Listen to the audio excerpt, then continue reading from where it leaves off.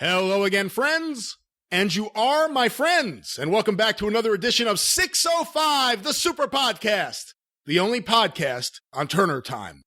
The Mothership, the best wrestling podcast on the planet, the only wrestling podcast that matters. Call somebody. I am your host, the great Brian Last. It's me! The hardest working man in wrestling podcasts. Yeah! Baby. What are you trying to prove? And I am very happy today to welcome a newcomer to the co-host chair. Not a newcomer to Wrestling Talk, but a newcomer to the 605 Super Podcast. And I'm delighted to have him here. Someone whose work I've admired for a long time. And that is your friend and mine, Mike Sempervive. And Mike, welcome to the program. I really appreciate you having me on. You don't have to butter me up, though. I understand we've gotten to the Central States portion of guest getting on this program, and I hope to stand up there and do the best I can in the memory of Bulldog Bob Brown and Rufus R. Jones. You know, every now and then I'll hear from someone, and they'll say, I grew up in Kansas City. I don't understand why you always put down Central States wrestling. And it's like, ooh, how do I break it to this person that it's really hard to watch and it's not good? That's when you got to look at them and you look at them dead in the eye and you put their hand on their shoulder and you just kind of rub a little bit. And it's like, the wrestling you grew up with is the greatest wrestling in the world. And then just turn around and walk away and just leave them right there with that.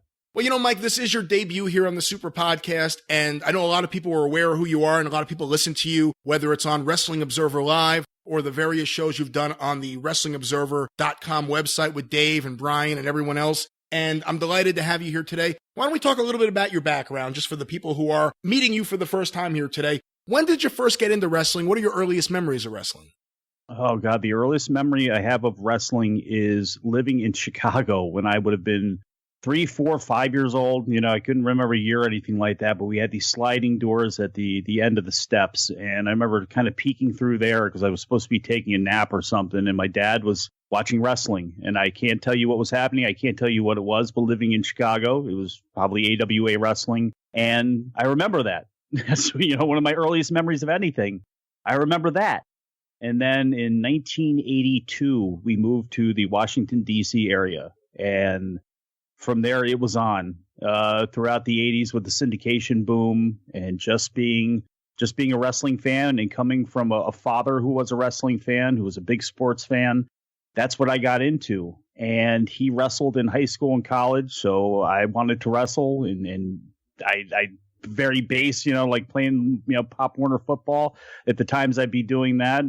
Wrestling season was also around there, and I wrestled, and it just was always there for me. And living in between Baltimore and Washington, I was able to get in both sets of channels.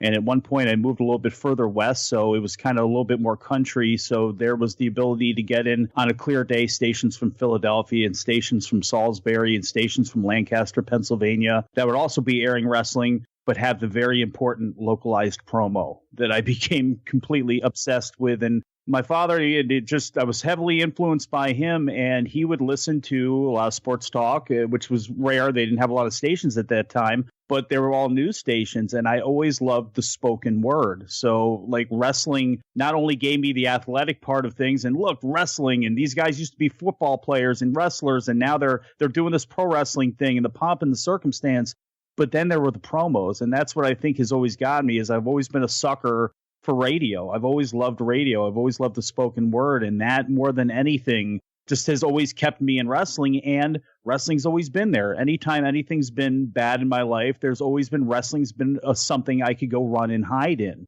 And when times were tough growing up, there was wrestling there. And as cornball as that might sound, I'm not saying it saved my life, but there have been times where it's like, if nothing else, at least I kind of got wrestling. There's always something to hide in, and it's just always been there for me. And it's been a cruel bitch sometimes when it smacks you across the face. I mean, I do Wrestling Observer Live now. We deal with the headlines of the day, which, you know, is a lot of programming that I don't think I'd watch if I wasn't paid for it. But it's like, you know, it's still something familiar about it, and it's always going to be there for me. Even if it's not something I watch of modern times, I have enough library where there will never be a time in my life where wrestling's not there. I can never see that happening. But it was always my thing, and I always wanted to be a part of it. And I had a chance to go to Bone Breakers and see that place when it was open in Baltimore, training school, and Axel Rotten and Maryland Championship Wrestling, and having chances to kind of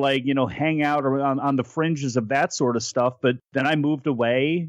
This isn't something I'm never actually going to be a wrestler. What am I really ever going to do? And I just I went away from it. And in 2001, I believe it was, Wade Keller had just sent out an open call, and I wasn't real familiar with being online. I was not a hardcore newsletter reader from back in the day. After magazines, yes. The wrestling radio shows on WCBM or WIP or WFAN, yes. But I was never a newsletter reader.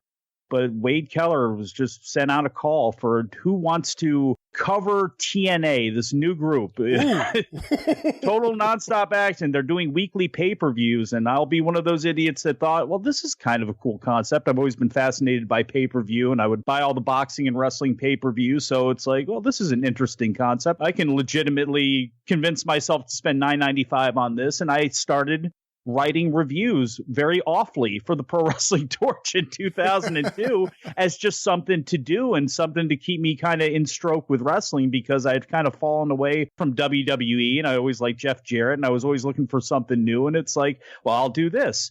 And then that at some point, he had all of his TV writers. He had this idea to come up with something called The Lounge, which it was going to be just every day, somebody that writes and reviews one of the TV shows can write a column about whatever they want to talk about, the news of the day or their opinion or commentary or whatever they wanted it to be. And that's how I started doing an opinion column. And it was at the time, I think me and Derek Bergen and Keith Lipinski, I'm not sure. There were a handful of people who were probably, I think everybody else is done and buried and gone with doing this stuff, but I think we're still the three that have anything to do with it. But, I started writing stuff that way, and I was awful. It was terrible. But I would write some of these, I would just kind of write what I felt. And I wrote something on Antonio Inoki in the quest to kill his wrestlers. This is, this was about Nakamura. It was a rookie at the time. And he was basically Antonio Inoki. There were still the remnants of Inokiism in New Japan Pro Wrestling. And for all of the good and all the greatness that Antonio Inoki and some of that style created, when Pride and K1 came along, they lost the plot. They forgot that these were work matches Inoki was in. They forgot that guys got into pro wrestling because they either didn't want to fight or they weren't tough enough to fight or whatever it was. If they would have gotten to fighting if they wanted to fight, they want to wrestle. They want to pro wrestle, for Christ's sakes. And Yuji Nagata, I was always a big fan in WCW, getting killed, drove me nuts about that. And Nakamura, here's this is your rookie. This is going to be your supernova, your next guy. He just beat Tenzan.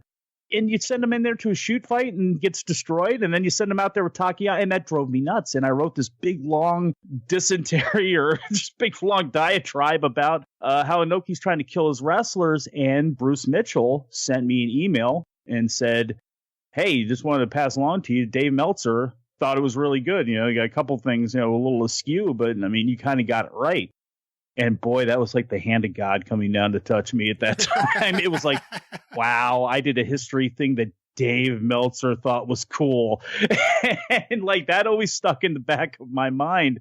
And it was also around that time where Keith Lipinski, I think it was, came to me, and Zach Arnold, who was running a site called Progressive Power. And what Zach wanted to do, and what Keith said Zach wanted to do, was to put together a show that was kind of Pardon the Interruption, where we would talk about the big MMA, because at the time, MMA and K1 were still big in Japan, as big, if not bigger than pro wrestling. And nobody listening to this show is not going to be aware of this, but if somebody stumbles into it, it's over in Japan, they looked at Pride and K1 like it was pro wrestling. That's what they call it. It was pro wrestling.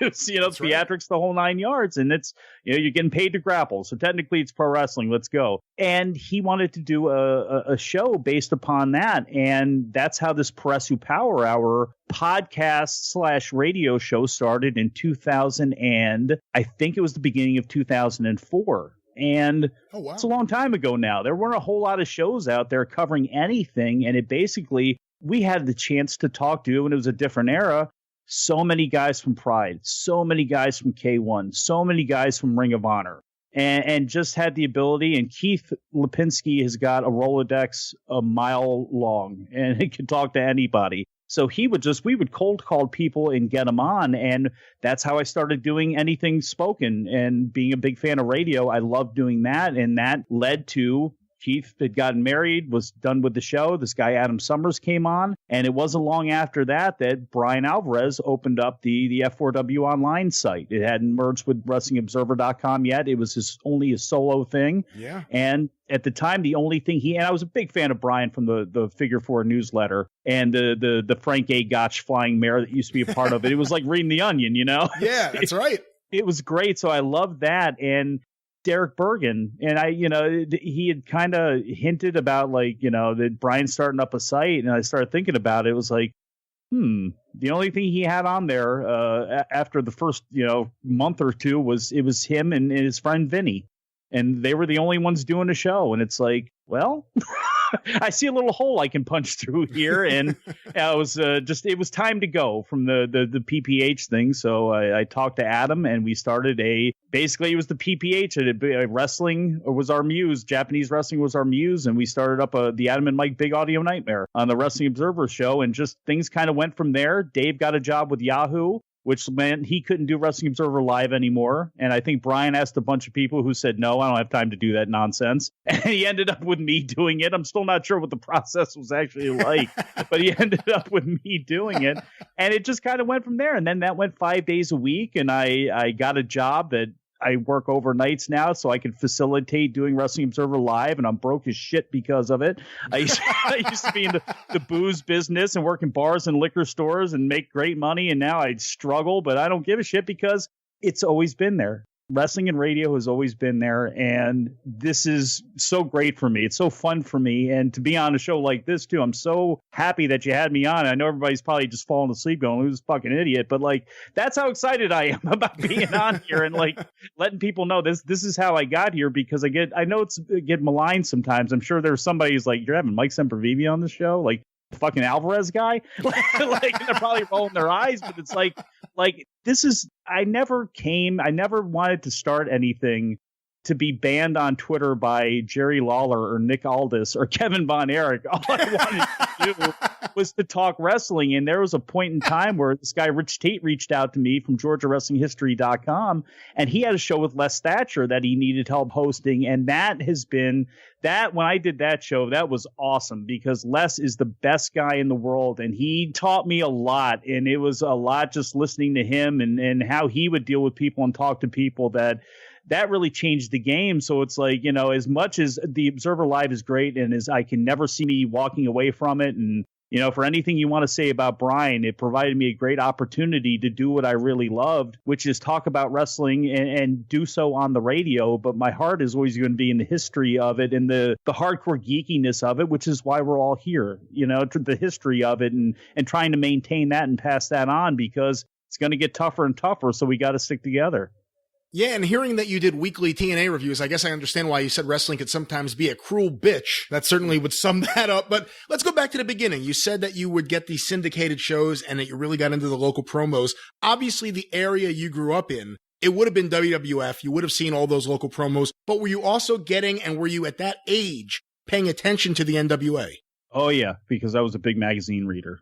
So it's anything that made it up into the rack at the cigar stop that had all the old newspapers. They would get newspapers from around the country. There was a cigar shop up the street from where we moved in right outside D.C. And they would have the Sunday papers of the San Francisco Chronicle and all these Sunday papers from around everywhere. And then, of course, the big racks of comic books and wrestling magazines. And being a big boxing fan, too, again, I skipped the comic books and always went towards the boxing and the wrestling magazines. So anything that was going on, I was in tune to. And, it must have been around, it wouldn't have been 83, although I was always just obsessed with Steamboat and Youngblood and Ric Flair from the magazines. But I think it was really into 84 that Gary Juster opened up the Baltimore, Washington area.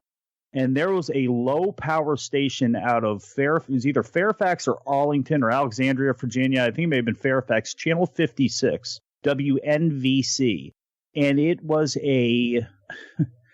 it was a public television station that was not part of the Corporation for Public Broadcasting. It was a pure public TV station in that if you had enough money and the rights were available for them to broadcast something, you could donate it to them and they would buy the rights to it. It became the place to watch NCAA basketball if you didn't have ESPN, the early round games that weren't being shown in the area, say Georgetown or George Washington or American were playing, but it wasn't going to be broadcast on any of the three networks at the time or through syndication through a Jefferson Pilot or something like that. They would buy the game and they would put the game on. And when it was time to throw it to commercial, the commercial would cut to these two guys sitting in director's chairs in a studio. And during March Madness, it was hilarious because they would be up literally all night. So like they would go back and it's like there's a guy like slumped over. It's like, you know, it was pure public access greatness. But what Gary Juster did was he used that opportunity and used that portal to get on shows like Championship Wrestling from Florida, to get on Pro Wrestling USA. And that's how that hole got punched through. And Channel 56 and later Channel 50 in Washington, D.C., when that stopped being Super TV, which was I don't know if anybody knows what this is, but instead of cable in some areas, they had basically this box on top of a TV. And it was a service that, like, during the day, the station would show, like, Financial News Network or something like that, like, you know, from a cable channel. And at night, the signal would scramble and you needed to have this box to watch everything. Now you can still hear things, like you can still see like a boob or something overnight or something, like, you know, if you didn't have the box to descramble it, but like that's what they used. And when Super TV ended on Channel 50 in DC and Channel 54 in Baltimore, all of those stations needed cheap programming and they needed programming for syndication. And we got flooded with pro wrestling. We went from having just WWF at the time, it would have been Championship Wrestling and All-Star Wrestling, which turned into Stars and Challenge. All of a sudden, we got Pro Wrestling USA. And granted, there were some shows on anyway, like there was, you know, Mid-South and syndication, things like that. But all of a sudden, they were all condensed onto these channels. And we got everything. And we became, as everybody knows, Baltimore became a big war zone, a big open city where anything could get dumped into it. And all of a sudden, we were getting everybody's shows. And again, the age of coming up, of being a wrestling fan, and to then be flooded with all of this stuff and all of this stuff that I'd only seen in the magazines. I mean, how could you not become a pro wrestling fan for life? That's why I cringe for the future right now. I mean, we watched more TV back in those days, you know, especially if you lived in Atlanta or something like that, or in an area that got 20 hours of TV, you know, of wrestling a week. You were actually watching more back then, but it was more diverse and it was more fun and you got more passionate about it. And I worry about the future because I look at how I became a fan and it's like, it's not even the same ball game that we're playing right now, but that's kind of how that happened. And I'd go to matches at the Baltimore Arena, to a lesser extent at Cap Center at the DC Armory, but it was just, I was living in a glorious place. And, you know, because of the repeat of the shows, because of having so many channels, living in the area that I did, you'd see repeats of everything. So being still, you know, lusting after watching wrestling, I would still leave a show on, but then the promos would be different.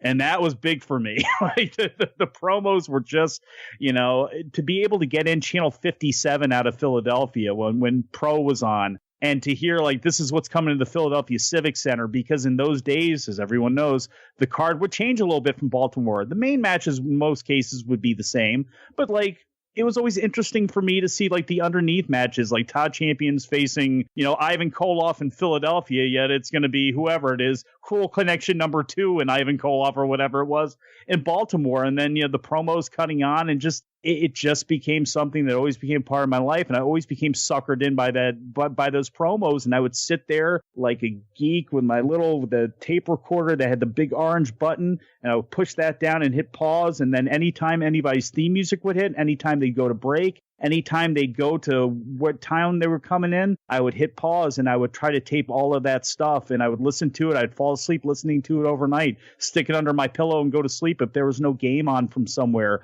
you know, old man transistor radio style. And I would do that and I would sit and listen to those promos and listen to that theme music all night long until I woke up in the morning. Which guys really connected with you promo wise? Oh God, from WWF, Don Morocco was always he was always the coolest guy in the whole wide world by far. And really in the WWF at that time too, he was kind of that was kind of it. The biggest influence on me was Mid-Atlantic, because there was WWF programming in '84 and everything. It was changing over, and Slaughter and Iron Sheik was awesome. I'll always remember that feud, and that was cool. But Ric Flair, Dusty Rhodes, Tully Blanchard was a lot more influential on me, I think, in hindsight, than I really realized. And then, from there, the boom of Jim Cornette, how can somebody talk that fast and be that funny and be that he always blew me away.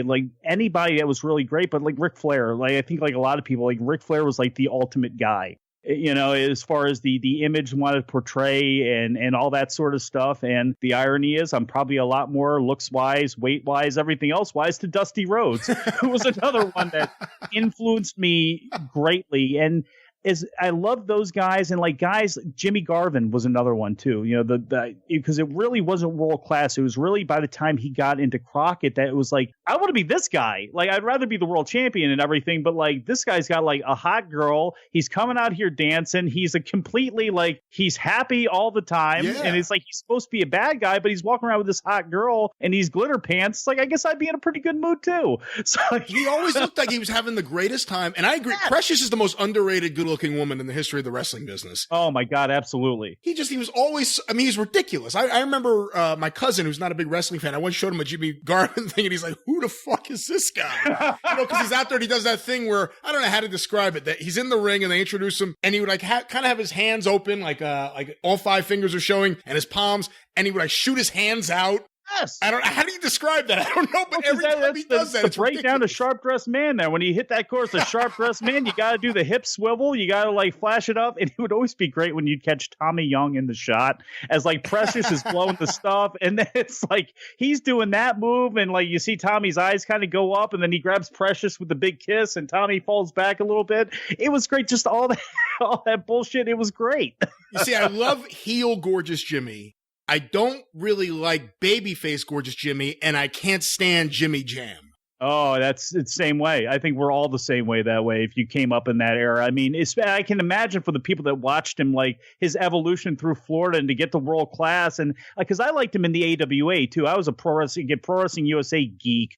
I'm always looking for an alternative. I was a big USFL fan, too. And it may have something to do with it. But, it's when he was there with Martel. I'll even go back and watch it. It's I understand why it wasn't the flashiest of stuff but a lot of that to me has got to do with the production and the presentation of how that show was. It didn't have anything to do with those two guys, because once they got into it with each other, I always thought that was really good too. And that was probably, I guess that was my first real shot at seeing Garvin. And then it was over when he came over into Crockett, where it's just it kind of blew up from there. Another big influence on me was Mid-South, because my dad being a football player and being not a pro football, but he played in college and was an amateur wrestler. And he always had a respectability for real sport. And he also didn't want me to kill my brother.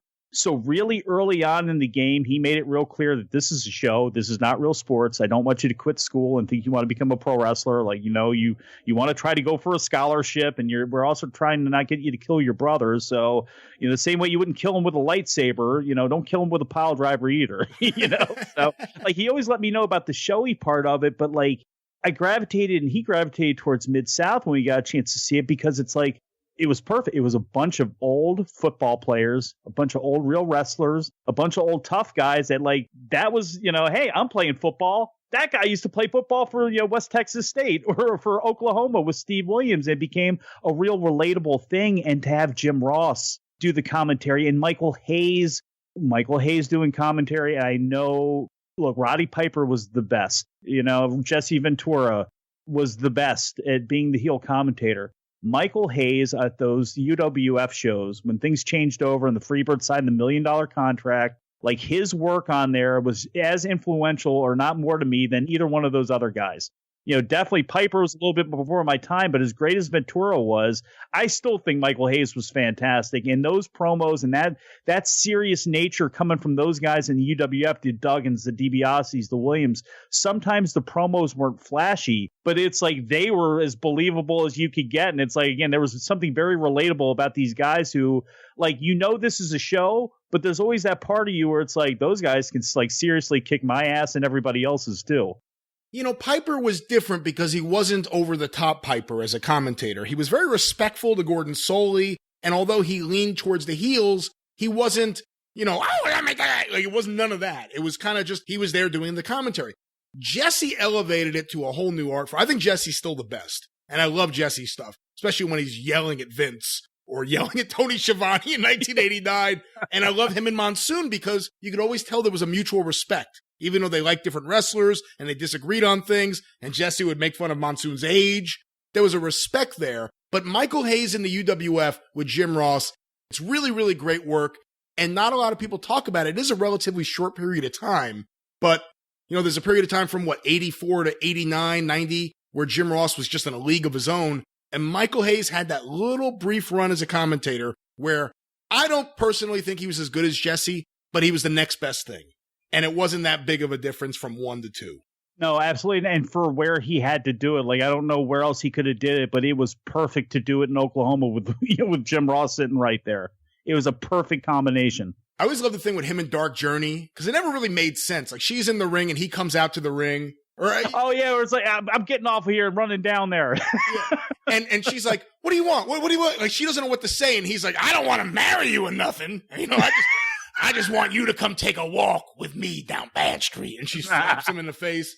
And then Ted DiBiase, when he calls him the prissy sissy, which of course got those fans in Oklahoma all riled up. Oh my! Let me tell you something. I didn't do it on purpose, although I knew it was going to get a little bit of rise out of him. I was doing this old show, that Ringside Rap Show with Les Thatcher, and we were talking about like great matches of history, and we were talking about a couple different ones, and I brought up my love of country whipping matches between Michael Hayes and Ted DiBiase, and how entertaining that was. And he was just, he's even chewing on the inside of his cheek, like, Michael Hayes in a country whipping match. Like, yeah, but I mean, the emotion off of it was great, and you wanted to see him get his. It's like, And they worked hard for Watts, though. I mean, if you look back at 86, the crowds start going down, and there's a lot of different reasons for the decline of the UWF. But in terms of the actual on-air show, it was fantastic. Even Buddy Roberts, who had been, slowly fading from his once great in-ring work over the previous few years, all of a sudden, even though he didn't look that great anymore, cosmetically, he looked awful. But all of a sudden, he was having great matches with Terry Taylor. All of a sudden, he was really good. Terry Gordy was as good as anyone in the wrestling business in 1986, and that was with one knee. His other knee was shot. Look how much, go back and watch 1986 UWF. Look how much tape is on his knee. Yes. And you'll be amazed that he's able to have those amazing matches with Dr. Death Steve Williams and everything else he did. And those guys worked hard for Watts, even Michael Hayes. He worked hard for Watts there. And, he always laid his shit in, even when he was working for other people. But other people laid it into him there. And you go back and you go watch and you see it.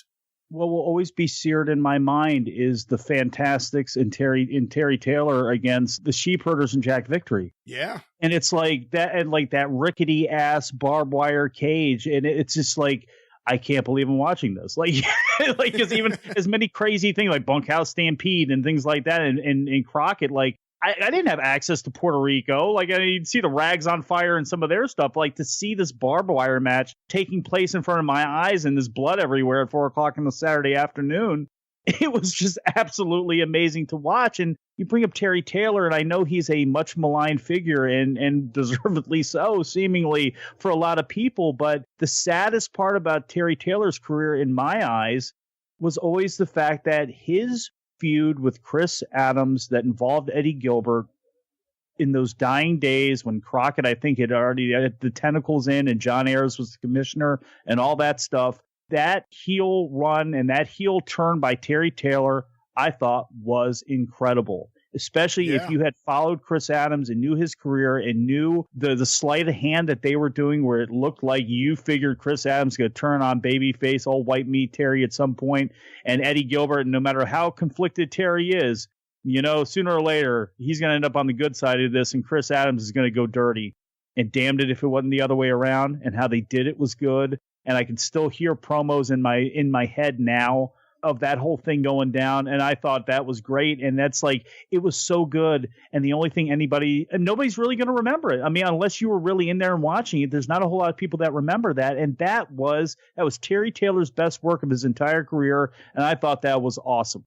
I think you're right, because it was the dying days of the UWF. It doesn't get a lot of attention. And then he was swallowed into the NWA, and they killed him off as fast as they could, merged the TV title with him losing to, I think, Nikita at Starrcade, yep. And then, the other thing people forget is he went to World Class as a heel.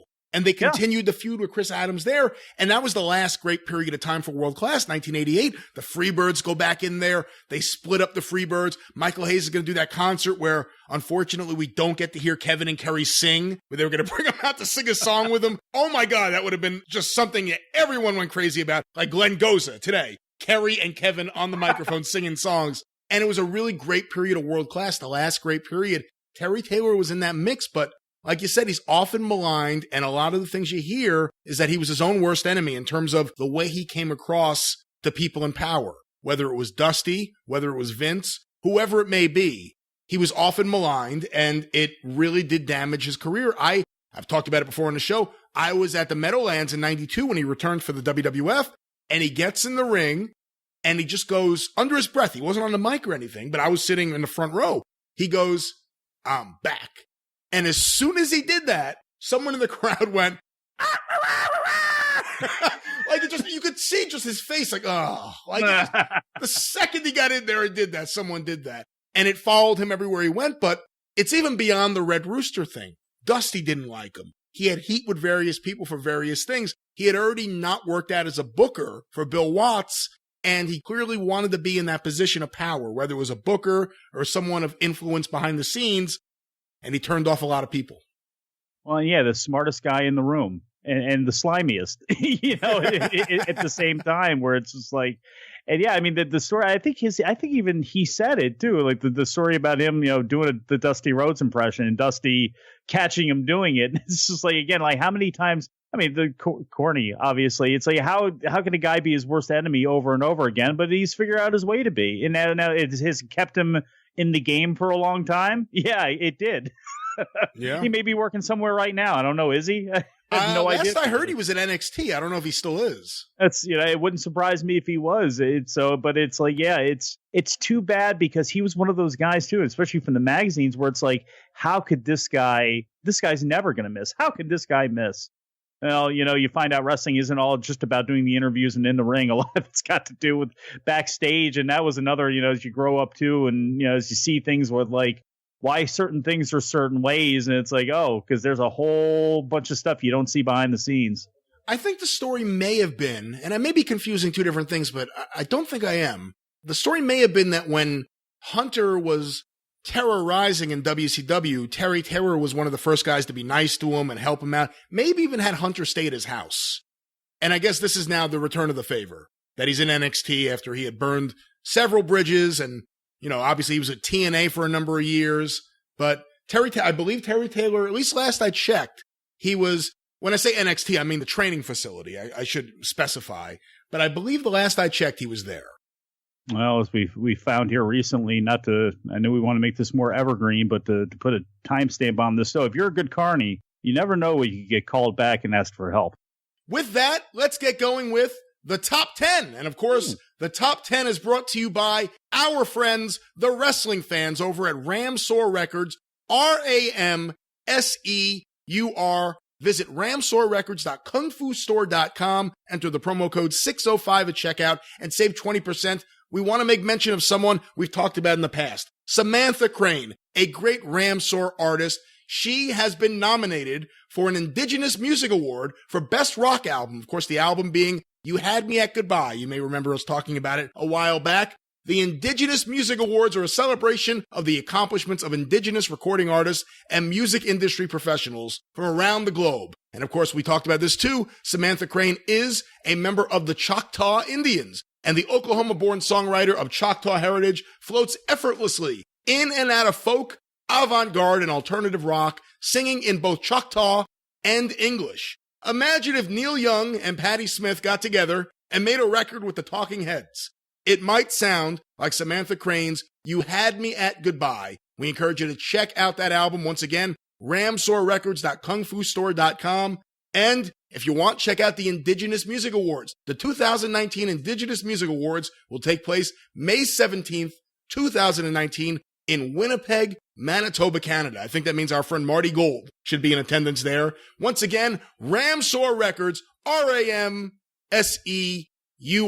the Mid-Atlantic Wrestling of the music industry. And with that, Mike, let's get going with the top 10.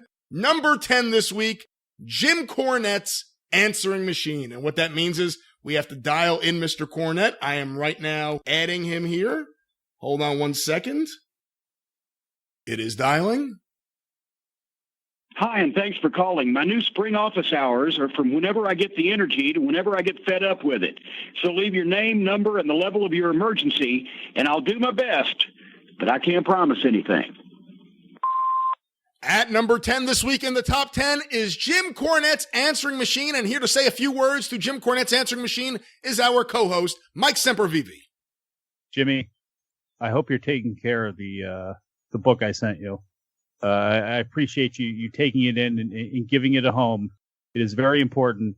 It is the history of pro wrestling and the history of Brian Alvarez's Flying Mare newsletter, that Frank A. Gotch book. Please, just make sure it's okay. So what are you trying to prove? You are nothing but a bottom-of-the-card jobber. Are you a sissy? I don't want to see you around here anymore. When you get that stupid fool out of here. Let's spend the night together. All right, Jim, I think I've inundated your answering machine enough. I'm going to hang up now. I will talk to you soon on The Experience. And boom, we have hung up from Jim Cornette's answering machine, and we'll have to find out more about this mysterious book that you sent him. We'll have to crack down on that, maybe do one of our deep dives into finding out what this mystery is all about. But number 9 this week in the top 10, a very popular figure here on the Super Podcast, Yo Mamba, the Jungle Savage. Yo Mamba, the Jungle Savage. I will tell you more about him later. You know, Mike, this is something we've been trying to investigate and find out the mystery of Yo Mamba for so long, trying to solve. Who is Yo Mamba? We were very, very close to solving it. Terry Garvin Sims was about to tell us, and unfortunately, he passed away before we had a chance to record that segment. Are there any big mysteries in wrestling still to this day that you think about? You know, it's so overdone, but because I was a child from that generation and because it was so bad and ridiculous at the same time, that Larry Zbyszko baby doll, what was on the photos of Dusty Rhodes, like that, the manila envelope, that was definitely one of them. It's not exactly the same. A mystery I have now, it's more of a real life thing, is why is Nelson Royal, the speech he gave about the bunkhouse stampede, the campfire speech, I can't find that anywhere. I gotta get a copy of that. But like that one's probably the biggest one. I'm trying to think of any other, like, oh God, I don't know. There's that period of time there where Dusty's booking falls right off a cliff. And that manila envelope is a perfect example of it. Yes. And that's, you know, for as much as people will say like 88, they were making a comeback. It's like there was a nice series of hot shots that took place because of stuff like that that needed to be done, and it wouldn't have sustained. So things ended up probably working out the exact way they were going to. But yeah, as far as mysteries go, I think that was one of them, other than like why sometimes people would leave and come back, you know, and like, you know, how they would like float in and out of places. But man, yeah, I think that the manila envelope is still probably my biggest one. And we never got an answer. I don't know if Dusty knew what it was going to be. I think it was one of those things like, we'll do it, we'll figure it out when we need to. Well, it's like, would it have been pictures like the Savage Flair Elizabeth stuff later on? Would it have been like stuff like that where it was like baby doll sitting on his face? Yeah. Their own private bunkhouse stamp. Or over a glass table, yeah. So you never know what could happen. But I think that was it, because for the most part, I mean, everything was always kind of laid out that way. I would always be offended for people. Like, you know, I remember when Morocco and Bundy beat up Hogan, and it's like they were moving obviously towards Bundy, but being a big Morocco fan, it's like, why did Hogan never look for revenge on Morocco? Why couldn't he gotten in the mix more? It was always like offended and standoffish about things like that, more than some of the mystery stuff, because for the most part, everything either got paid off or got explained away quickly, although the Midnight Express leaving and us ending up with Russian assassins like randomly and stuff like that, that was always interesting to me. Guys who just leave and just out of nowhere, and title changes that would happen, that, you know, phantom title changes, that would always interest me as a kid too. The Morocco thing's really interesting too, because he had been such a hot heel, especially in 83. I mean, he was fantastic in 83, maybe the MVP of the World Wrestling Federation. And they bring him back in, I want to say early 85. They start doing the teaser video of him on the beach, getting oiled up by multiple women, saying he's going to come back. They do a main event of him and Hogan at the Garden, I think at least twice, and it drew really well. But then they never really used him well on the national stage. They kind of just made him a joke act with Fuji, even though he would still do some serious stuff, him and Steamboat. You know, and I know he gained weight before he got really, really on the gas when he turned babyface. But it was a missed opportunity there, because he did have that ability, like we talked about earlier, to connect with people as a heel on local promos and really get you to either think he was cool, but still want to see him get his ass kicked, or really hate him and want to see him get his ass kicked. Yeah, and with all the other cartoon characters that they had, and that probably had a lot to do with it too, as far as what Vince thought marketing was and everything else. I mean, he always just seemed to be like, especially as you go back and watch like the real old stuff of him standing there next to Vince, and it's like, you got it, like, he's got to be the reason. And I don't know if Vince gives him any credit, he probably doesn't, but like in his mind, all those years of standing next to him as he was cutting those promos, it's like, that's the size of him, like, that's the exact guy. That was your exact template moving forward. I mean, I think superstar Billy Graham probably gets more credit than Morocco, but it's like, I mean, Morocco carried him through such lean times too. When I started watching, I really started remembering WWF in 83. It's like him and Ivan Koloff, and there's Ray Stevens a little bit, and like Don Kernoodle in the Confederate flag, but at least he could wrestle. They blew it with him too, by the way.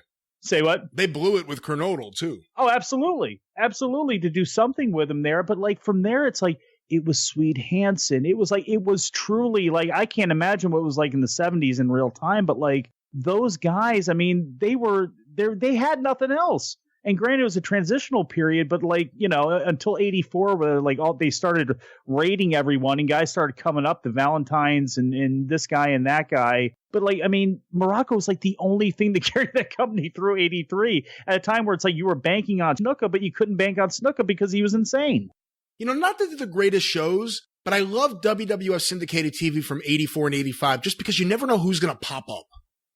It really is like Buzz Sawyer just randomly popping up, and Bulldog Buzz Sawyer. Yeah. Yeah. The Freebirds are there all of a sudden, just, Gama Singh, just random people show up and then they're gone. You never see them again. There's so many guys. There's never been a bigger period of time than that for the WWF where guys are there quick. Guys are in and out quick. The missing link. There are so many guys that have little stays. I'll tell you, want to talk about mysteries? How about Relax with Trudy? That suitcase that Adrian Adonis had. What was that going to be?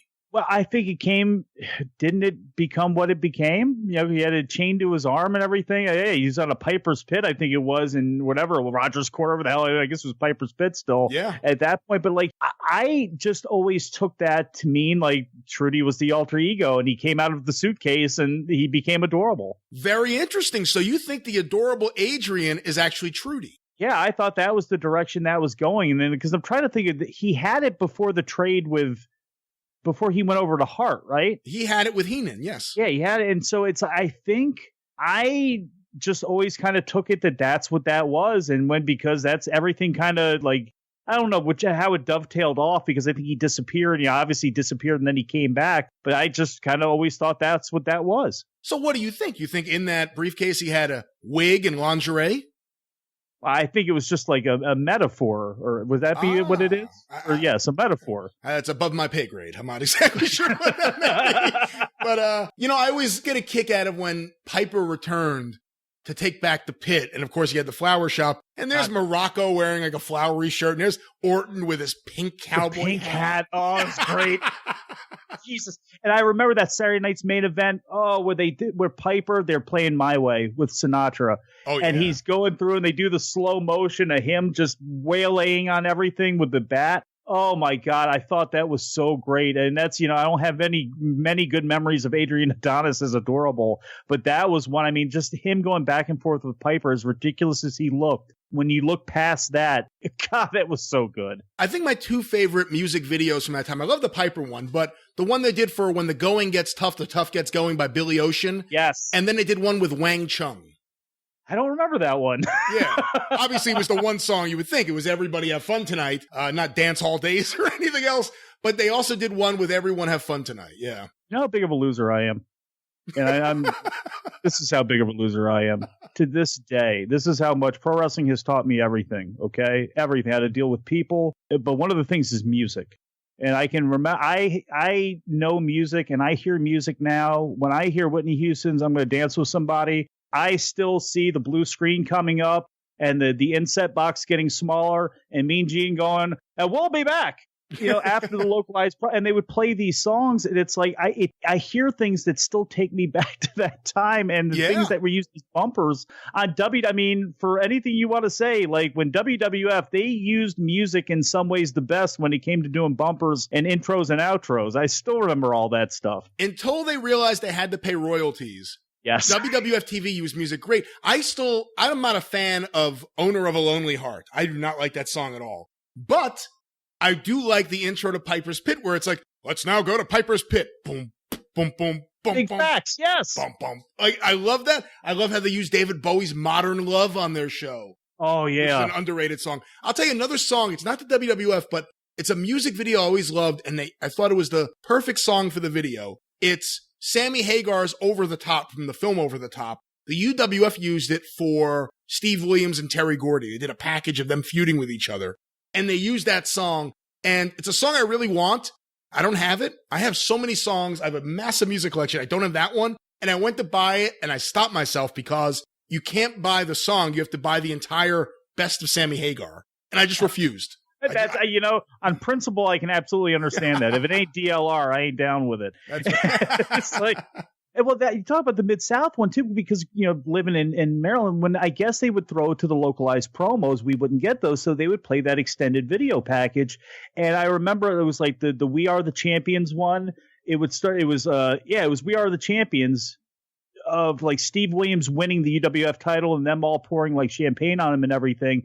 And then there was like, I don't know if the music was from Chariots of Fire. I don't know where the music was from, but I can hear it in my brain to this day of like, it was just kind of like a highlight package, like the struggle and fight of Mid-South of UWF wrestling that they would play. And it was like this really like epic, like keyboard, and it was all synthesized music, but it was like something out of like, they stole it from some big budget movie. And I always thought it was awesome. And they would show that one and it would go into like the whole, like, We Are the Champions thing, which it was because of that promo that I ended up buying the Queen. It was that and the fact that Junkyard Dog used Another One Bites the Dust. Yeah. That's the only reason I know Queen. I mean, I bought Tom Petty's Greatest Hits because of Chris Adams' I Won't Back Down video. I didn't know the fuck Tom Petty was. I grew up listening to hip hop and go-go. Like, so it's like a lot of this stuff, like buying, like I didn't listen to Black Sabbath. I had a Ozzy Osbourne, Randy Rhoads tribute album.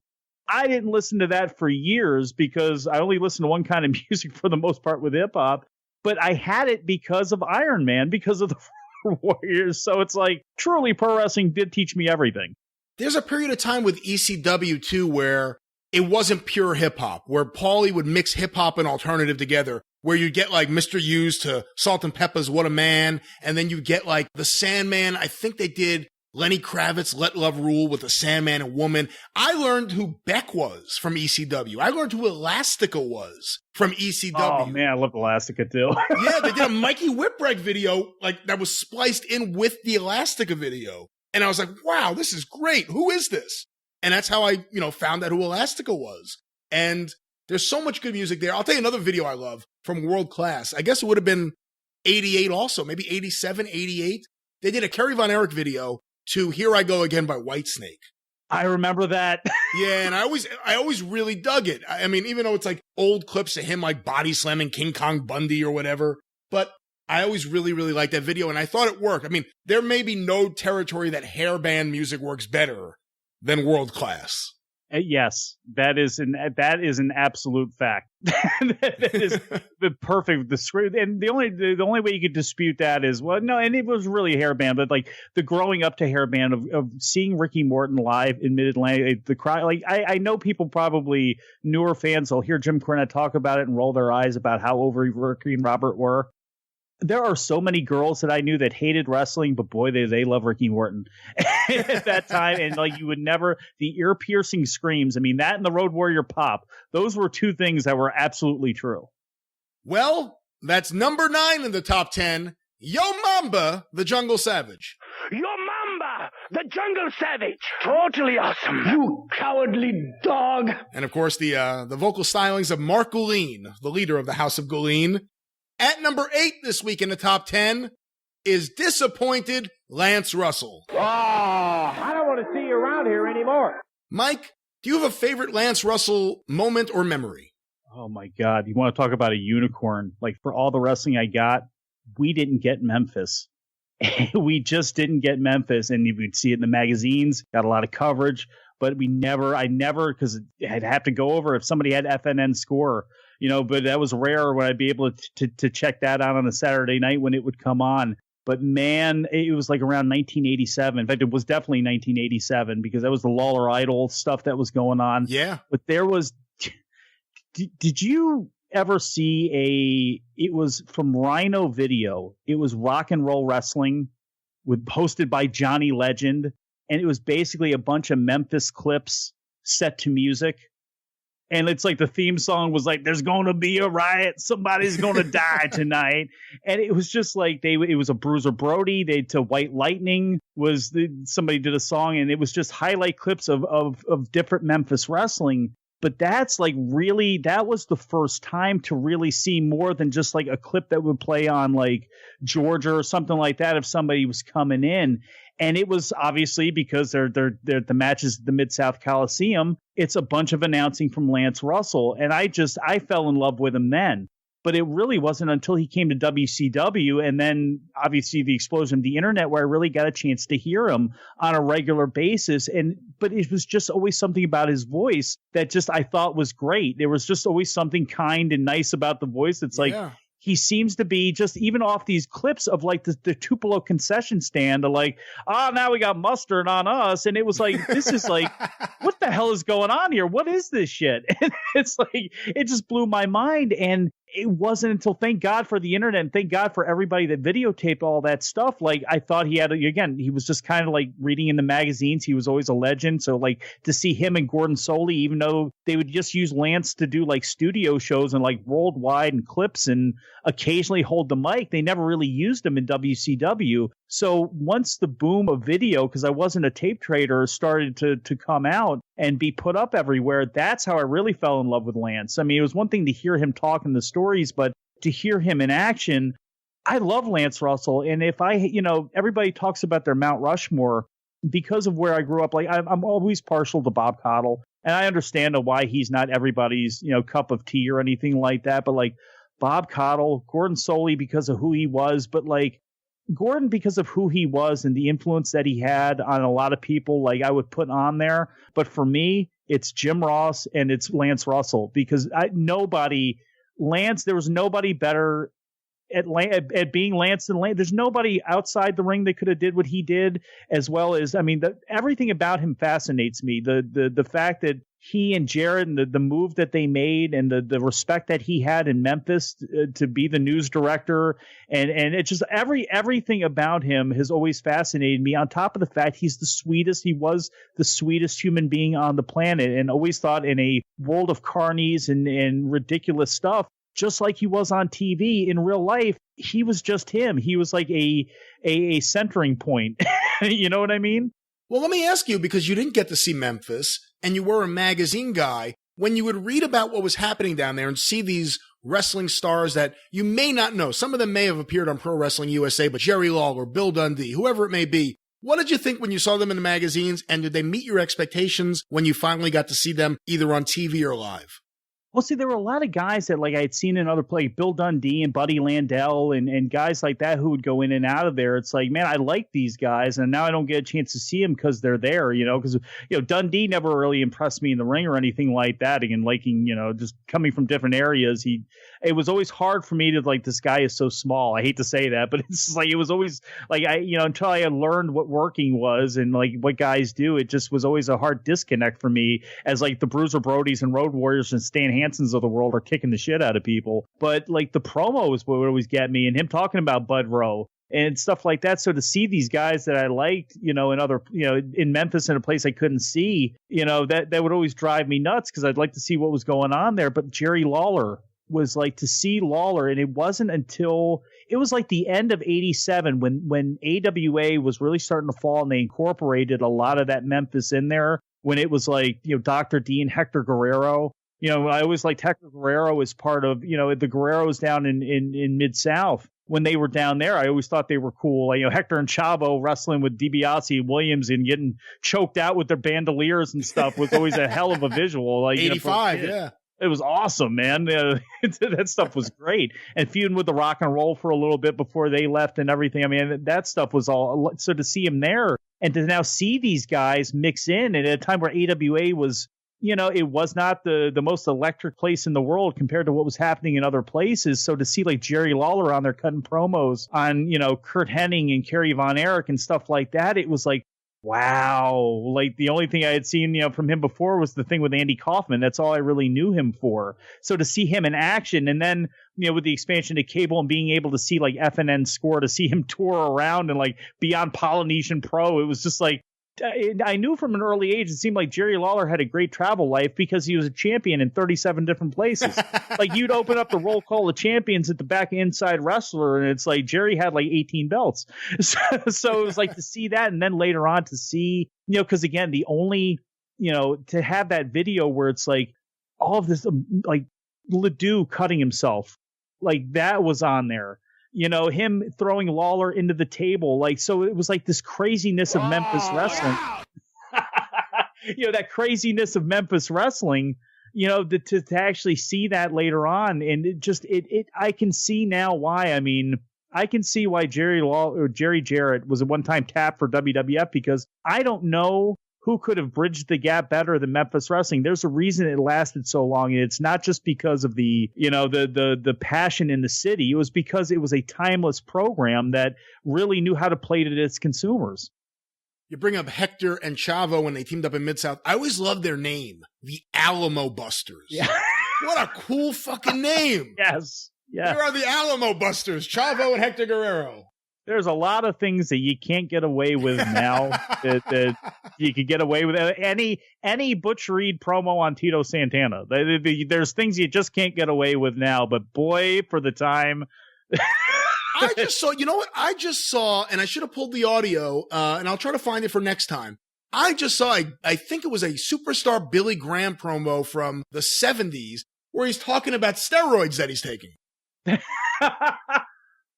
And I was like, what the fuck is that? Can never do that again. Well, in the 70s, because in the Sports Illustrated thing with Ken Patera before the Munich Olympics, like, well, we'll find out whose steroids are better, theirs or ours. It's like, people forget they were legal. Like, there was that guy, I forget how it ended up happening, where they had all the congressional hearings and stuff in the 80s, which, boy, did that kill wrestling. But, like, just remember, like, that's just all those guys. Like, football, too. It's like North Dallas 40. It's like it was a different time. Well, that's number 8 in the top 10. Disappointed Lance Russell. Look out! Tell him in Mexican just to get out of here. At number 7 this week in the top 10, I guess he was talking to Hector and Chavo there. At number 7 this week in the top 10, the very popular yet vulgar old lady, Mrs. Spencer. Hey, stupid. Do you know about Mrs. Spencer, the old lady, Mike? Only through you guys. Is it Dennis Corluzzo trying to call Jim Cornette and getting the number wrong by one? That's exactly it. Go to hell, you motherfucking son of a bitch. I'm sure she was a very pleasant old lady normally, but you call her up and you ask for Jim, she turns into Ron Wright. You motherfucker.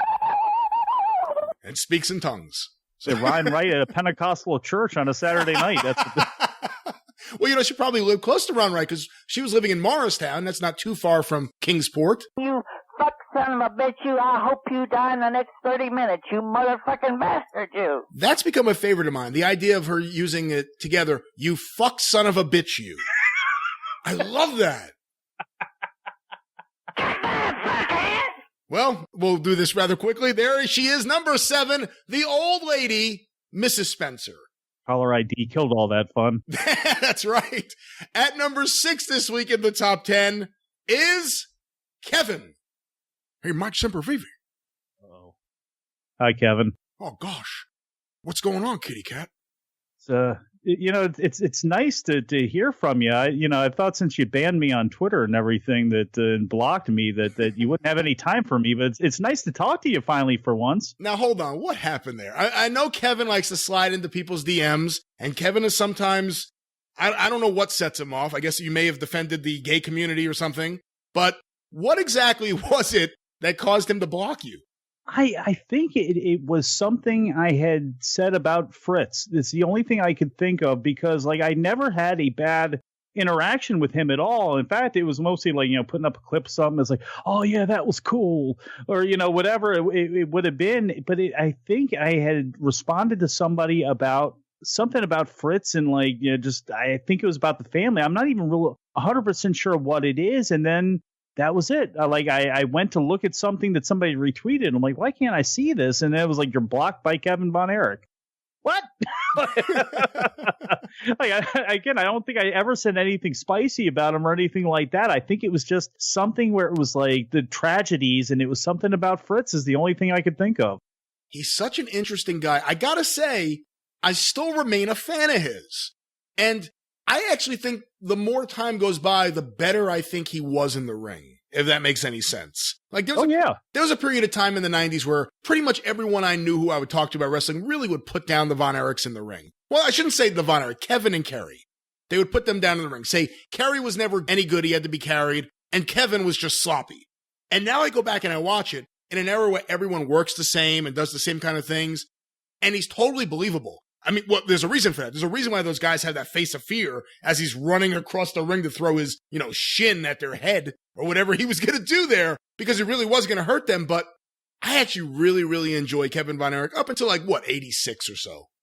Well, and it's hindsight for me too, because growing up when I grew up, the tragedies, started to steamroll and they became, I don't know, caricatures or whatever. I'm not sure the right, they're almost cartoonish, and the way that whole thing fell and fell apart so fast. And there were so many better workers. You think about workers in world class, it's Chris Adams, Gino Hernandez, talk about Jimmy Garvin, Terry Gordy, you can go through the whole list of names. It's work wise, they weren't great, but again, looking back, the legitimacy of, being very fearful of Kevin, and Kerry, Kerry was flashy and he had the look and all that sort of stuff. And then David looked the most like his father, had the most aura like his father and all that other stuff. But if you had to all right, give me one, it would probably be Kevin. And it weren't the best promos in the world or anything like that, but it didn't have to. Everybody hung on every word anyway. And his physical style, I discount him, but I think if you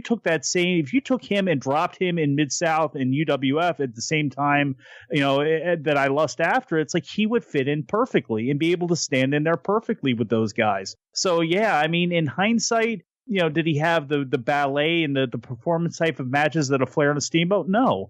But was he unique, and could he go in there and have believable brawls and get in these believable fights with the Freebirds and stuff like that? Hell yes. His matches really did seem like a struggle between two guys. Yeah.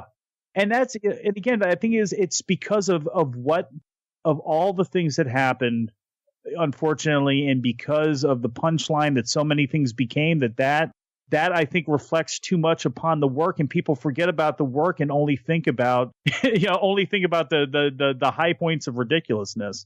Let me ask you a question, because I know, like me, you vote for the Wrestling Observer Newsletter Hall of Fame. Obviously, Fritz Von Erich's in the Hall of Fame. Well-deserved. Hall of Famer. May not be the greatest father, some would say, but as far as being a wrestler and an influential promoter, deserves to be in the Hall of Fame. Do you think there's a case or an argument to be made for Kerry, or even if you did Kerry, David, and Kevin as a whole? I think you got to put them in as the Clan together. I think, and that's fair. You know what I mean? Of guys who aren't in, you look at like Cowboy Bob Kelly, can stand on his own as far as being a nominee. Bob Armstrong, another one, could stand on his own better. But I think the Von Erichs as a group, for what they did and how they were marketed and how they were the boys. And they were the boys who were going to take this thing over and take it to the next level, which they did. And I think you need all of them together. It's like, you can put Terry Gordy in on his own. But for as great as Buddy Roberts' career is, I don't think you're putting him in on the Fabulous Blondes or anything, but you put them all in together as a group. Yeah, I mean, of course you do. Of course.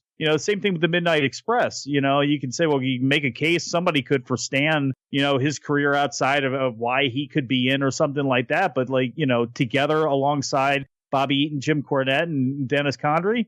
Yes, I mean, it's a no-brainer. So I think the Von Erichs have the best case that way because of the business they were able to push. And I think we agree on, when you look at this from a territorial point of view, of which we probably should, since it was a territorial business at the time, that, when Junkyard Dog and Mr. Wrestling 2 and guys like that, Sergeant Slaughter, aren't in, and they were guys that rode their territories. I mean, look at the Von Erichs in Dallas, and you can debate it back and forth, but I think that's how they would be strongest, and that's how I think if I was going to vote for them, that I would definitely certainly do it that way.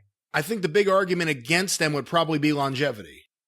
Well, that's it. And that's like the same thing that hurts like a dog or something like that, where, you look at like Slaughter's career and, the feuds that he had and the places that he was, it's like, were Gino and Chris against the Von Erichs big? Yeah, but like, what does everybody think of? They think of the Freebirds, and it's like, you think about when David passed away to the ascension of Kerry when Kerry was really good. And it just time is an issue. And unfortunately, even though this should not come into account, I mean, I'm one of those people, NFL, like Lawrence, I came up on Lawrence Taylor in the 80s. Like, it doesn't matter what you did off the field or what you did on it. Like, if you thought Chris Benoit was a Hall of Famer for wrestling, it's okay. You can say he's a Hall of Famer for wrestling and still say he's a shitty person. It's not the Hall of very good people. It's the Hall, there's a lot of people in there who people don't know about who are horrendous to their families and horrendous to other people that get passes, that we're not good people, and I'm not saying to try to defend Chris Benoit or anything, but like, you have to separate the two. You can be great at something, yet still be a horrible person, and one shouldn't have to do with the other.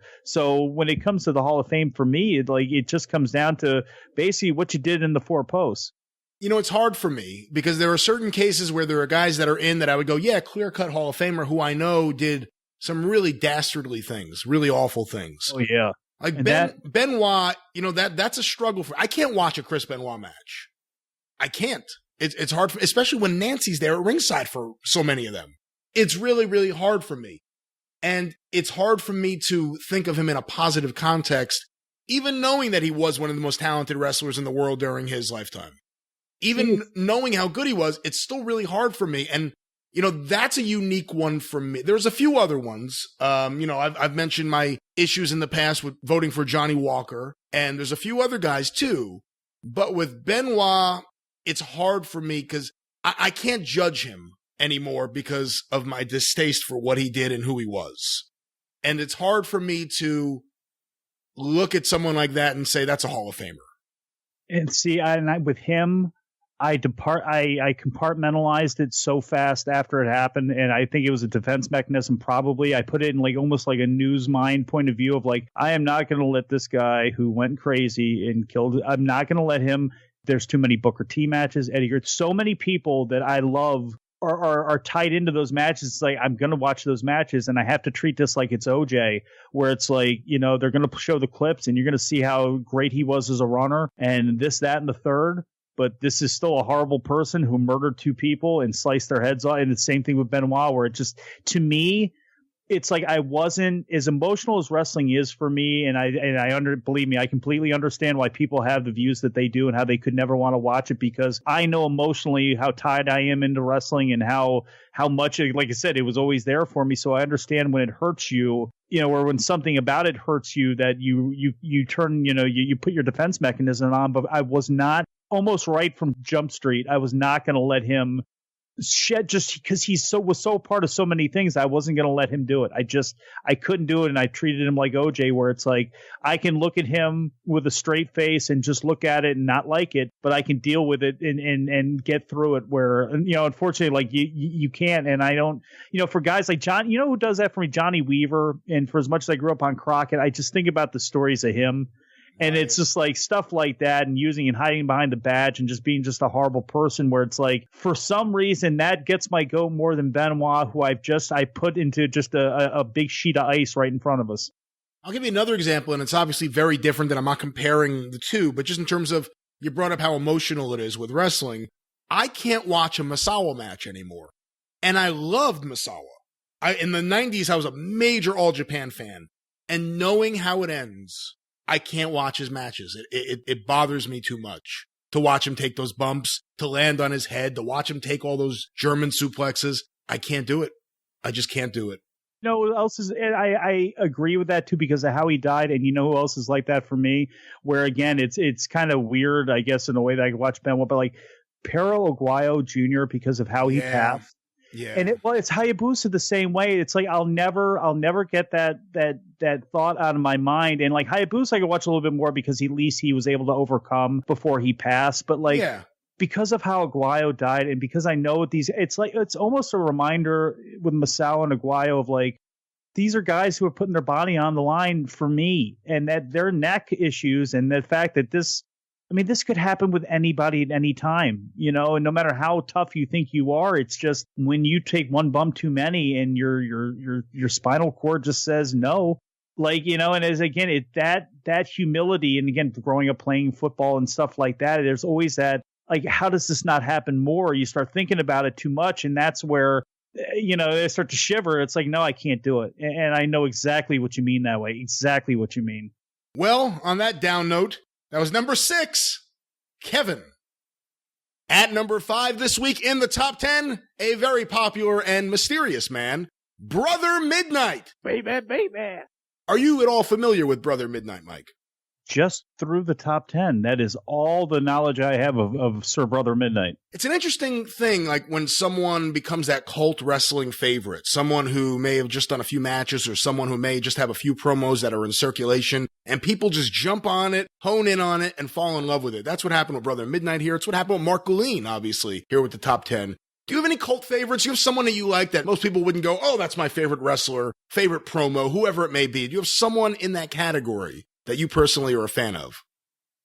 It's just because it will come up when talking about the history of Baltimore, but like, and it's a sensitive subject as we speak right now because he was one of the Knoxville 5, but like Ronnie Garvin, I can't explain why Ronnie Garvin, I like him so much, or why he was so over in Baltimore, but he was, the stuff with Jake Roberts and with Georgia. And I think that had a little bit to do with it. Like I talked about the Gary Juster, influence, but like when that shit hit, like I didn't see, I was too young and wouldn't have mattered, didn't have cable anyway. So I didn't know 1980 Georgia until a lot later. I didn't know that heyday. I didn't realize that like Georgia sucked right now in a lot of people's eyes. Yeah. I knew like Larry Zbyszko was okay, but like I really like Jake Roberts, and I like the look of the TV. I love that TV title belt. I know people hated the one with the flags, but I like geography. I love that belt.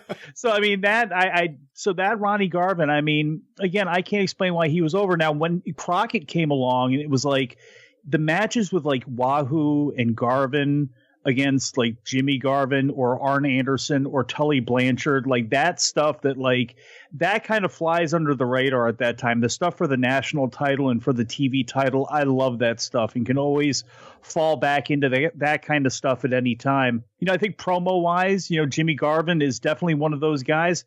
Eddie Gilbert is kind of like one of those guys too. I always liked Eddie Gilbert's promos, whether he was all like upset and fired up and being like the cowardly heel, or even being like the babyface, the calm, thought out like babyface when he was in, booking and doing some of the stuff in Crockett for a while. I always thought he was incredibly underrated. And then to go back and watch the stuff with like the Backlund stuff, that I was too young and I don't remember seeing any of that stuff that happened with the Matt Superstar, and to see, his role there with the neck being broken and all that stuff. I don't know if he really gets his due so much, but man, you look at his age when he passed away and it was like, he was such a supernova, but like just him with Missy and the Steiners like that growing up too, especially in Baltimore, where there's this Hammer Jackson, a lot of that big hair influence and uniqueness and stuff like that. And being in pubescent stage at that point, there was nothing cooler than hearing the Steiners walk out to Welcome to the Jungle and Missy Hyatt in like whatever tight thing she was wearing.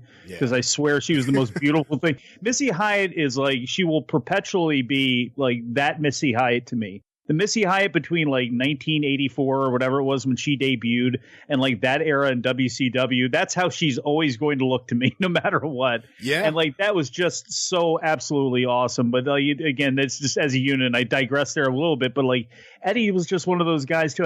He just doesn't get enough, or people concentrate on like the stuff in like ECW or something later on down the line. It's just, I always thought he was really good no matter what he did.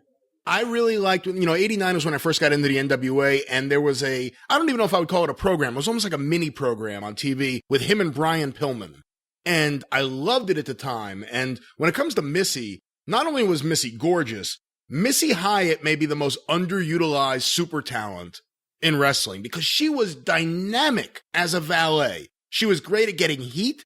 I thought she was good on promos. She was perfect in her role. And after 1988, no one ever used her anywhere near close to that ever again. I mean, no one did. ECW brought her in as a valet for Sandman, and it was a waste. Same, yeah. It was a waste. And just, how she never caught on, WWF, how it just, the Missy's Manor thing, which was just all wrong. Yeah, that's like, awesome. You can imagine just if things had fast forwarded a lot later on, what it actually could have been like. And it's just, it kind of sucked that didn't happen. Hey, let me ask you, on the topic of Baltimore, obviously based on the era you grew up in and the shows that you've already mentioned, were you there, or do you have any memories about the time period when, for the last match of Bruno Sammartino's career, he actually teamed up with Hogan in Baltimore, correct? Yeah, I was at that match. What was that like? That was, oh my God. Like, again, it goes back, and I won't spend too long on it, but it goes back to what I said about being able to, wrestling always being there. And being able to hide in it. So we had moved up from the D.C. area into Howard County, like halfway between Baltimore and Washington. And it was a little out in the country. And I came from an area like D.C. was like, it was mostly Latino. Where I would get all my VCR tapes back in the day, like I like to hurt people and everything, was Plaza del Mercado. I mean, it was a lot of Korean. It was a big mix of people. It was an urban area, and where we were moving up to was rural at that time, really rural. And out of the way, it just wasn't that developed. But like things were going good for my dad and for my family. And finally, he actually got a step up for, first time in his life, moving up and taking the stair steps up. And we had moved up there, and it's like, Christ, we're away from everybody. But as we started to move up there, he was diagnosed with cancer. And it was testicular cancer, and it was moving fast. And, we end up moving up there, and he's just, he's always been my hero because he's the only, I never got old enough to clash with him. So he was always that guy who took me to wrestling. He was my football coach. He was always there. And it was getting worse and worse and worse as 1987, kind of rolled on. And that show, it was August of 1987. It was that show was like the last good memory my father and I had together. And it was his chance to see Bruno Sammartino that he hadn't seen since he lived in South Plainfield, New Jersey, years ago, in that all Italian family who liked Notre Dame football and it was all that sort of stuff like that stuff, and loving Mickey Mantle. That's what he was. And that's why, people have roll their eyes. They always bring up like, yeah, with Bruno's last match, it's like, but that's the reason why I always bring it up is because that was the memory that we had. And it was incredible because we always had seats, and I don't know how he would always get them. I think it's because of the guy that he worked for was big into sports, and he had a plug at the Baltimore Arena where we would always be towards the front, not front row, but like maybe a couple rows back, like, 6 or 7, 10 rows back, but always up against the fence, always up against the gate. And so we would always get tickets there. And I just remember, it was crazy because there were guys that I had never, I'd never seen that close. Like, I'd been to the Cap Center and seen like Butch Reed, but like that, to be up close to see Butch Reed come out, and he was always a guy that I loved from Mid-South and everything. So to see him was awesome. Coming out the Jive Soul Bro was ridiculous.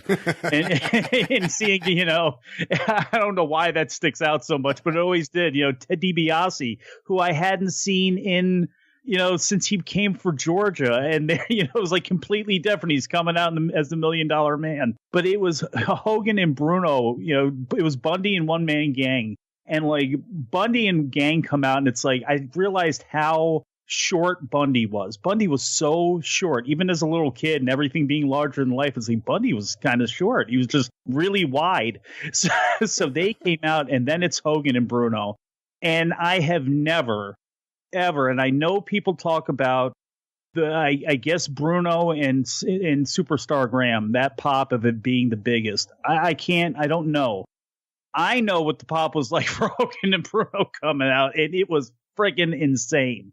And I just remember being shoved all the way up against the fence like this. I never had been shoved up like that because, everybody rushes to reach out to the wrestlers, but it was never anything like this. And it's like, I reached out, and I remember patting Bruno on the back, and it was like, oh God, that's so hairy and wet and gross. It was so, but he gets, it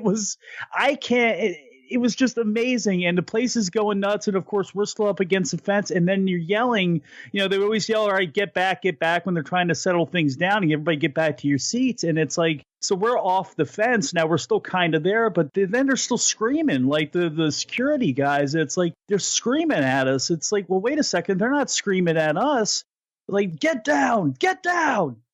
And it's like all the kids, and we're looking, and it's like we all turn around, and all of our fathers are standing on chairs, like in there looking at Bruno. And it's just like, it was unbelievable. It was absolutely unbelievable. And, the posing at the end and everything. And it's like, I remember I wrote a letter to Dave because my father, unfortunately, went really downhill after that. I remember it was right before Christmas. We had like the big blowout cry of like, yeah, he's going to die. Like there's no fighting this anymore. And it was like, it was miserable. So it's like, you go through something like that, you lose a block of time, and he passed away. I thought it was like until my son was born.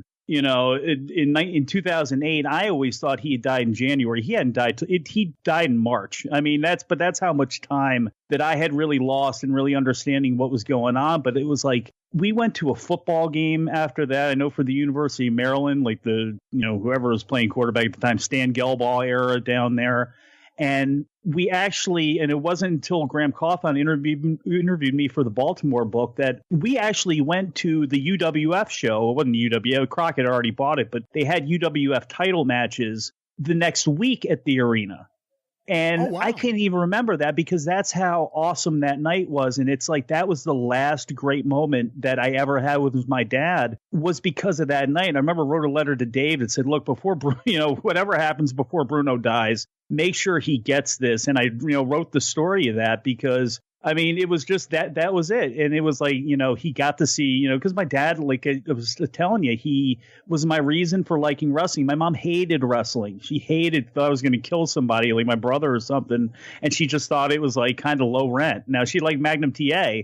She really liked Ricky Steamboat, but it was like, she didn't really like it, and it just was not her bag. But like my dad was all in it. He liked, Jimmy Valiant because he, I guess growing up in New Jersey, that, those are the guys he remembers, and Bruno. And it was just, It was awesome. So that's kind of that's what that was. And to find out like later on that like that was the most miserable time of Bruno's life. And that's what I wrote. And I don't know if Dave ever gave it to him or not.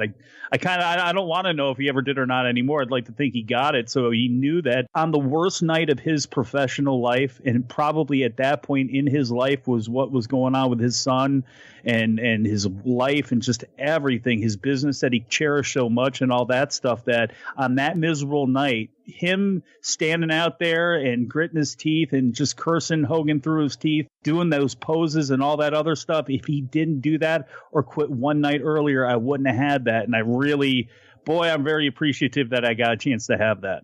Who was more over that night? Oh, Bruno.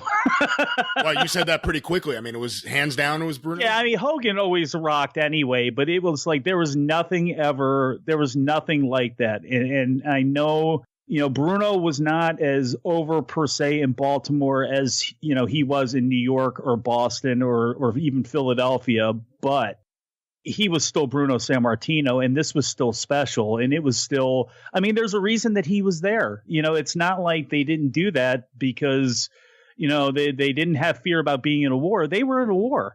And that's why they had trotted Bruno back out there, and they did everything that they could. And that was one of the ways that they did it. And again, it was miserable for him, but for us, it was great. It really was.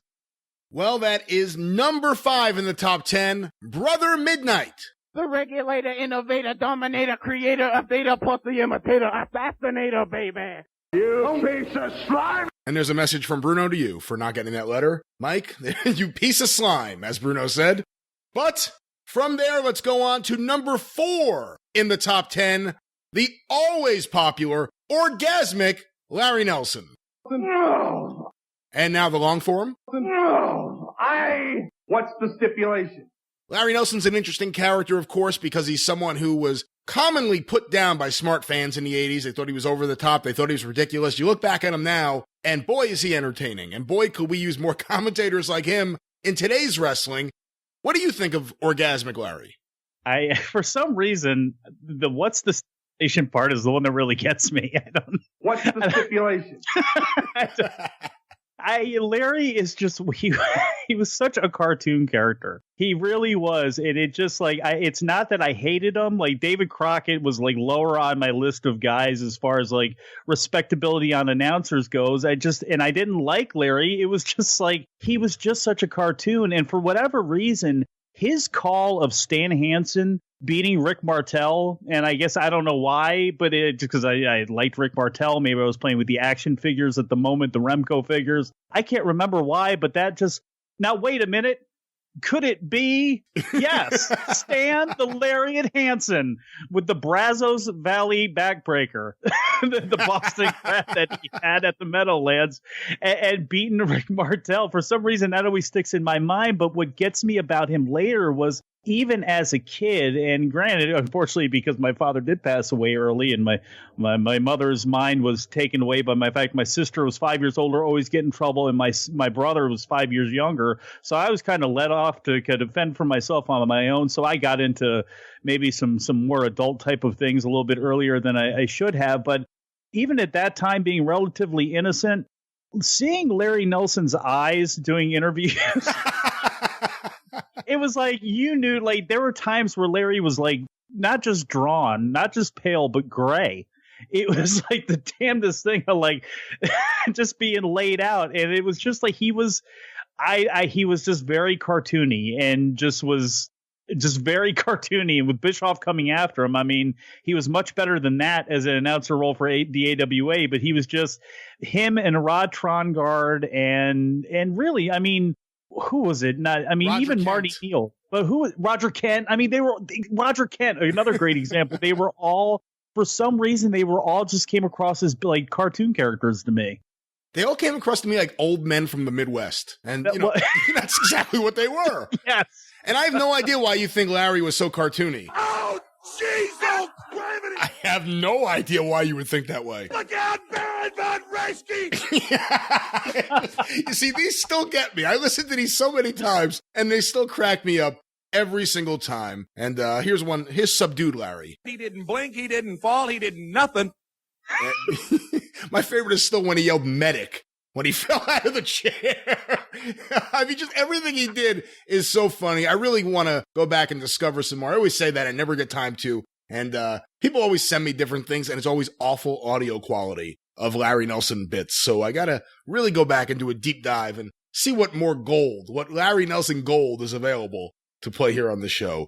But that is number 4 in the top 10, Orgasmic Larry Nelson. What's the stipulation? Are we having fun, people? At number 3 this week in the top 10 is someone that remains popular for reasons I don't quite gather, and that is Hot Dog, or as some people call him, Hot Dog and Lasto. I had the misfortune of speaking with him earlier today. Let's go to this recording right now. Here at number 3 this week in the top 10 is a man who somehow remains popular with the listeners of the Super Podcast. He is known as Hot Dog, or as some people call this segment, Hot Dog and Lasto. Hello, Hot Dog. Hey, Lasto! I just got back from the Fire Festival. That was wild, my friend. And when I say wild, I mean W-Y-L-D. Well, hold on. The Fire Festival, that was a while ago, and it didn't actually happen. I was one of the celebrity hosts, so my whole trip was paid for. Yeah. Soggy red carpet treatment all the way. I'm guessing your cabana wasn't ready either, Hot Dog. Now that you mention it, it wasn't. Yeah. Where are we in the ratings, Tej? It's been a while. Are we holding steady at what? Number 1? Number 2? No, I believe last time, Hot Dog, you were at number 2, but this time you're at number 3 2. In the top 10. Number 3. Did you say number 3? Number 3. Hold on. I can't hear you too well through these cheap bootleg headphones. Number 3? Number 3. What did the program director say about that? That's no good. This is awful. Wow. I'm seriously bummed out about this. I had a whole segment right here, my in memoriam to wrestlers that passed away in 2018. What? Yeah, I was going to do my in memoriam segment. Should I read off the list? I'm sort of in a down mood now as it is. Well, I don't know, Hot Dog. I mean, you haven't been on in a while, and it is now well into 2019, but why not? Well, let's hear some of this list. All right. Mountain Fiji. Mountain Fiji from Glow. Gino Moore. What is this list, Hot Dog? It says in memoriam from people that passed away in 2018. Okay, Gino Moore. Number 1, Paul Jones. Number 1, Paul Jones. He did indeed die in 2018. Rockin' Rebel. The Rockin' Rebel, yes. Slip Mahoney. What is this, Hot Dog? Frank Durso, veteran journeyman wrestler from Pittsburgh. Okay. Also known as Slip Mahoney. Slip Mahoney, okay. I know Jerry Mahoney. One of the Rosati sisters. Okay, enough with this death list, Hot Dog. What else do you have? Are there more names on your list? Just a couple more. Lou Thez. Lou Thez died many, many years ago, Hot Dog. It still kind of stings. Yeah. Okay. Big Bully Busick. Big Bully Busick. Former AWA champion Vern Troyer. Okay, well, Vern Troyer obviously is a actor and a little person, and he did indeed die, but not former AWA champion Vern Gagne. Lasto, there's so many more names. I can't go on with this. I've got to go try to put this fire out pronto. Hey, Lasto. Yeah. We've got a really special guest calling into the show today. Pick him up on line number 5. Excuse me, please. There is no line 5. Hello, special guest. Are you there right now? Hello? Yes, I can hear you. Is this Fred Schneider again? No, Brian. This is veteran women's wrestling promoter Danny McLean. Danny McLean? Yes, I've got some information about my latest promotion. Prettier Ladies of Wrestling. That's right. Plow. Well, hold on. Are you related to David McLean from Glow? I'm Danny McLean. I've been called the Gallagher II of the McLean family. All right, well. The black sheep of the McLeans. But I wanted your listeners to be the first to know about one of our latest signings. Our newest Plow Girls. Have I got a hot flash for you? The ink is barely dry on the contract. But Prettier Ladies of Wrestling has signed the hottest free agent in professional women's sports. None other than Priscilla the Tampon Girl. Okay. Well, You heard me right. You heard me right. The Tampon Girl. And along with her partner, Maxine Pad, they comprise the tag team of Heavy Flow. Okay. Heavy Flow is going to be a tag team. And what did you say was Plow? Prettier Ladies of Wrestling. PLOW. Coming at you. Heavy Flow coming at you sometime within the next month when you least expect it. Okay. Heavy Flow. Yeah. They're working on their entrance rap and some side-splitting vignettes as we speak. All right, so you have the raps just like David McLean's Glow. Plow will be having these opening raps. Entirely different. This is Prettier Ladies of Wrestling. Oh, of course, of course. And that news about Heavy Flow, that comes direct from the desk of our celebrity CEO, Darcy Retzky of the Smashing Pumpkins. Okay. You remember her? I do remember her. Can we put Hot Dog back on? What is going on here? He's very pale, Aunt Darcy, but a shrewd businesswoman. Brian, it looks like we're about to get cut off here, and I'm out of quarters. You fans want to keep up to date? Call the Plow hotline at 1-900-888-PLOW. That's 1-900-888-PLOW. Hey, Brian, yes. Why did the pregnant lady go into the pizza parlor? Oh, hello? That's a Santo Gold joke. Oh, what is that hello? joke? Hello?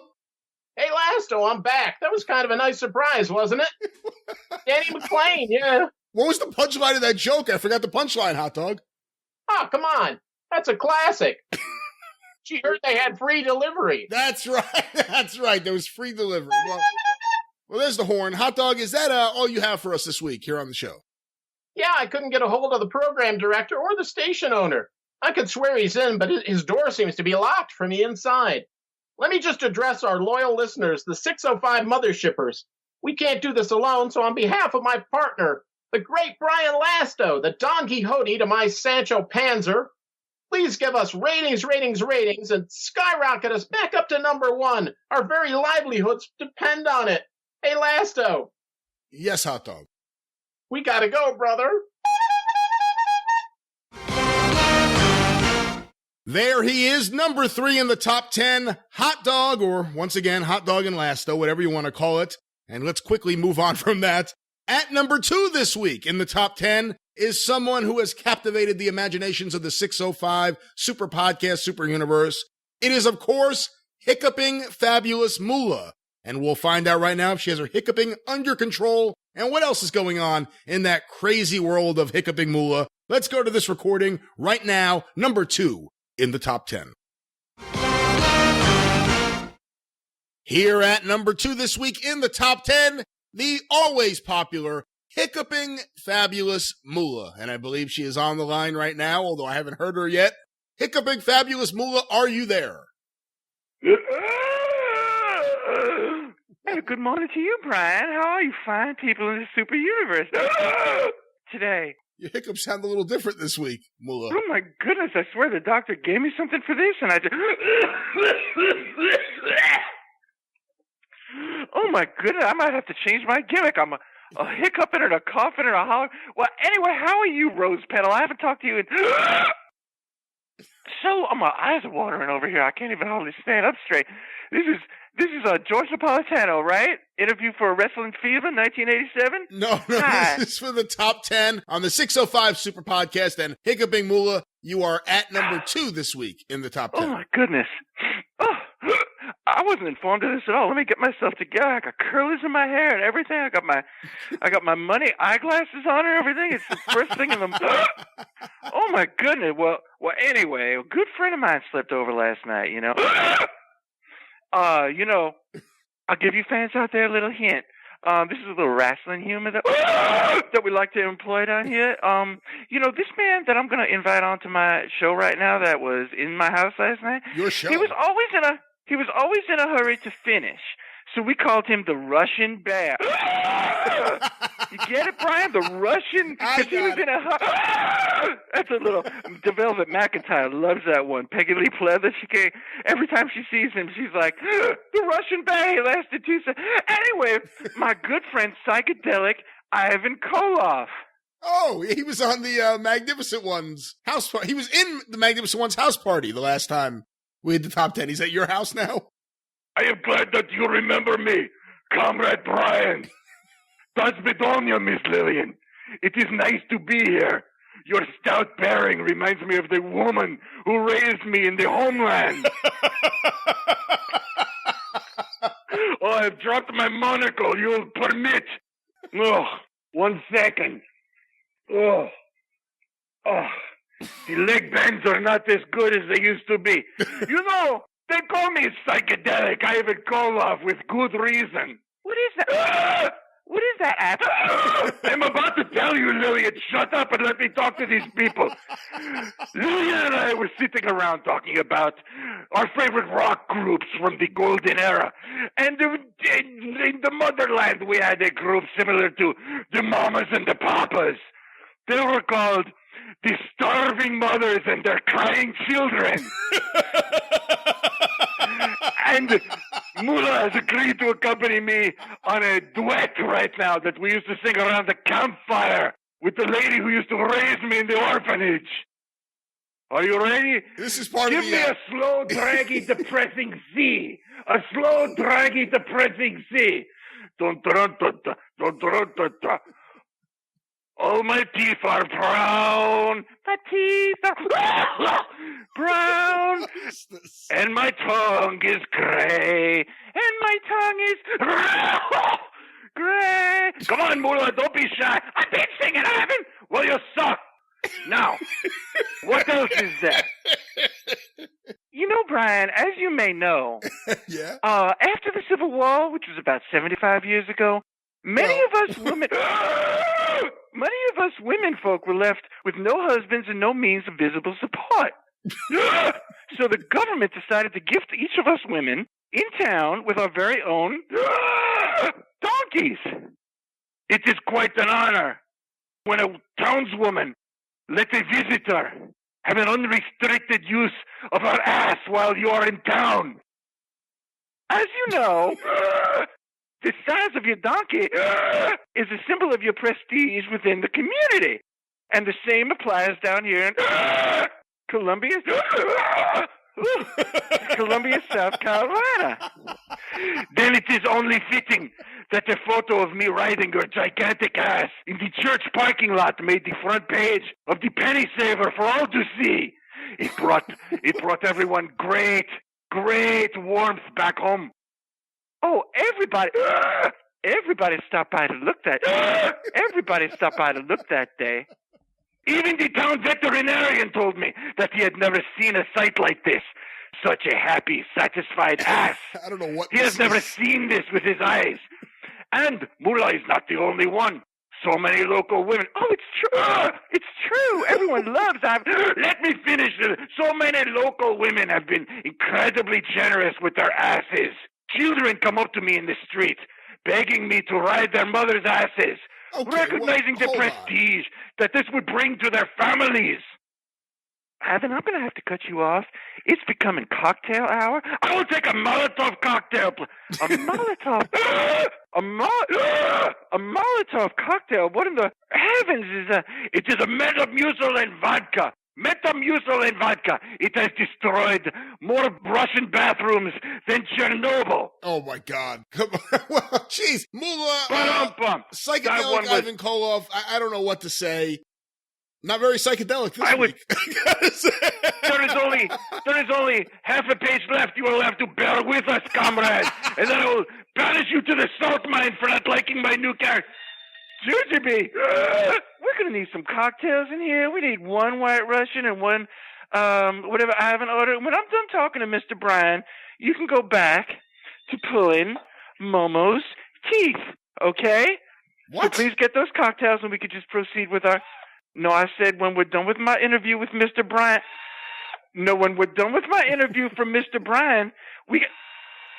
What is that? Oh, my fucking God. Jujubee, I swear to fuck, I will pull every goddamn bone in your body out through your fucking nose, and they can carry you around in a bucket. Is that what you fucking want? You goddamn bitch! You son of a goddamn moron! Brian, I'm so sorry. We seem to be having some kind of phone connection trouble this week. I'm going to have to cut it short. All right, well, listen. Well, listen, Hiccuping Moolah, before you go, and by the way, I like that we finally got some of the backstory of Psychedelic Ivan Koloff, that he was in an orphanage. But before we go, you are at number 2 in the top 10. Anything you want to say to the listeners of the 605 Super Podcast who vote on the top 10? Anything you want to say about your placement in the top 10 and where you want to be? Well, Brian, I would just like to say that I have been truly blessed in every way during this lifetime. And I guess that's really all there is to say. You shut up, bitch! I'll fucking kill you! All right, then. I'll see you from Columbia, South Carolina next time. There she is, number 2 in the top 10, Hiccuping Fabulous Moolah. And now it's time for number 1. And of course, number 1 will be challenging next time on the show for the championship against either the Magnificent One or Cranky Barista, Ken Patera. And at number 1 in the top 10 is the Handsome Boogeyman, not Jimmy Valiant. And I had an opportunity earlier today to speak with the Boogeyman. Let's go to this recording right now. Here at number 1 this week in the top 10 is a man who has been popular for such a long time here in the top 10. None other than the Handsome Boogeyman, not Jimmy Valiant. And I believe you hear the clapping. He is on the line right now. Boogeyman, congratulations, number 1 once again. Back at number 1 last, oh. You know, my dear friend Killer Cal Rudman predicted it in his industry tip sheet, the Friday morning quarterback, that not handsome Jimmy Boogie would motivate his way back into the catbird seat, and so it has come to pass. Ha ha! Number 1, Daddy. Well, congratulations. Oh, I feel good. Bump, bump, bump. From the moment I rise, feel good from morning to the end of the day. Ha ha! All right, some kinks, but congratulations, number 1. Number 1 indeed. A celebratory mood prevails, Lasto. Boogie Club T-shirts are flying out the door like a greased pig with a cherry bomb in its ass. Ha ha! Yes, ma'am. What? Since we in such good spirits flying Brian Leo the Lion, I got an old friend who stopped by the gift shop and started celebrating a little bit early. Ha ha! Here he comes, making his way. Take it easy there, partner. It's that lovable lush of a ring announcer, that wily wino himself, Barfly Joe McHugh. Oh, wow. Hey, buddy, stop me if you've heard this one. Well, welcome back to the show, Barfly Joe McHugh. How many wrestlers does it take to help Ivan Putski from Krakow, Poland, to screw in a light bulb? I don't know how many. 3. Reggie the Crusher Lisowski, Ed Wiskoski, and Killer Kowalski. Okay, seems a bunch of wrestlers with Polish names. You know, those 4 individuals, as a combined effort, have their own condominium. What? Can you guess what they call it? I don't know. The Ski Lodge. Okay. Listen, Barfly Joe McHugh. I've got 1 million of them. Oh, let's hope not. Oh, look at the caboose on that barmaid. Hubba, hubba. Okay, Barfly Joe McHugh. I think you're getting close to overstaying your welcome here on the Super Podcast. The U.S. economy is really in the shitter. You really are, Barfly, aren't you?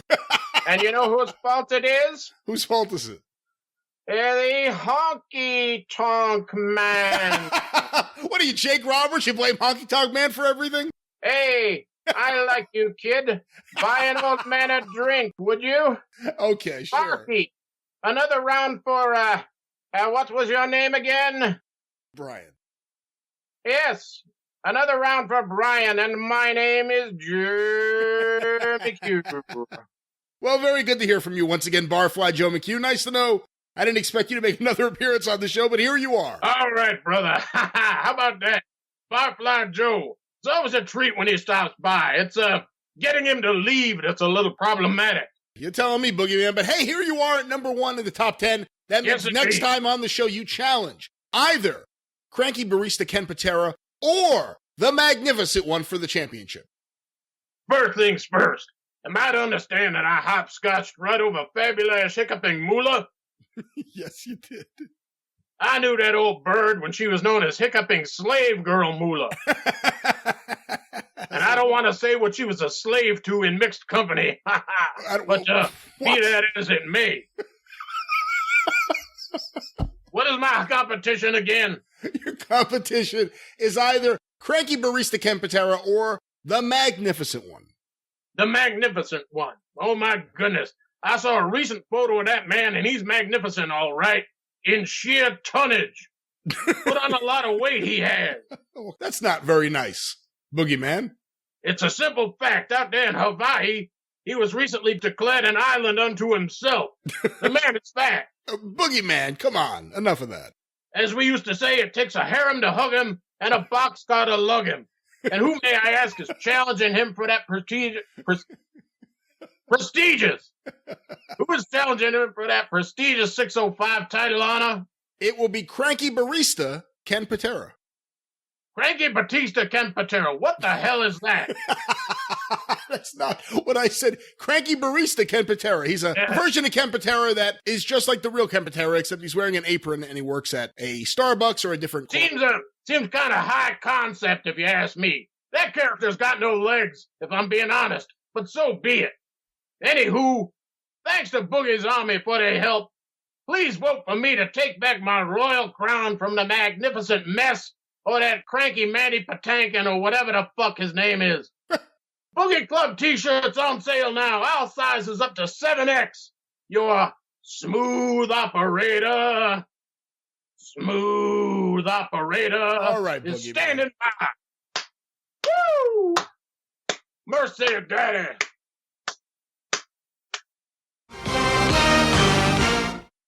There he is at number 1 in the top 10, the handsome Boogeyman, not Jimmy Valiant. And of course, that means he challenges for the championship next time on the show against either the reigning champion, the Magnificent One, or Cranky Barista, Ken Patera. And the votes have been tabulated. The votes are in. The winner and still champion, none other than the Magnificent One. And we're going to go to him in Sunset Beach, Hawaii in just a moment. But first, let's hear a word or two from Cranky Barista Ken Patera. Let's now spend a few minutes with Cranky Barista Ken Patera. Of course, he was in the championship match this week, and he came up the loser, the winner of the Magnificent One. Cranky Barista Ken Patera, are you there? Yeah, I'm here. Who is this? This is Brian from the Superpodcast. Oh, yeah. What the fuck do you want? I just wanted to inform you that here you are, the top 10 in the voting. You have lost the championship match to the Magnificent One. Are you shitting me? You called the fucking Olympic strongman while I'm working to tell me that I fucking lost some Mickey Mouse top 10? Indeed. That's exactly why I called you. I'll tell you what. The next time you're sucking my nuts, count them both and tell me which one of those came in number 1. I ain't got time to fuck around with you. What's that? Get lost. Here he is, still the reigning 605 Super Podcast Super Universe champion, none other than the Magnificent One. And I believe we have a connection right now to Sunset Beach, Hawaii, on the north shore of Oahu. And I believe we have the Magnificent One on the line right now. Magnificent One, are you there? It's already been all said and done, Brian Lass. Everybody knows in their heart who the king of the 605 Super Podcast Top 10 is. I barely need to utter a sound. I barely need to say a word to toot my own horn. I'm feeling laid back today, but I also feel like complimenting myself. I feel laid back today. I got some of the good stuff. The waves are tickling my feet. I've been having good workouts. I'm a nice bronze. I'm as beautiful as ever. Why don't you ask me about all the people I work with in my life, Brian Lass, instead of wasting my time when I could be enjoying myself out in the surf, doing my thing? Why don't you ask me about all the people I work with in my lifetime who I put on the map of professional wrestling? Magnificent One, Prince of Darkness. Do you know who you're talking to? What? Champion for how long of the 605? It's been a while. Go ahead and ask me any dynasty in professional. Who would you like to know about who I work with? What family? What famous name could you name that I didn't destroy in the ring before everybody? Go ahead. Well, what about the Graham family? Graham. Crazy Luke Graham. Best of all, Whoa. the most famous member of the Graham family. What else do you want to know? Well, I guess you're not laid back anymore, but hold on. Crazy Luke Graham's the best member of the Graham family. No.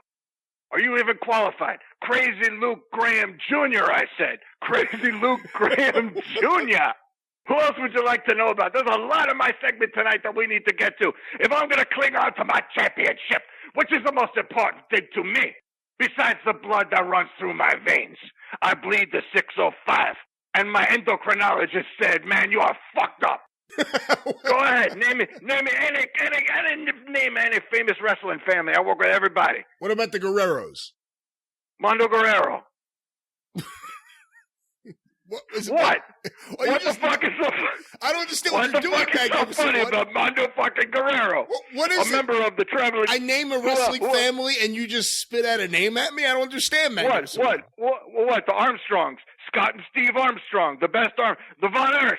Lance and Lacey Von Erich. Take your pick. I work with all of them. The Wyndham family. You got Blackjack, you got Barry. I work with Kendall. The best. Only the cream for only the best for me. What would you like to know? Carlos Mata, Stan Vachon, Jackie Fulton, Vic Steamboat, Lou Perez, Johnny Rich, Jerry Valiant, Mondo Guerrero.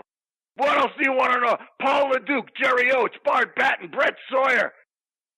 Ted DiBiase, right? You like him? Everybody Mr. NWA. I work with his son, Ted DiBiase Jr. Thank you. Briscoe. Oh, one of the biggest names in Florida. Wes Briscoe. What's more prestigious than that? I don't understand what this is, Magnificent. When you worked with the worst member of every family? How dare you? That's an insult to professional wrestling. What? You're going to be banned at every... I can't believe you said that. I just worked with the Carpenters that built this great sport of ours. Hey, let me introduce a great friend of mine to you. Okay, let's just move forward. I don't have a whole bunch of people here today. I don't have a room full of people in my rumpus room because I've opened the safe.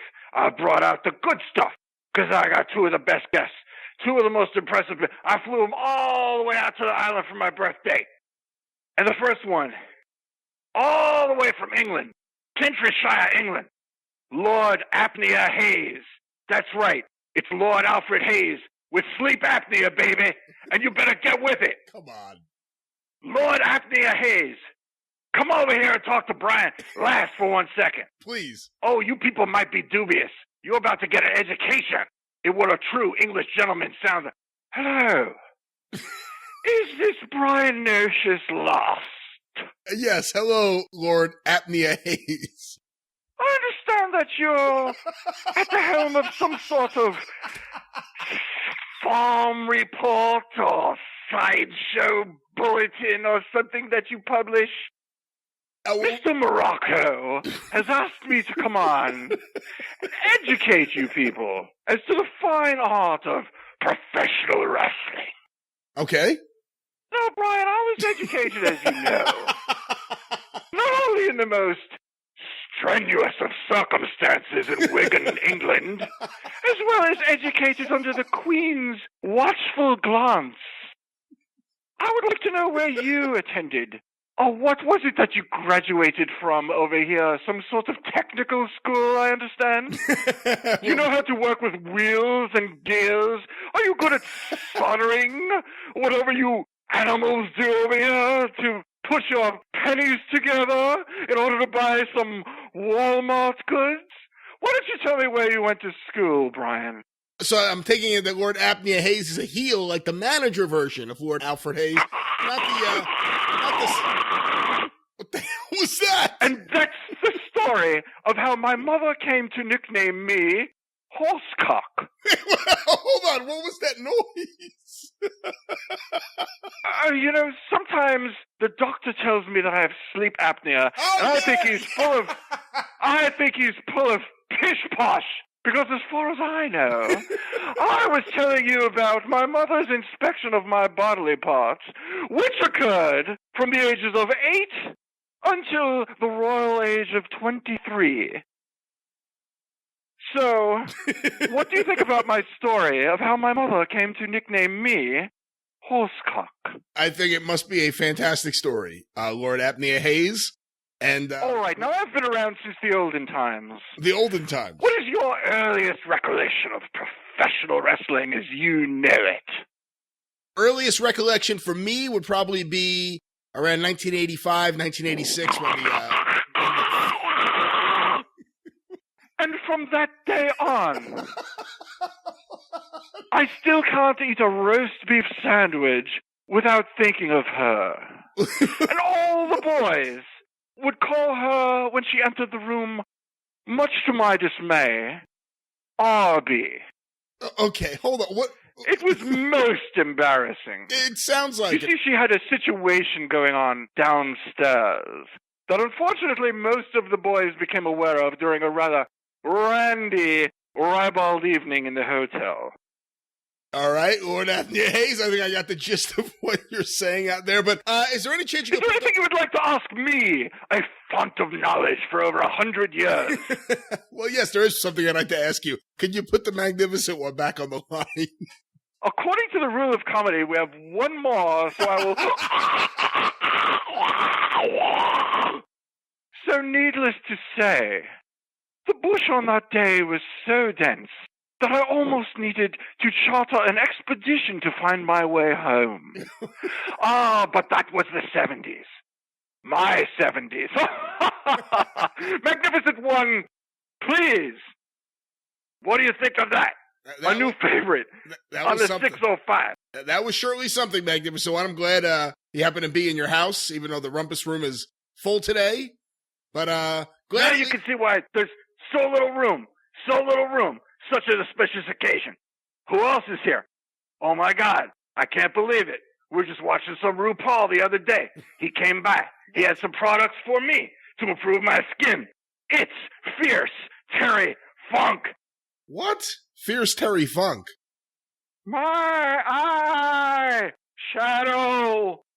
My eye shadow. I can't find my goddamn eyeshadow.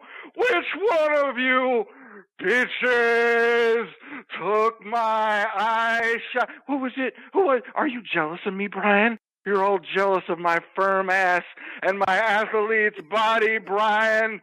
You bitches. Look at these cheekbones. Look at these perfect cheekbones, Brian. Look at my dimples. I am fire, bitches. I also want to give a shout out to my girls. They're at the club tonight, and that's where I'm going to be. So get ready for me, misdiagnosed Patty Helmentes, Hell in a Handbasket, Ellen Degenerate, Supreme, Antiquities, Patty Melt, Sally Port, Lazy Susan. I'm going to see all you bitches there. So look out! Okay, that's Fierce Terry Funk. He's a handful. Oh, yeah. That's it for the Magnificent One this week. Do you have anything else that you would like to know from me, Brian Lash? Well, yeah, hold on. Before you go, Magnificent One, we haven't addressed your challenge next time in the top 10. The man at number 1 this week will be the man challenging you. And that, of course, is an old nemesis of yours, the handsome boogeyman, not Jimmy Valiant. Jimmy Valiant. You can't spell VD without Jimmy Valiant. I have not prepared for this challenge this week. You trying to throw me a curveball. I thought Ken Patero was in the top spot. I didn't even reserve any comment for him. You beat him. So, you beat him. That's why you're going against the handsome boogeyman. All right. Well, I don't look at the cheat sheets. I like to. My manager is supposed to inform me of all this. I'm not aware of all the easy this and that. And you won gold doubloons and you won championships and you're getting awards.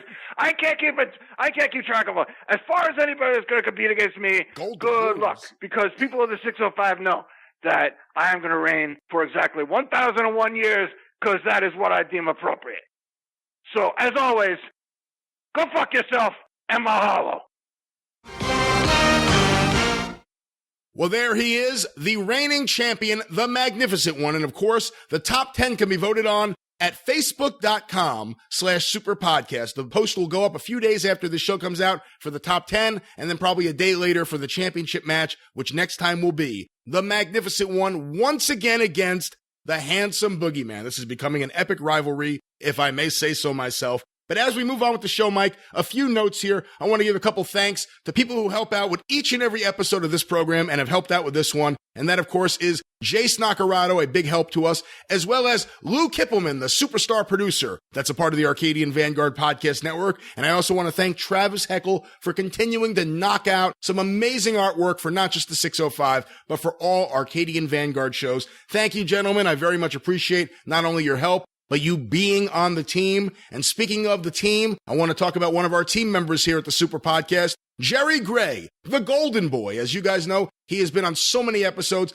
and has really delighted us with amazing stories, both funny stories as well as stories that shed light on history. And that's what it's all about. And of course, you guys know how it works. Jerry is battling stage 4 cancer. It has wiped him out in more ways than one, not just physically, not just financially, but it's really taken a toll on Jerry. And if you've listened to him on the show, I can't imagine that you think anything other than the fact that he is a good guy. And I'll tell you something from my dealings with him for over many years, he really is. So I would ask you, if you have anything to spare, if you enjoy Jerry on this show, please consider going to his GoFundMe page and helping him out. That link is tinyurl.com/GoFundGoldenBoy. Jerry is a great friend of this show. Like I said, if you enjoy him here, please, there's no excuse. Help him out. Every penny, every dollar helps. And if every listener donated just $1, he would have exceeded his goal several times already. So consider helping him out. Once again, tinyurl.com/GoFundGoldenBoy. And as we move on to the show, I want to make mention of one other thing. Ron Fuller. Of course, me and Ron do the Studcast each and every week. And we also do the Super Studcast and the rest of the story for patrons of the Studcast. And what that means is each month we deliver extra content, doing a deep dive into wrestling history on various topics, whether it be the Knoxville Wrestling War, or the Georgia Wrestling War, or Ron in Japan. We also have conversations with legends of wrestling. Hear Ron talk with Terry Funk, with Stan Hansen, and so many more. If this sounds like something you'd be interested in, consider becoming a patron of the Studcast. You can do so by going to patreon.com/Studcast. It's only $2.99 to access the additional 3+ hours each month of content. I guarantee you will enjoy it. It's the best deal in wrestling. Once again, patreon.com/Studcast. And from there, let's now go to the latest installment of Pandemonium Theater. Welcome to another edition of Pandemonium Theater.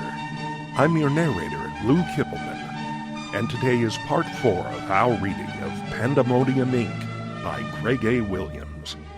Today's Pandemonium players are the great Brian Last as Vince McMahon Jr. and Captain Lou Albano, Howard Baum as Vince McMahon Sr. and the Roadie, Dan Farron as Bob Backlund, Amy Lee as Linda McMahon, yours truly as the Waiter, and Mike O'Gorman as Andre the Giant. Cut 2. Exterior, Bangor Auditorium, afternoon. McMahon steps out of his Buick in the parking lot of a tiny regional arena. Interior, Bangor Auditorium, continuous. Walking through the rundown venue, McMahon stumbles upon some roadies as they set up a stage. State-of-the-art lighting rigs and sound equipment. Gotta clear out, bro. Crew only. Crew for what? You live in a fucking cave or something? I'm married with 2 kids and a full-time job. You hippie burnout leftover. Now what the fuck is all this? Like fucking Zeppelin, man! Cut 2. Interior, Bangor Auditorium, later. Lights explode over a sold-out crowd, losing their minds, while Led Zeppelin melts their faces. McMahon absorbs the lights, the sounds, and especially the fervor of the crowd. He also takes the joint that's passed to him as we... Cut 2. Interior, Bangor Auditorium, a few days later. McMahon and Linda watch as the same lighting and sound rigs are set up around his wrestling ring. Maybe you can help me understand something here, Vince. We bring in 50, maybe $100 tonight. All this gear is costing us $500. So how do we, feed our kids and pay our rent if we're losing $400 a night? We don't get the box office if we don't create the event. I wish you'd seen these kids at that concert. It was like a religious experience for them. Wrestling can be the same. Okay. But until that happens, maybe your dad can front us a little. He doesn't know, and I don't want him to. Vince! He's going to retire soon. He needs to know I can handle this business. They're interrupted by Lou Albano and a babyface named Bob Backlund. Me and Bobby had a few questions on the script. Questions? Mostly Bobby. After I hold Lou in a Boston Crab, he rolls out of it, then throws me out of the ring.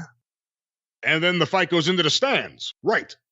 I take it into the parking lot and down the highway if the audience could see it. Okay, but wrestling, it takes place inside a wrestling ring. Otherwise, it's just a brawl? A fracas? A riot? Pandemonium? You're new here, Backlund, so I'll explain this to you one time. You guys are characters in a storyline. You, Lou Albano, are the veteran who discovered this marvel of an athlete named Bob Backlund, a bona fide NCAA wrestling champion, and turned him into the star he is today.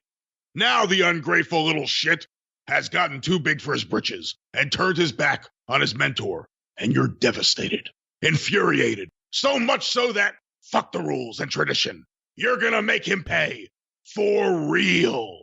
And that means doing something totally unexpected. Something that audience has never seen before, and that's throwing his thick ass out of the ring and kicking it into the stands. Because that's just how pissed off you are. And it's just how pissed off everyone in the audience is. Because they all got some little asshole who got the promotion, or the raise, or the girl they didn't get.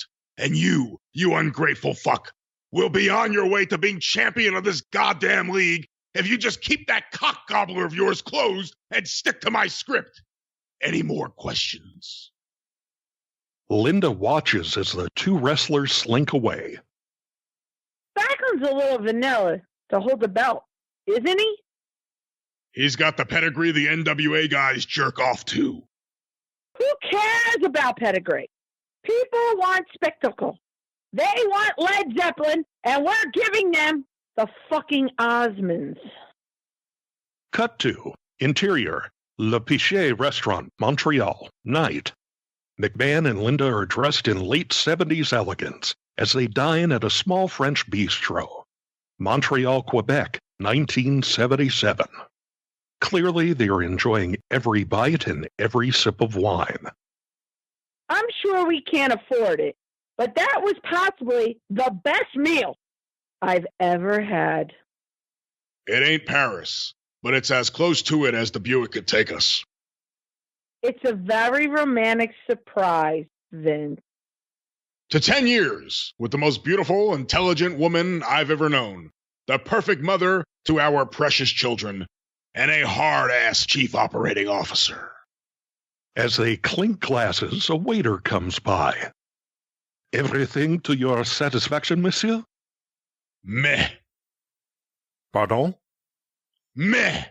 That's American for no, it wasn't. Matter of fact, it was quite, how do you say, shitty. Vince! That's the word. Shitty.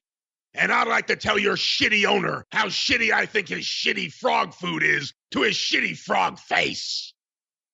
As the waiter disappears, are you drunk? Linda's eyes go wide as we whip pan to the kitchen, where an impossibly massive human being appears in the doorway. Andre the Giant, 7'4", 520 pounds, in otherwise gentle giant, unless you insult his cooking. You insult my restaurant, you insult my food. Mag-fucking-nificent. You son of a bitch! You brought me up here on a recruiting trip. Linda, meet Andre Rene Roussimoff. Led fucking Zeppelin. Can I apologize by buying you a drink or 12? Cut to a small newspaper blurb from Bangor. Giant turns over car in traffic altercation. Pull back to interior Le Pichet restaurant later. The place is empty now, chairs turned upside down on tables, except for the one where McMahon and Linda sit with Andre, crammed into one of his bistro chairs. Saw this in the local paper. Had to come see this giant for myself. He crashed into me, said very mean things, so I turned his car upside down. Imagine that. You ever wrestled? Professionally? I don't want anything to do with that. All my life, I've been a freak show.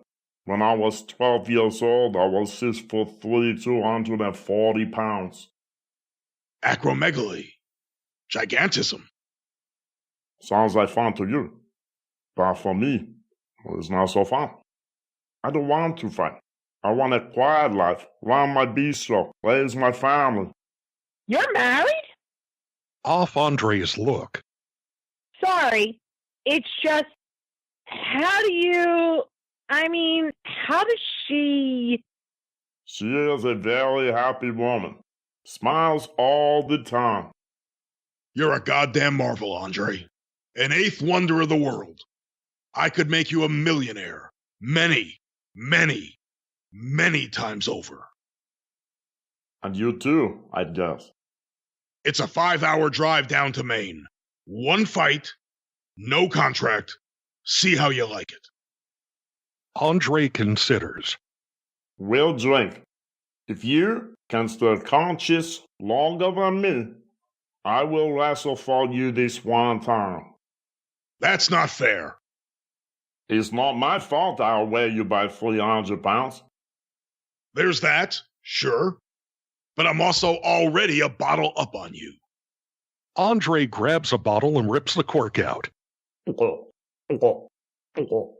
Downs it, and then slams the empty in front of McMahon. Now we are even. With a shrug, McMahon pours himself a glass, then Andre, as we fade to interior Le Pichet restaurant, dawn. Thump. McMahon passes out cold onto the floor. Linda pushes away from the table as Andre pours himself another glass.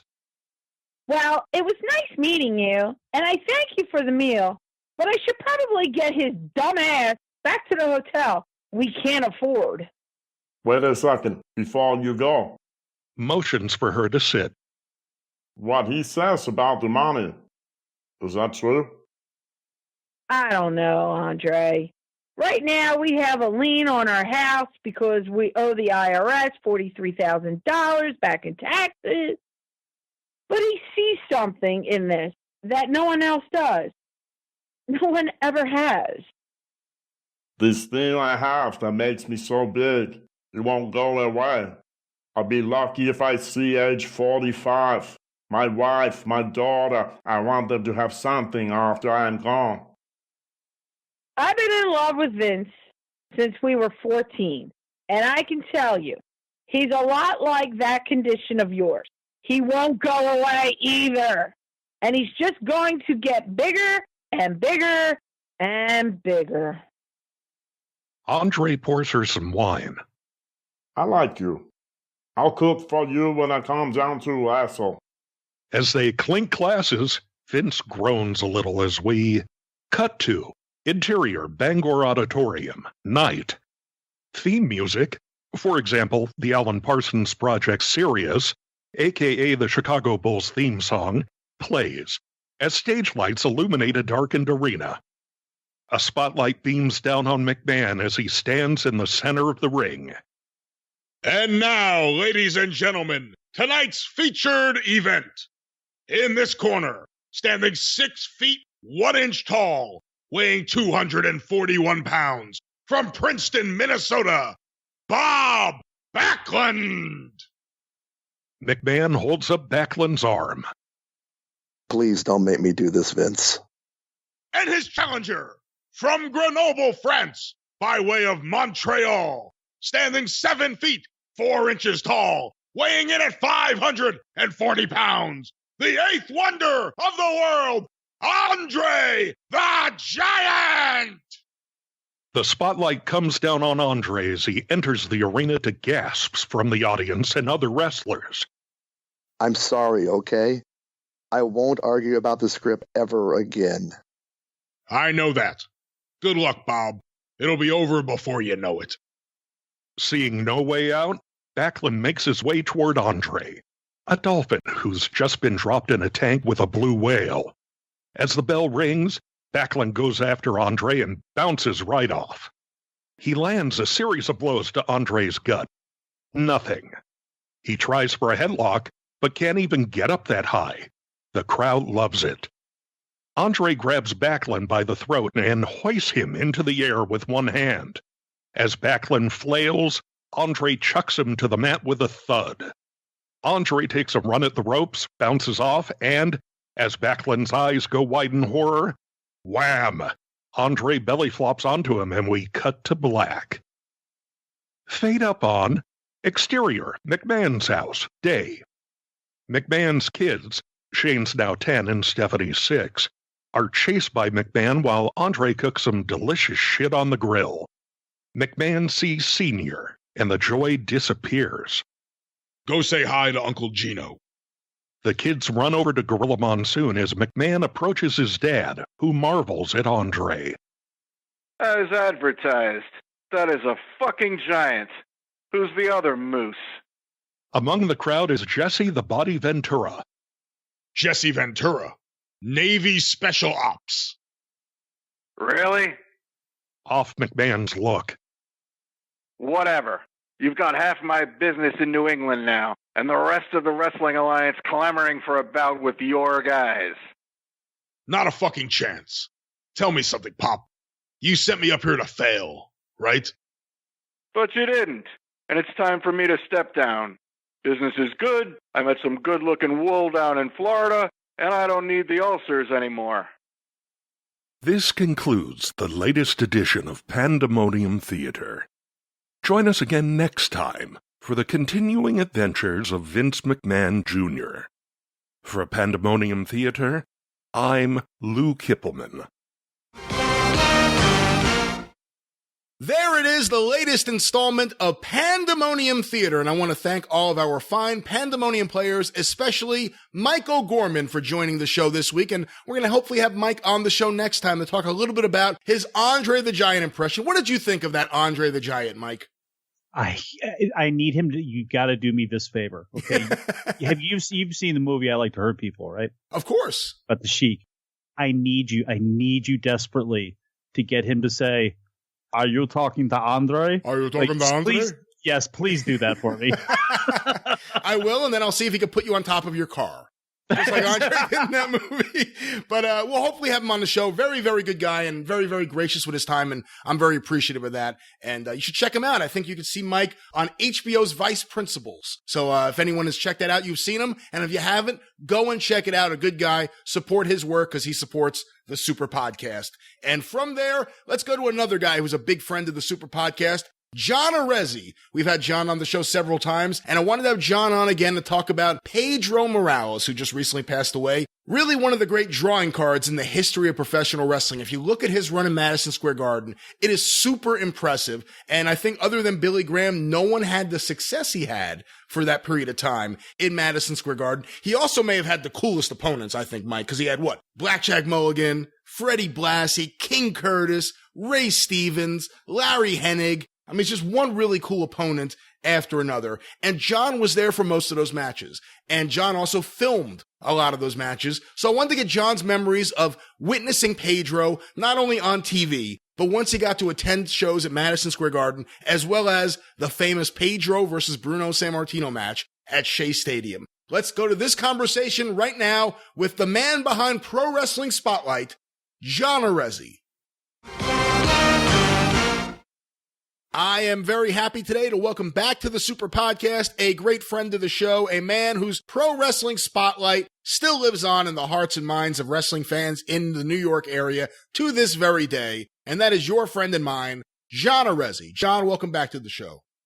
Hey, pleasure to be here, Brian. Good to talk to you again. I thought about you the other day just because I remember you and I sitting at a Met game and you taking out your phone and showing me some footage and saying, Wayne, do you see this? And it was perfect quality footage that you had filmed, literally filmed, not taped, but filmed at Madison Square Garden. And some of the footage you showed me was Pedro Morales defending the World Heavyweight Championship. And it was just incredible footage. Even though there was no sound, you could feel the energy of the crowd. You could feel how explosive it was. And it made me want to talk to you about Pedro, because obviously he just passed away. A legendary career, especially in the Northeast, where he was a world champion, intercontinental champion, as well as a tag team champion. And you got to see almost his entire run as champion in Madison Square Garden. Is that correct? That is true. When did you first see Pedro Morales? What is your first memory of him? My first memory of Morales was early on in 71, after the Bruno Sammartino loss to Koloff, and then after Morales had won. And that's when I really got introduced to Pedro Morales at the time. Obviously, Bruno losing was a big shock to you. You were already a wrestling fan. Pedro was already in there as the U.S. champion. Was it something where you had any idea that he would be in that kind of position? Was it something where you saw him as a middle-of-the-card guy? Where did you see him before he won the world title? Well, I hadn't seen Morales at all, really. I'd heard about him, read about him in the magazines, because I had stopped really watching it for a while, because the TV situation in New York wasn't really fluid. And when I opened up Newsday, the Long Island newspaper, January 19th, 1971, and in the sports section, there was a huge story on Sammartino losing. So that was a shock. I couldn't even believe that Bruno lost. And it kind of piqued my interest, and that's when I looked for wrestling again and found Morales. So that was really the first time I saw Pedro. And even throughout his run, his early run in 71, his first several title defenses, I wasn't that really in tune with what was going on in the WWF at the time.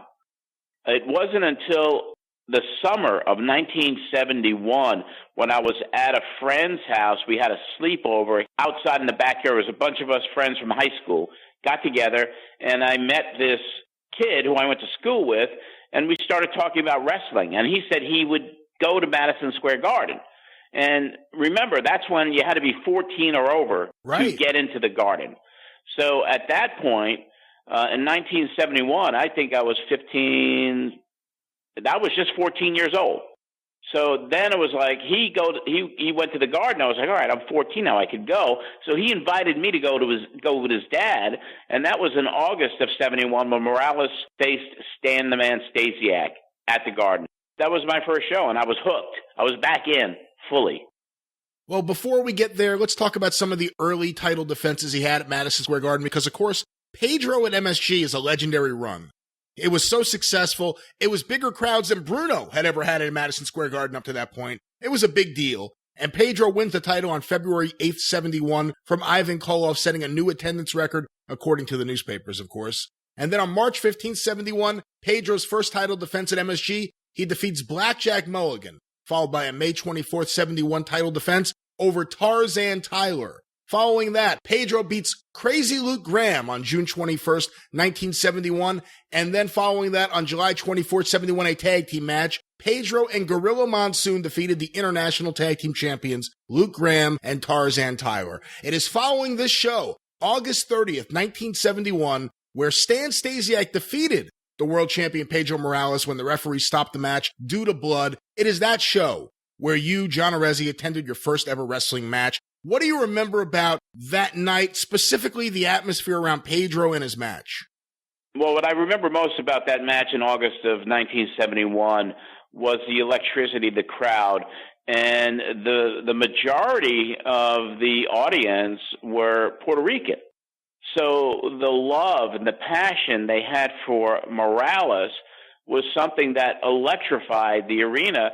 And I was in awe, really, at how passionate and electric and frenzied that crowd was. And when when Morales got busted open on that match, I remember it vividly. It was a lot of blood, and I was just enthralled at it. And the frenzy of the crowd, I thought there was going to be a riot. And anytime Morales was in any trouble, the crowd would kind of surge the ring. like they were going to explode. So that's what I remember most about that night. But I was hooked after that. I was like, I'm going to every show. I mean, back then they couldn't even have the managers stay at ringside at a lot of these shows, right? Because they were afraid fans would get to them. Right. They chased the managers away right after the bell rang, and that was it. The managers were all chased. But that was a very, very exciting time, and that's what really gave me the bug to just kind of like be so passionate about the product and going and made sure that I won every single month, and I won every single month right through 1977. Well, of course, the next month you would get a main event of Pedro Morales once again against Stan Stasiak in a Texas death match, which he would win, and you would go. So was it the same process? Did you go with your friend again to Madison Square Garden? How was show 2 for you? Yeah, show 2 was wonderful because I was hooked. So what I did, my friend Frank, who I went to the first show with, I decided to put a group together. So my older sister, her friends, a couple of my neighbors. So I had a group of about 10 people that went to that second show and had bought ringside seats, and we were like in the 7th row. So I had like 10 people with me on that show. So it was immediately, I took control of putting together these group outings, and that lasted through the end of the year of 71. And that included that Stasiak Texas death match, which was really disappointing because I thought a Texas death match was going to be like what you'd read about in the magazines in other territories, but it was really just like a regular match. It didn't really change at all. Although it was just regular rules. But it was still a frenzied crowd, and Morales got the victory that night. And then, of course, in December of that year was the first time I'd ever seen the great Freddie Blassie live.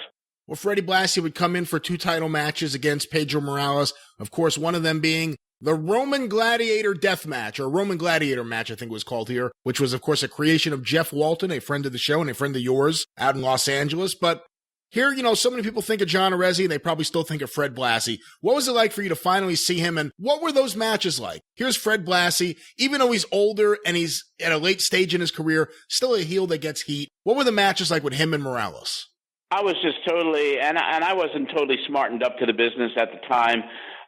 So seeing Morales and seeing Blassie rather come out of that dressing room for the first time against Morales with that white hair and that tan, and him just erupting the crowd into this frenzy of boos, and him being so believable and the best heel that I'd ever seen, and to this day that I've ever seen. And then him in the ring against Morales, it was kind of like I was seeing the Beatles in a way, if you're, a strong music buff, because I'd read so much about Blassie. And then him and Morales going at it in that first match, and then into that Gladiator death match. It was an incredible experience, just being there live, to see the crowd, to see how frenzied they were, to see the passion, the action. There was nothing like it. And to this day, it's just such a vivid memory of mine. You mentioned that you went to these shows with your group. Where were you guys sitting? We're about 7th row ringside, so pretty close to the action. The next 2 title defenses at MSG, January 31st and February 21st, 1972. Pedro defeats Professor Toru Tanaka. Do you have any memories of those matches?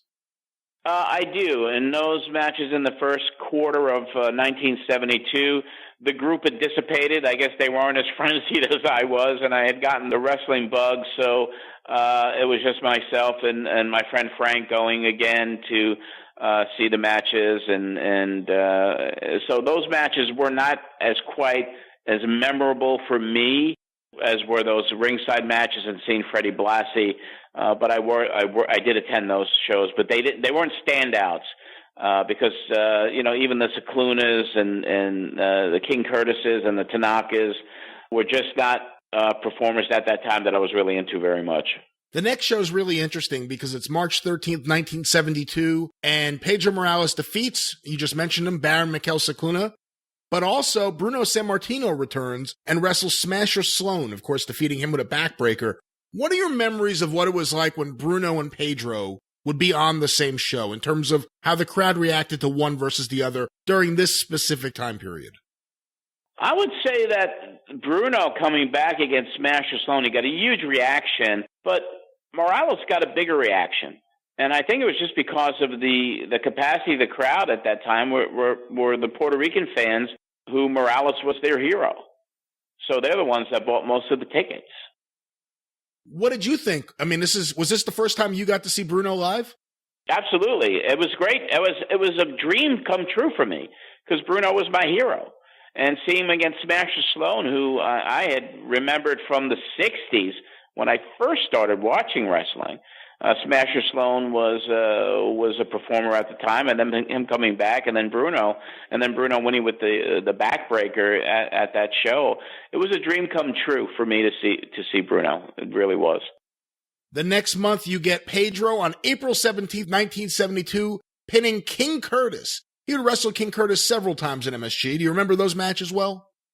Yes, I do. I remember the ones later on, back in 73, when Curtis had come back with the Grand Wizard as manager, because that's when I actually began filming those matches. All right, we'll talk more about them when we get to that in a minute. But on May 22nd, Pedro defeated Pampero Firpo. That must have been an interesting one. Yes, it was. I remember all the promos of that because then, at that time, again, I was watching every week and I was hooked again. And I still love those promos from Pampero Firpo. He was a believable heel. And that was kind of the first contender that I actually thought could have a shot at beating Morales. And remember, I really wasn't smartened up to the business yet. So I was still kind of half and half on is this real or is this not? And I thought Firpo had a legitimate shot, as I did with Blassie, by the way. What about the next month? June 2nd, 72, Pedro defeated Luke Graham, another frequent opponent of his, the lesser, dare I say, of all the Graham brothers in wrestling. But what did you think of Crazy Luke as a contender? I used to love the gimmick when he was, when he was the crazy one, and he was somewhat believable. But he certainly didn't have the excitement level in comparison to some of the other contenders that were going against Morales at that time. That was kind of a sleeper match. On July 1st, 72, Pedro defeated George the Animal Steele. An early version of George the Animal Steele, or maybe a midway version of George the Animal Steele. Not yet the Animal he would become in the 80s, but a little bit further away from the Animal he was just a couple of years earlier. Right, he was in that mid-level part. I remember seeing him early on when he first broke in, and was always someone that you would be afraid of. And then that mid-level Steele of the 70s was still very believable, and it was an exciting match. But once again, it wasn't really like one of the standout defenses that I saw Morales at, as far as what my recollection is to this day.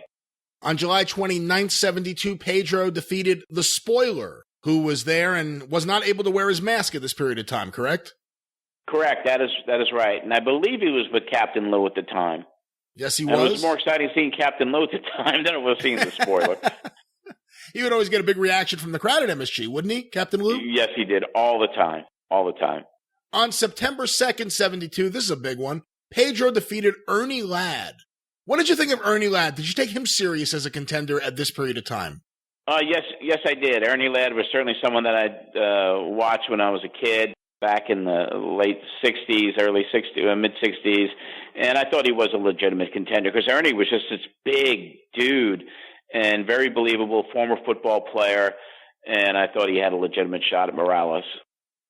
On September 30th, they went to Shea Stadium with the famous, infamous, whatever you want to call it, Pedro Morales versus Bruno Sammartino, babyface versus babyface matchup. You were there, John. I want to ask you about that night, that matchup, but in the months beforehand at Madison Square Garden, did you ever hear anything in the crowd, people comparing Bruno to Pedro, people talking about who would win in a match between Bruno and Pedro?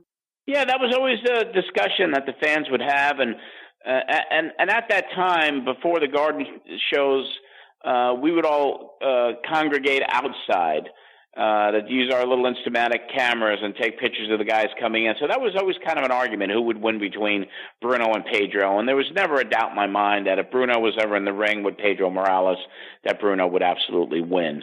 So that was always the argument. And the majority of fans that hung out outside by the dressing room entrance, the entrance to Madison Square Garden, were all Bruno fans. So that argument was going to be Bruno was going to win. What was it like that day at Shea Stadium? What was the crowd makeup? I know it was a rainy day. Well, leading up to that was the 3-week angle that they did at Philadelphia. I guess it was in Philadelphia when they teamed Bruno and Pedro together, leading up to the night where they it might have been all on one TV taping actually, where they had Bruno and Pedro wrestle one match and another. Then they were in against Tanaka and Fuji, and then the salt was thrown in their eyes, both of their eyes, and then they were blindly swinging away in the middle of the ring, and that's when they started connecting with each other. And that's when, a week later, it was like that's when McMahon went on TV and made the announcement that the match of the century was going to take place at Shea Stadium. And I'll never forget it because I taped it on cassette, and I just went crazy.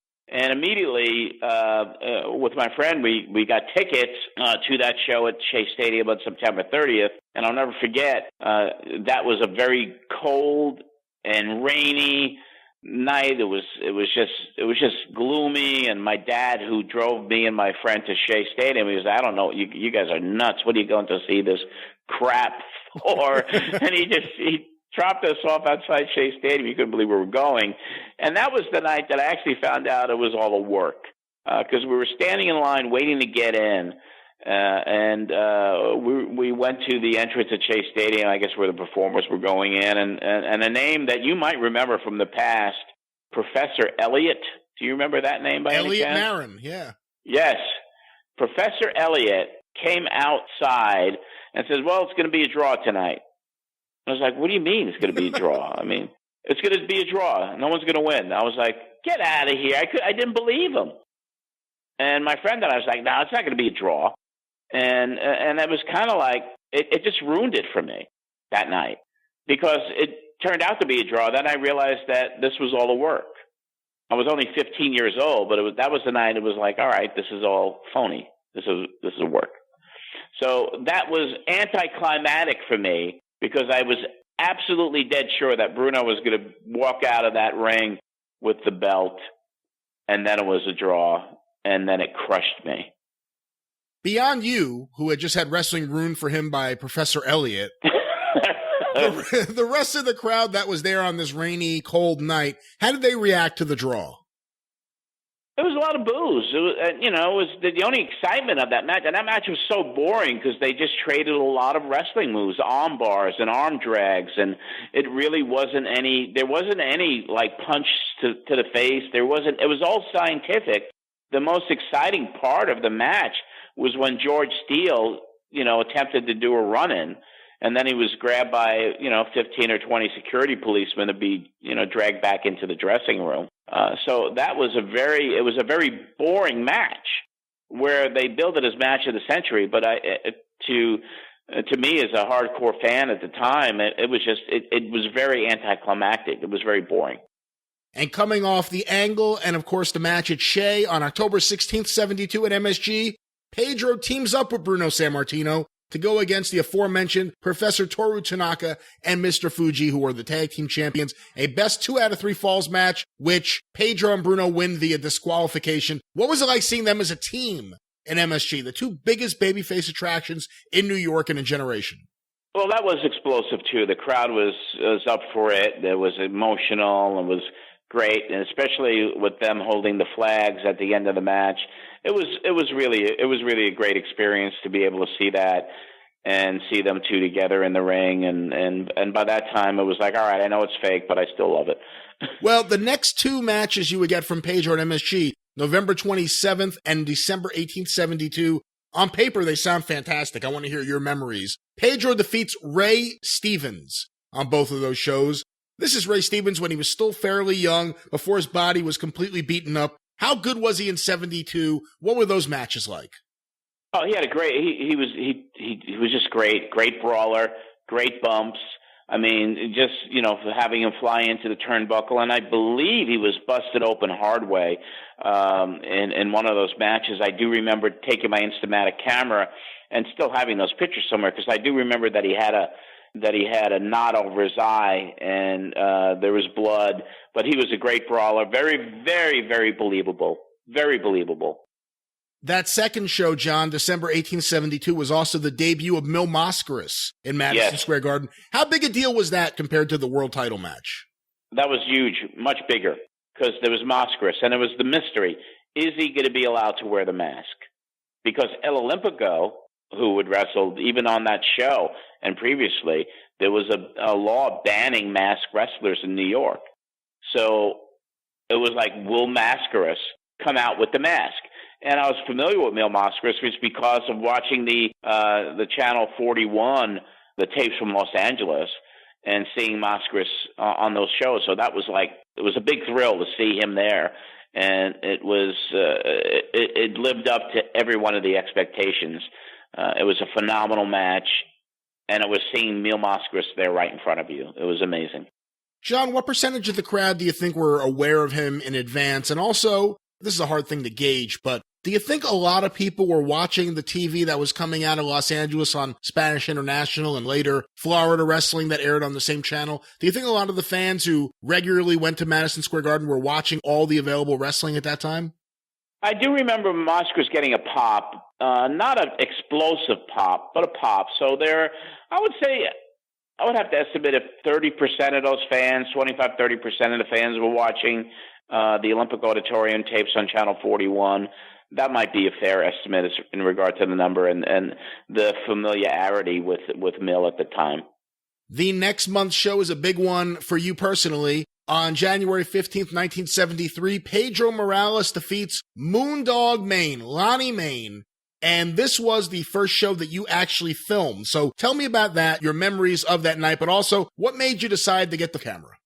I knew I wanted to film these matches. I knew I wanted to have documentation of them, and I begged my parents for Christmas to get me a camera so I could film the matches. And I got my Christmas present, and it was an 8mm camera, and I took it to Madison Square Garden in January and filmed that match. And it was very, very exciting for me just to be able to be there with an 8mm camera filming and capturing the action. The match was a very exciting one too, and that's when you really see the passion, the frenzy of the crowd. Because trying to film the match, and that was my first time ever filming, you would get pushed around because the fans were just surging the ring, and I was at ringside, and it was hard to keep the camera still because you were getting, bumped around by people, and people were surging into the ring, and every time Morales hit Lonnie Mayne with that left hand, the crowd would just go crazy. And just the high spots that were in that match as well. When I look at the film today, it's just like it was yesterday, just reliving it all and just hearing the crowd and how loud it was and how it popped when Morales entered the ring while he was in action. And then when he'd do his finishing move off the top rope and winning a match with a 1-2-3, you couldn't hear yourself. It was that loud. Were you at all afraid about bringing your camera to the Garden? Did you have confidence that you'd be able to film? You didn't think anyone would confiscate it or take it away or hassle you at all?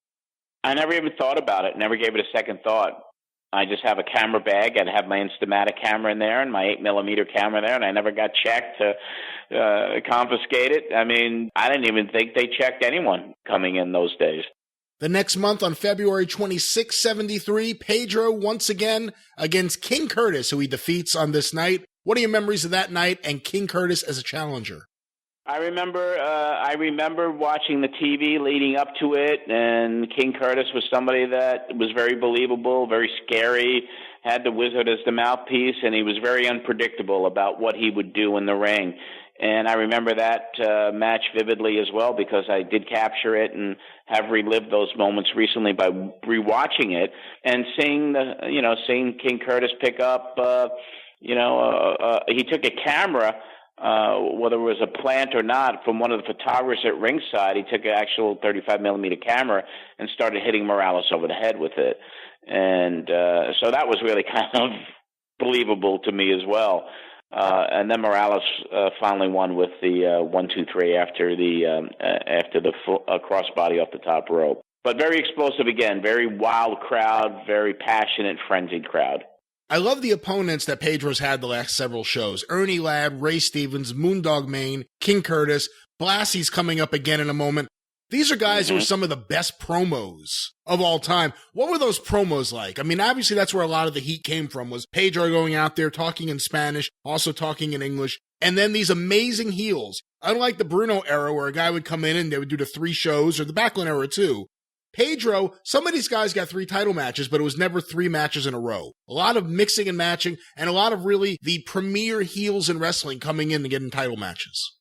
Yeah, I think the promos sold it. I mean, each one of these promos. Morales was such a great interview.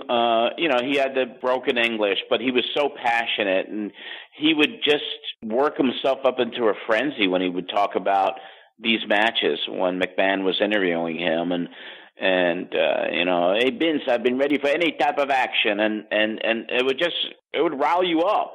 No, he was one of the best, and all of those heels at the time with the individual mouthpieces, whether it was Grand Wizard or Freddie Blassie or Albano, it was just a magic time in the business because they were unscripted. These guys were just going for it, and it was so believable that once you got to the Garden, the anticipation of seeing that main event, I mean, there was always a buzz every single show. And when the main event was on, it was explosive. It was like nothing else. What did you think the first time you saw, or maybe the only time, I don't know, but what did you think when you saw Moondog Mayne eat a live goldfish on TV? I do remember. I thought it was cool. I thought it was very, very cool. Well, I mentioned it before, John. March 26, 73, Pedro, his 3rd title match at Madison Square Garden, defeats Freddie Blassie. When he's deemed unable to continue, you actually get to film this one. You attended the first 2 matches. Now you get to film your hero, Fred Blassie. What do you remember about March 26, 73? Well, the biggest thing I remember even before the matches, that was the very first time I had actually personally met Fred Blassie. He had written me some letters after I started the fan club, and he told me he was going to be coming back in for the shot. And that night he sent me a letter inviting me back there. And that was the night I met him for the first time. It was the very first interview I ever conducted with anyone, and it was with Fred Blassie. And then that night, filming that match and seeing him come out, and just immediately the brawl started between him and Morales. It was electric. And to this day, I remember Blassie taking the string off of his trunk and wrapping it around Morales' throat.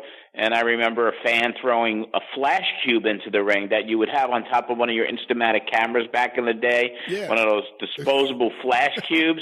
And someone threw one into the ring, and Freddie picked it up and raked Morales across the eyes with it, and then started biting him. And then Freddie outside the ring, and Morales hitting him against the turnbuckle, and then Blassie juicing, and then him swinging it there because the blood was getting in his eyes, and the referee finally calling it off and raising Morales' hand. It was to this day when I look at that film, and I look at that quite often now that I've uncovered all of the archives that I've found recently. That is my favorite film to watch because of how dynamic those 7 or 8 minutes were. John, we have a few more opponents to talk about during Pedro's title defenses at Madison Square Garden, but up to this point and thinking about the remainder of his run, which of his opponents would you say had the most heat against him? Which one would be the most in fear of being stabbed or being attacked by angry Puerto Rican fans? Who had the most heat of all the opponents you saw at Madison Square Garden? Had to be Blassie, without a doubt. No one else but Blassie. Yes. What was it? What was it about Blassie as Morales' opponent that he had so much heat? Well, because Blassie was such a believable villain, heel, and Blassie with the biting, the way they actually even censored Blassie in the preliminary matches leading up to the title defense. He had the fans scared, not only scared of him, but they hated him. How did they censor him? When he came back into the territory, I mean, he'd be biting each opponent. I remember he fought Mike Pappas, and then he fought Lee Wong, and he'd bite them open. And as soon as the blood started, they would put, it almost looked like electrical tape on the camera, like an X, and they'd put censored on it. And you hear McMahon, oh, he's bleeding profusely, and we can't show this to you, and it would be just a big X on the screen. So it was kind of just purely censored, like it was tape on top of the camera lens. That's exactly how it looked. But yeah, I mean, Blassie would come out because he snarled at them, and Blassie would provoke the crowd, and that's what I remember most. I remember them carrying several fans out of the arena. Like the cops would just be dragging people out of there because they were trying to surge the ring. That's heat. Yeah, it was. And then here's the one thing about the whole Morales run. And it wasn't this way with Bruno, and it wasn't this way with any other champion that I've ever seen. You were actually afraid that if Morales lost, there would be a full-scale riot. The roof would be blown off the place. So even when I was doing the Freddie Blassie newsletter, and I knew it was a work at that point, there was never going to be Pedro Morales losing anywhere. That there was a high concentration of an ethnic crowd because of how passionate they were and how beloved he was.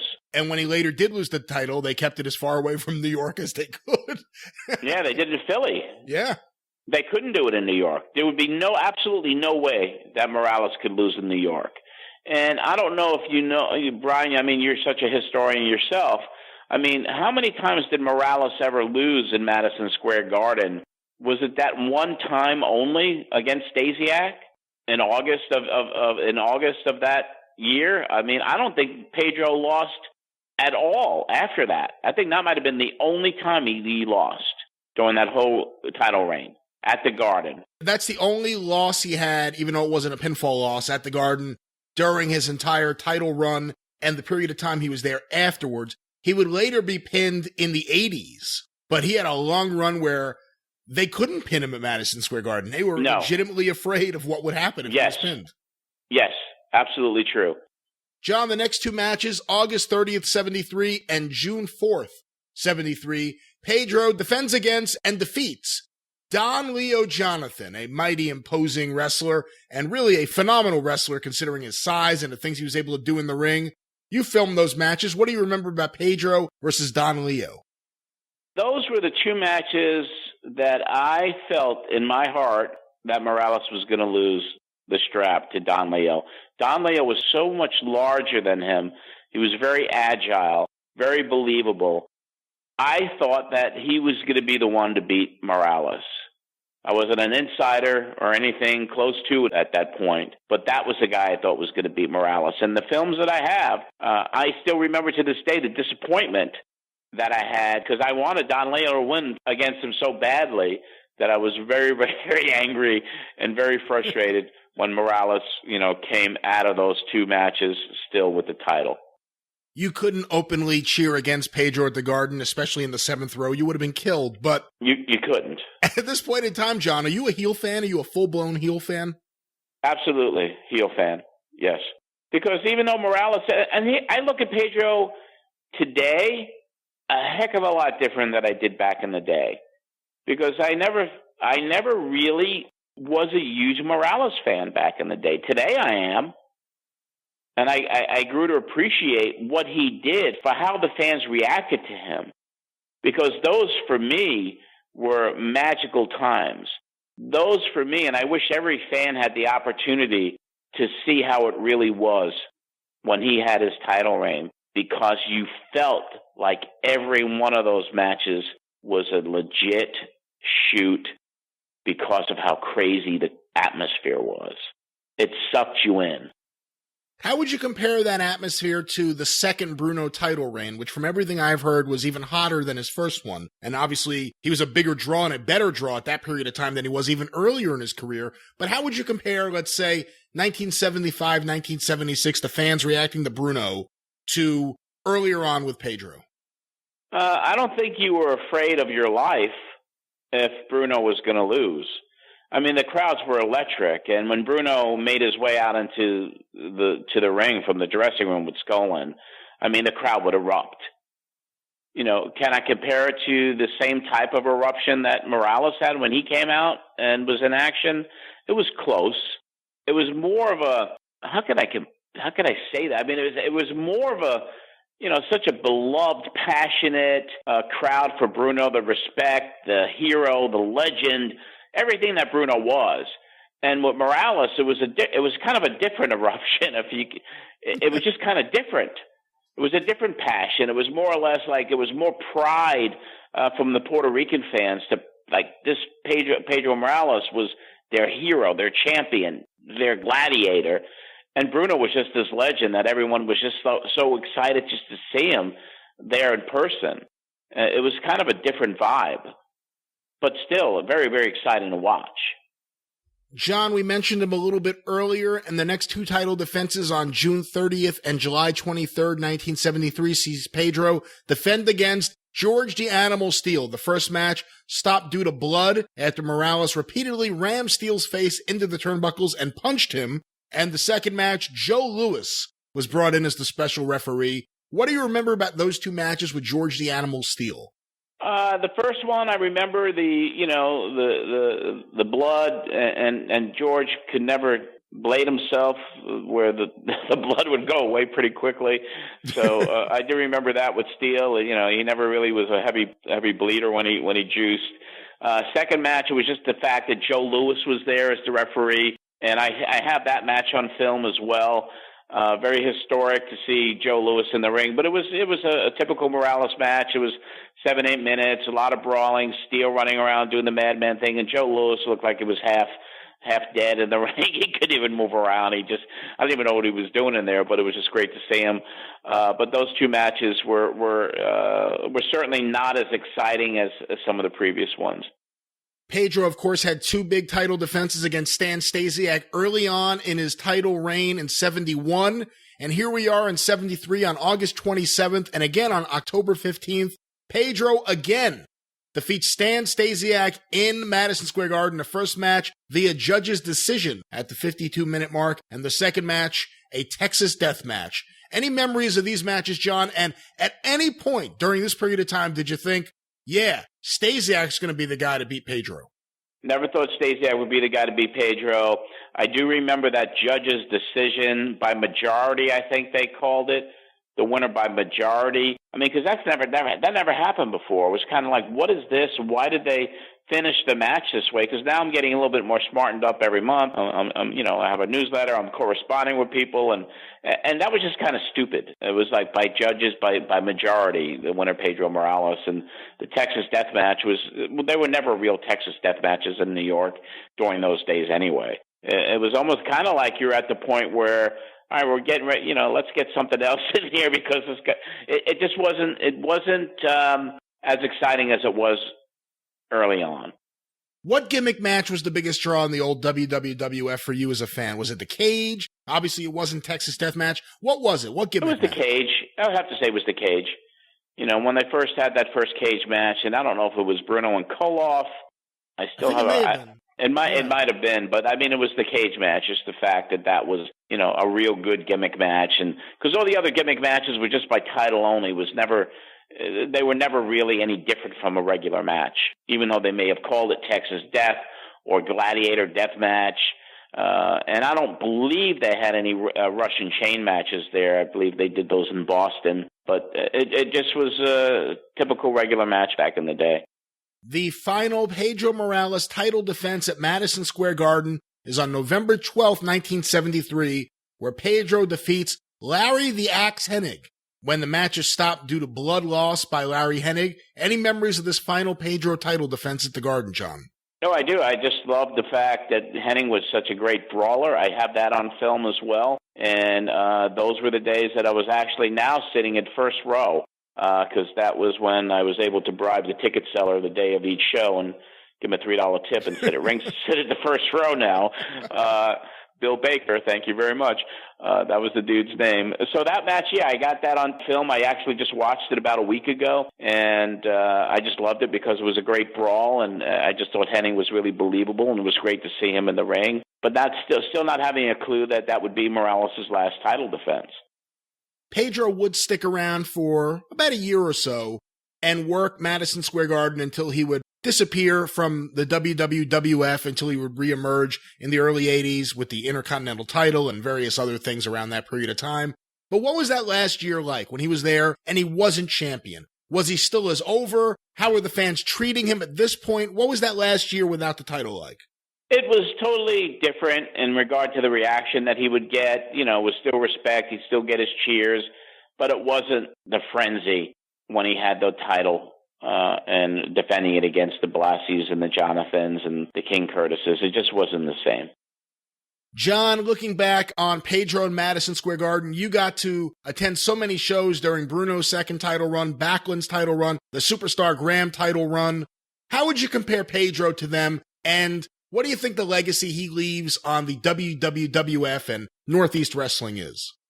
Well, looking back at it now, and I look at it in a different way than I did back then, it was a very exciting time, and I think Pedro left a great legacy in the history of professional wrestling for that title run that he had in 1971, 72, into 73.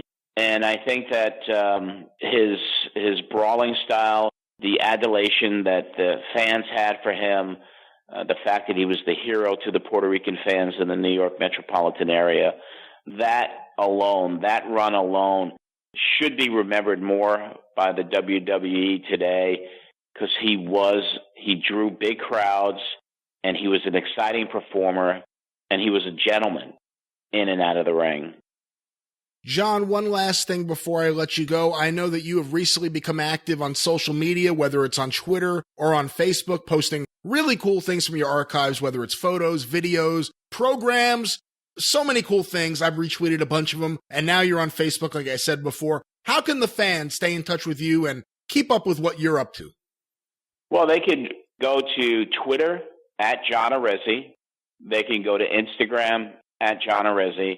And just this last week, I started a Facebook page, and it's John Arezzi's Matt Memories on Facebook. And I'm posting very unique content every single day.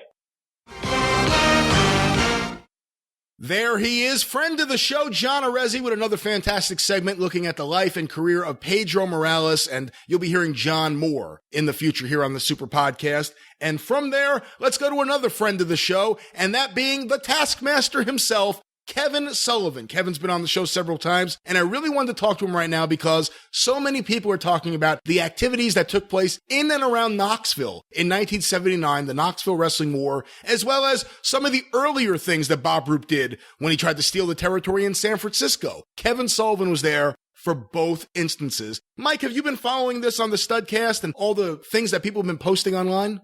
Oh, yeah. Oh, yes. Yes, I have. And my jaw hit the floor with the All South stuff because we talked about earlier on. I mean, when it comes to, what he is revealing about the Georgia stuff, we've always gotten just the one side, as you talked about on those broadcasts, about, the Gunkel side and Bobby Simmons and Les Thatcher and Jody Hamilton and people, looking at it really more for one side. But we hadn't heard a lot from the Bob Armstrong side. We hadn't obviously heard from the Ron Fuller side. And to hear him talk about that was something else. And I thought nothing could top that until it came time for the Knoxville stuff.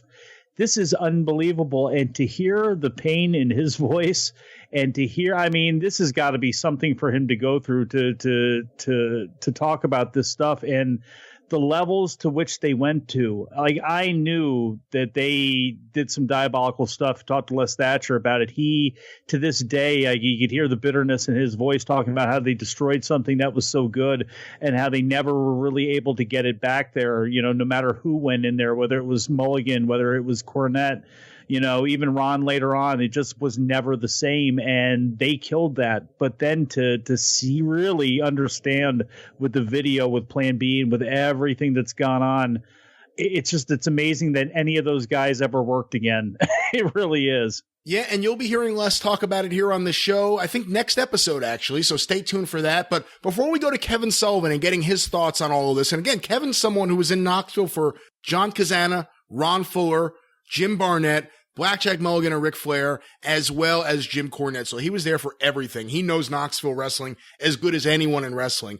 So there's a lot of interesting parts of this story, and I wanted to get Kevin Sullivan's take on it. Let's go to that right now.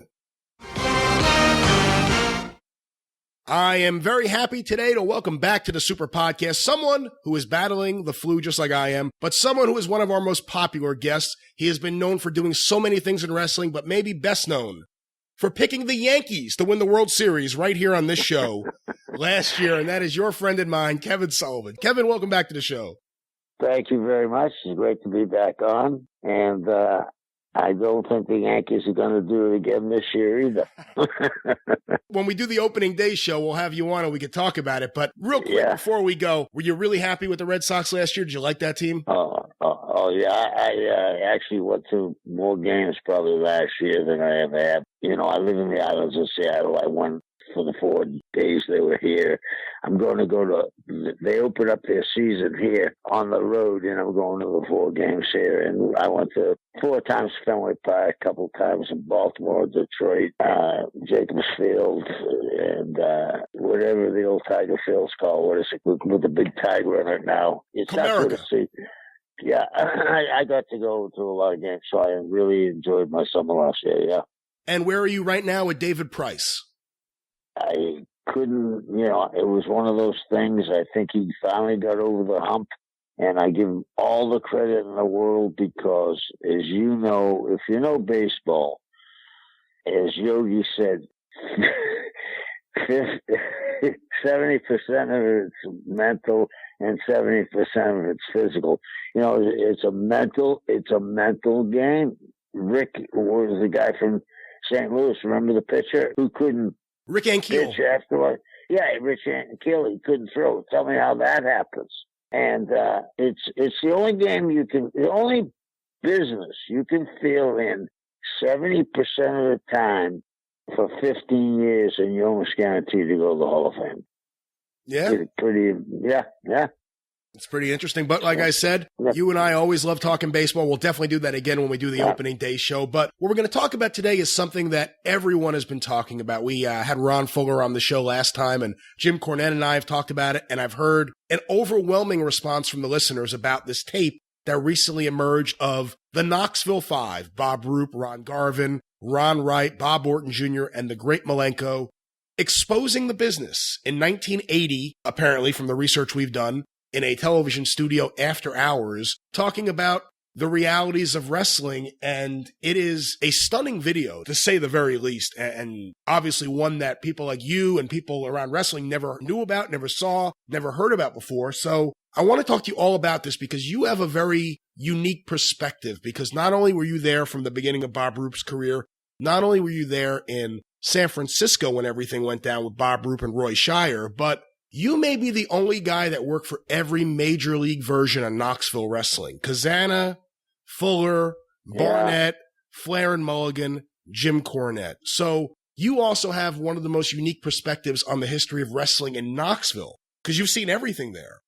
So I wanted to talk to you about all this. So let's start, Kevin, with your initial impressions. When did you first see this video, and what did you think when you saw it? Well, I just saw it a week ago, and it knocked my socks off. And you got to realize, and what I thought was fascinating, how many years did it take to come out? And what was the smoking gun doing hidden for so long? Obviously, they were going to do something with it. And because they didn't do something with it, maybe they thought that something was going to happen to them. And back in the day, we're talking 1980, I always say I saw a Superman on TV Land, and it was about a wrestler from India, and they sealed him up into the dressing room because he was a shooter. Superman saw it, he knocked it down. The guy came out and won the match, and at the end, I'm looking at the date, and the date is 1953. It wasn't that people accepted wrestling as completely true, but they thought some of it was. They thought some of the guy. I remember as a kid, I thought the Sheik was real. I don't know how you could think guy says wrestling's not real, but the Sheik was real. But the thing that was Knoxville exploding, I'll tell you, when I worked for John Cazana, the TV station didn't go over the mountains in Knoxville. So you got just Knoxville itself and some of the surrounding areas. When Ronald Fuller went in there, and I want to just say something, I worked for a lot of promoters in my life. Ronald Fuller was the best payoff man I ever worked for. Back in the day, it was 33 or 30% you got paid for the house. Ronald ran some smaller towns during the week to keep the guys happy, and he also ran them around Norris Dam. We all had boats, and he ran the towns around Norris Dam, and we would leave an hour before bell time and go to the buildings and get a payoff. It wasn't that we were getting a lot of money that night, but he was paying 60%. And when he ran in Knoxville himself, I mean, this was, I'll never forget this. In 1978, I drove 330 miles for the week, and I had 330 miles. I went from Knoxville to Johnson City, and that was 210. So I drove another, 120 miles for the week. I wasn't on the main event every night, but I made $990. What would that be today? Yeah, so Ronald took care of guys. There was a bonus in your check. I did an angle with my dad. My dad came down to visit me, and Ronald paid my dad a first-class airfare to come down, and he paid him a main event payoff. Ronald was as fair a guy I've ever worked for. Fairer than anybody probably that could. Probably the fairest guy ever in the business. And these guys, for some reason, got a burr, and I'm not saying they were wrong. In their heads, they were right, but they were wrong.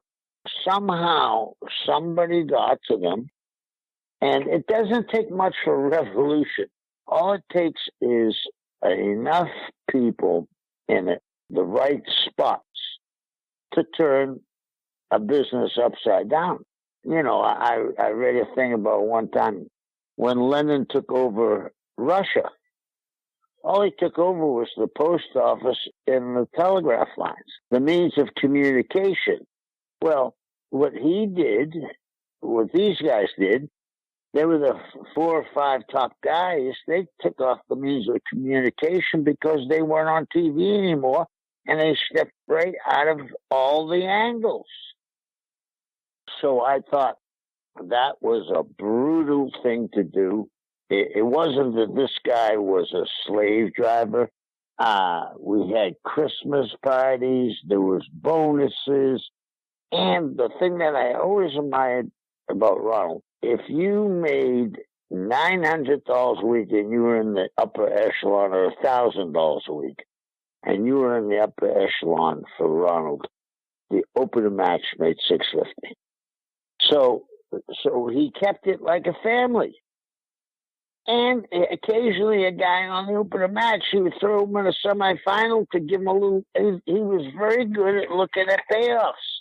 If he said, "Oh, he's going to be short this week," hypothetically, Kevin's going to have a good week, I can throw Kevin, and he would throw. It didn't have to be me. He'd throw me on the second match, but he would pay me for like if I had been on the semifinal, and he would give the kid that was going to have a poor week a better week. Ronald was a very, very honest guy. I never had to go to Ronald, and I used to go to promoters back in the day and say, "Hey, I don't think this was right." Never once did I have to go to Ronald. Well, Kevin, let me ask you about the example you just gave us, your father coming in and doing that angle with you in Knoxville and getting that payoff. Obviously, famously, one of the last, maybe the last, great moment of San Francisco wrestling was the Kevin Sullivan, Bob Roop feud with your father in there. So your father was involved with that. Did your father get a payoff from Roy Shire for that? And he didn't even get a hot dog. And we sold out 4 shows in a row in San Francisco. I mean, it wasn't me or Roop, it was the angle with my father. I mean, and That was the difference between Shires and Ronald Fuller. And, Bob had out there, he wanted to steal that territory too. I mean, he had this thing that he was a smart guy, college-educated guy, and thought he could take over people's businesses. Well, maybe he thought in his head, the business is going to die. The guy's too old. His thoughts are archaic, and I better get it or help to get it before he leaves. So I can see that maybe on, and I'm saying this, maybe on Shires, but not on a guy that is now. Ronald was also going to expand, so you'd have two territories that you could have continued just about 20 years in two territories. If you worked on top, you could, and it was good for the boys. And there were short trips. You got to remember, we used to drive a lot of miles with Ronald. There were short trips. Even if you went to the southern end of Ronald's territory, Pensacola, Mobile, Montgomery, you weren't doing more than 1,000 miles a week, which is unheard of, and he was paying, and the territory was drawing. So you could have stayed there as long as you produced. And even if you had and with Ronald, you could get a trip, 1 or 2 trips a year to Japan to get out of there, and then you could stop off someplace else for 3 months and then come on back. I mean, he made it like a family affair. Once you were there, it was almost impossible to get fired unless you did something really stupid. And one of the intentions with the southern end of the territory was that if you were working in Knoxville and you, like it happens to everyone eventually, you got stale, you can go down to Pensacola and you could do something there and then eventually come right back to Knoxville. Absolutely. Absolutely. And Ronald and Robert was with him booking. They had that place on fire. And they had great baby faces. They had a whole family of Armstrongs. They had Ken Lucas. They had great, great talent. So they were going to do very well. And if you just went along with the program, because they were paying it, it wasn't that, you weren't getting money from these guys. They were paying you. Let me ask you about San Francisco, because obviously you kind of alluded to it a little bit there. Roy Shire is not a very sympathetic figure when it comes to professional wrestling. Great promoter, brilliant guy, at one time a revolutionary booker. And obviously he had Ray Stevens and Pat Patterson. You can't really go wrong with that in the 1960s. But not a very happy or nice guy by all accounts. So everything goes down there. I'd like you to, if you don't mind, if you could tell us what did exactly happen there, and also what went down with Roop and Roy Shire there. How come that didn't prevent Bob Roop from getting another booking job, for instance, like in Knoxville? I think that thing was Roy had a bad reputation. Roy was on the strongest channel at the best time at one time in Oakland, which went all over the Bay Area. He used to chew tobacco. He was spitting on the rugs on the floor at the TV station. They asked him twice not to do it. They didn't ask him a third time. They fired him. I mean, what kind of guy runs a company and spits on the floor of another guy's business? And he wasn't, and here's the thing that a lot of people don't realize. Roy wasn't well liked because he didn't use the NWA champion. He had the U.S. champion as his champion. He had stolen a territory from Malkovich, a guy that didn't have TV. And, of course, he went in there with TV, but you hit on the most important thing. A blind man could book Stevens and Patterson and sell out. They were the two of the biggest, you know what I mean? They were the two of the greatest stars of all times, and Idea Men, too. And they had Pepper Gomez for the Hispanics. They had The Rock's grandfather, Peter Maivia, for the Samoans. They had a cast of characters because, San Francisco is a real ethnic city, so they had a little bit for everybody.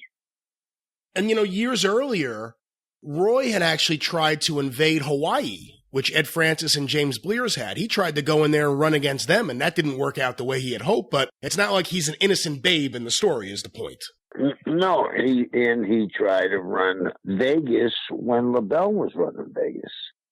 So he was never an innocent guy. So, maybe, I can't speak for anybody, but maybe Bob thought, well, if he didn't get heat, I won't get heat by doing this. When did you first hear that something was going down in San Francisco? Well, I knew something was amiss.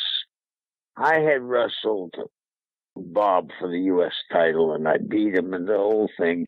I had to give the belt back, and, there was a discrepancy, and I beat him twice, and there was a discrepancy.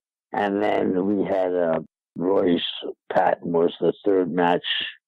You'd have blood, and then the fourth match, you'd have some way to no stopping for cuts of blood.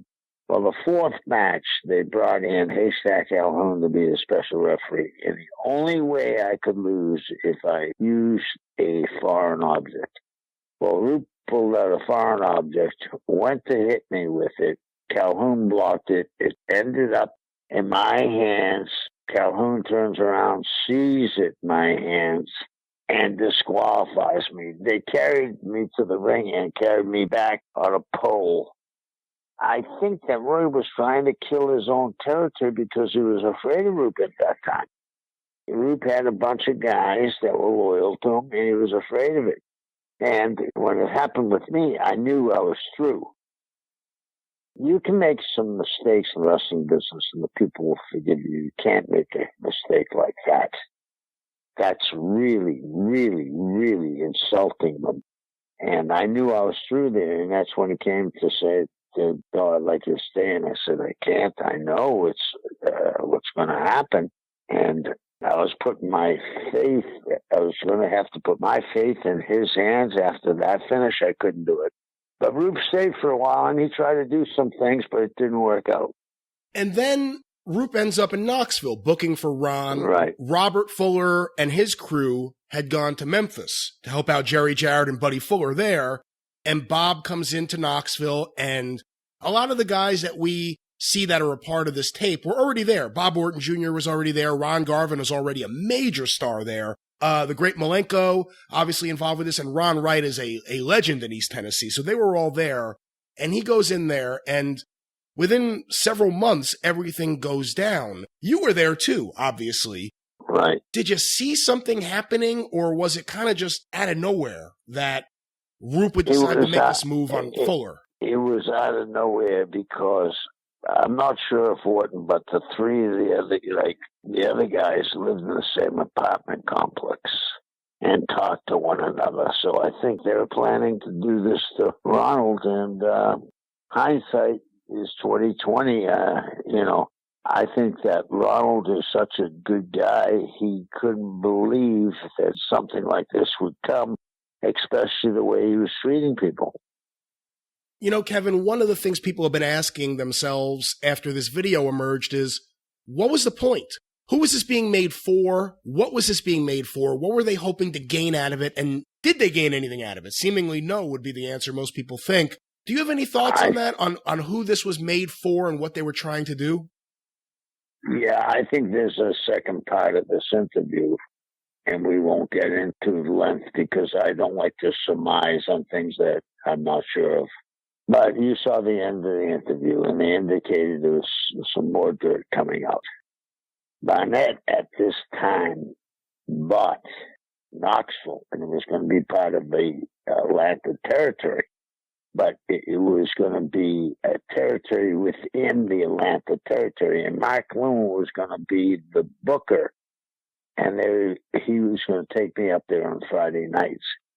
Now, I think it was to scare Jim Barnett, saying, we're going to crush this territory before it starts. That's my opinion.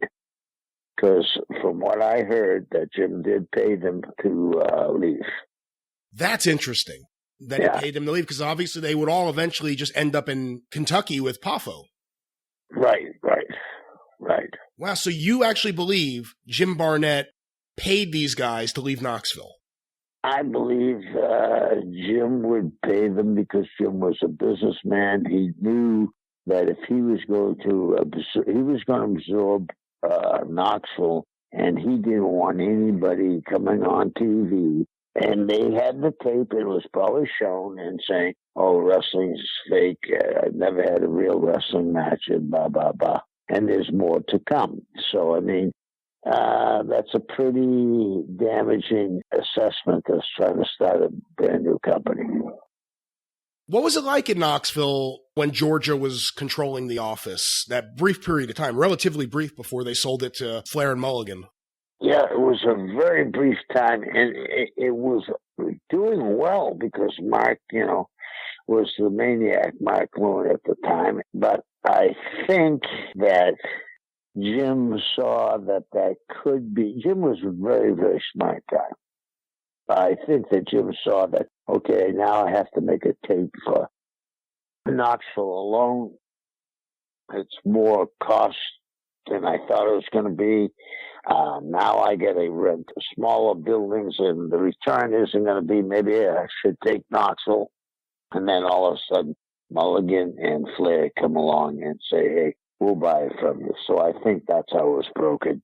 And you got to remember at the time, Rick was a champion and Jim was his agent. He booked the world champion. So I could see, and they were great friends. What was the relationship like for the brief period of time it existed, between the Knoxville end with Mark booking and the Atlanta end, which, was it Ole booking at that time or was it not Ole? Yeah, there was some, Ole was afraid of Mark, that Mark was going to end up taking his job. And Ole and Mark didn't see eye to eye in the booking philosophy. And I think Ole was glad to see Mark leave. And Ole hated Tennessee in general. Yeah. One character we haven't talked about is Eddie Graham. And I'm fascinated to know if you know of anything that he may have thought about everything that went down. Obviously, we don't know if he ever knew about this video, but he knew about everything that happened because these were all guys that had worked for him. I mean, Ron Wright only worked there a week, but everyone else had been in Florida previously. And of course, Malenko had a long history, and Roop was Eddie Graham's guy. I mean, you talk to anyone who was around the Snake Pit, Roop was Eddie's guy. Do you know anything about the relationship between the two of them and how this affected that, if it did at all, or what Eddie thought about all this? I think that Bob thought he was right, and most people do. I think he thought he was right. Him and Eddie had a falling out. Malenko and Eddie had a falling out, which, whether it was right or wrong, it's how you look at it. Because later on, as you mentioned to me once before, they actually ran against Eddie and the Jacksonville, South Georgia area. And it was like, at this time, Eddie was also in not the best mental health in the world either. So I think things, it was just a lot of bad things were happening at the same time. Kevin, are there a lot of guys from your experience that you've run into that have actually wanted to or tried to steal a territory? It's such a unique thing to do. No. I mean, most the guys we're talking about is the guys that I know of. I don't know anybody else that ever tried to do it. I mean, there's a lot of money to be posting bonds and buildings and TV stations. No, I think they just thought they could go in there and take it. And I think, too, they thought they could take it because of Ron Wright's reputation.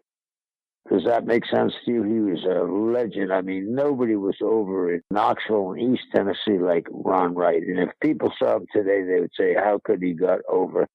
He was over so big. In Johnson City, every other Tuesday, he used to invite fans into the ring, and he would beat the crap out of him.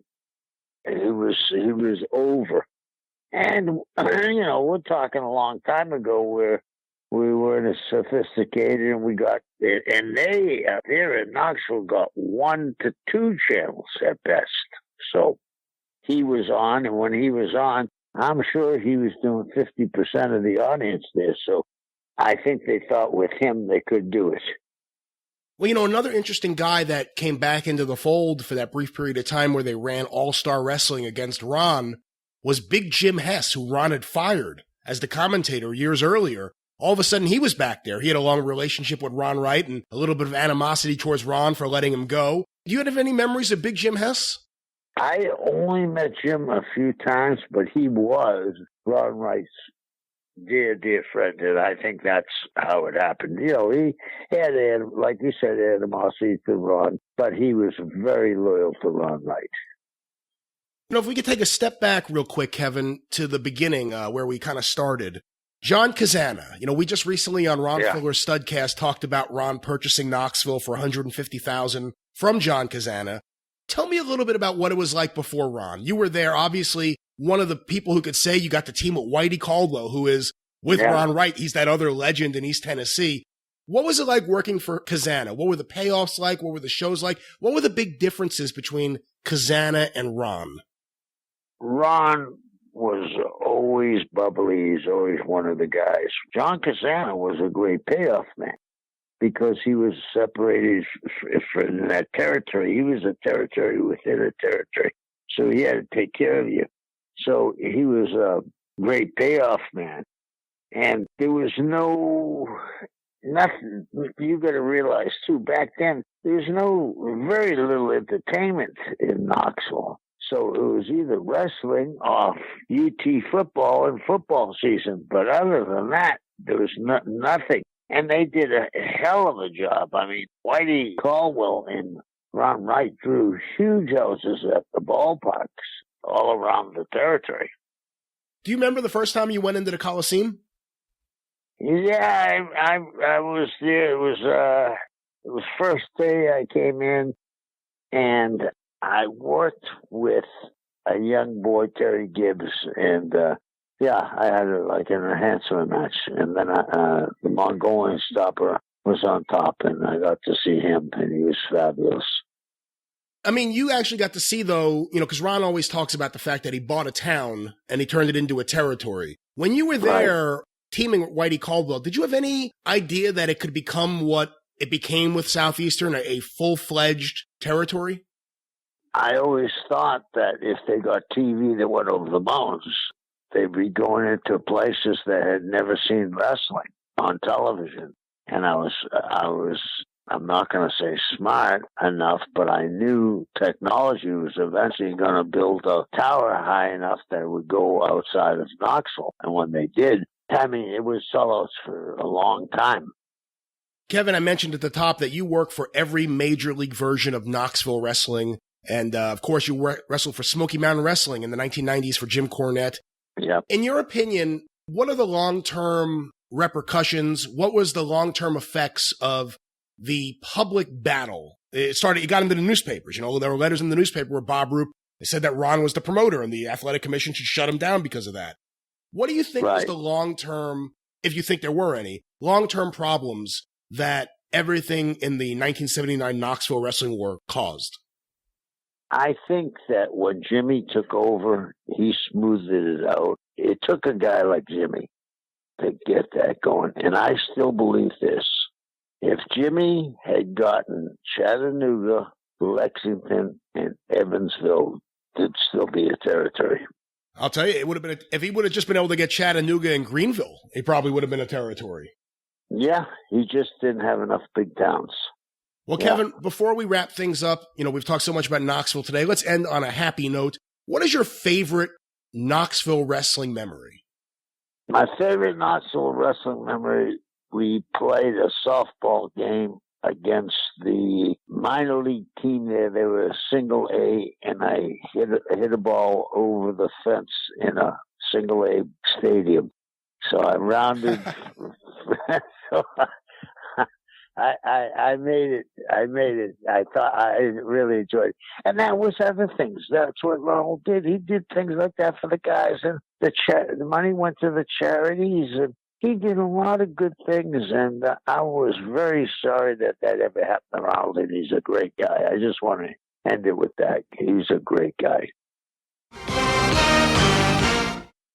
There he is, a great friend of this show, Kevin Sullivan, and you'll be hearing him again pretty soon on Opening Day Star Wars, and we'll see if he can correctly predict who's going to win the World Series this year, because boy, did he bomb last year when trying to predict who was going to win. But with that, let's now go to Book of the Week. And this week's Book of the Week is Gene Kiniski, Canadian wrestling legend, by Steve Verrier. I recently received this book here in my office, and I've been going through it. I haven't read the whole thing yet. And once I do, we're going to have Steve on the show to do a profile of the book and talk a little bit about Gene Kiniski. But the little bit I've read so far, this book is really, really good. Steve wrote another book, which has really been unheralded, about a year ago, maybe a year and a half ago, about the history of wrestling in the Pacific Northwest. We're going to also do a profile on that one, because I think people need to really learn about that book, because I don't think a lot of people know about its existence. But Steve did a great job with this one. And like I said, once I'm all the way through it, we'll do a big profile on it. But I am prepared to recommend it as our Book of the Week. Check it out. Of course, Gene Kiniski, a former NWA champion, a legend not just in Canada, but in places like St. Louis, a huge wrestling star. And this is a book that every wrestling fan should check out. Once again, the book, Gene Kiniski, Canadian wrestling legend, by Steve Verrier. It is, of course, available wherever you find your favorite books, like Amazon. And if you're going to go to Amazon, use tinyurl.com/superpod Amazon. You guys know how it works. By using that link, you support the Super Podcast without spending any more money than you would normally spend at Amazon.com. All you do is type in tinyurl.com/superpod Amazon, and anything you add to your shopping cart from that point forward, we get a little bit of love and credit for. And thank you to everyone who's been doing that lately. We really do appreciate it. And of course, we encourage you to give it to your girlfriends, give it to your mistresses, give it to your boyfriends, give it to whoever it is that will be buying things on Amazon if you choose to support the Super Podcast, that is. And of course, why wouldn't you? There are lots of other shows out there begging you for money. There are lots of other shows out there begging you to support them. Who brings the quality? Who brings the best wrestling talk on the planet? I think if you stop and you ask yourself that for even a moment, the answer will be quite obvious. When it comes down to it, when it comes down to them or us, fuck those guys. Support the Super Podcast. Support your Super Podcast. And before we blow out Mike's eardrums, let's now go to the main event this week, and that is In the News with Jim Cornette. It is now time for one of the most popular segments we do here on the 605 Super Podcast, In the News. And of course, that means I need to welcome the anchor of the In the News desk, Mr. Jim Cornette. Thank you very much, Brian Last. We have... I was about to say in my newscaster voice, it will be my pleasure to bring you the news. Well, we'll see about that, because we have some very interesting news here this week. And this first story, Jim, is from the Star Tribune in Minneapolis, Minnesota, February 16th, 1965. Assault charge filed in stabbing of wrestler Race. John Morton was charged with aggravated assault Monday after allegedly stabbing professional wrestler Harley Race in the back during a fight in a Minneapolis restaurant Friday. Race told police that he was eating in the Chestnut Tree, 1370 Nicollet Avenue, when three men entered the restaurant. Police said that one of the men, Jack LaRue, 25, 591 Dayton Avenue, St. Paul, struck a woman in the face. Race, who was alone, interrupted and told LaRue to leave the woman, Peggy Hayden, 22, alone. The wrestler returned to his table, but a waitress informed him that one of the men had a knife, police said. Race walked over to the men, and when LaRue cursed him, the wrestler hit LaRue, knocking him unconscious, police said. Morton, 25, address unknown, then allegedly stabbed Race. The wrestler was taken to the hospital and released after being treated. Police arrested Morton as he and a companion, Kenneth Alexander, 26 of 3609 2nd Avenue South, were carrying LaRue from the restaurant. Now, we always hear these stories, Jim, about the toughness of Harley Race. And here's an amazing example, because not only is he stabbed, but he's told there's a knife and he runs towards the knife. Well, no, I can see this situation. He saw this guy smack this girl, and he went over and, hey, leave this woman alone, right? And blah, blah, blah. And there was some words, and he went and sat back down, and the waitress came over and said, hey, one of them's got a knife. Oh, they do? Well, I'll take that fucking knife. And he just happened to knock the other one out first that didn't have the knife. But I can believe he just calmly got up, went back over there because they were probably mouthing off, and here you go. Now, I had heard, I don't know that that's the only time that Harley Race got stabbed breaking up a beef in a restaurant. There may have been another one as well, but he wasn't going to take any bullshit off any. And this was 1965. He was not quite 30 at that point, right? So he was even younger and tougher than.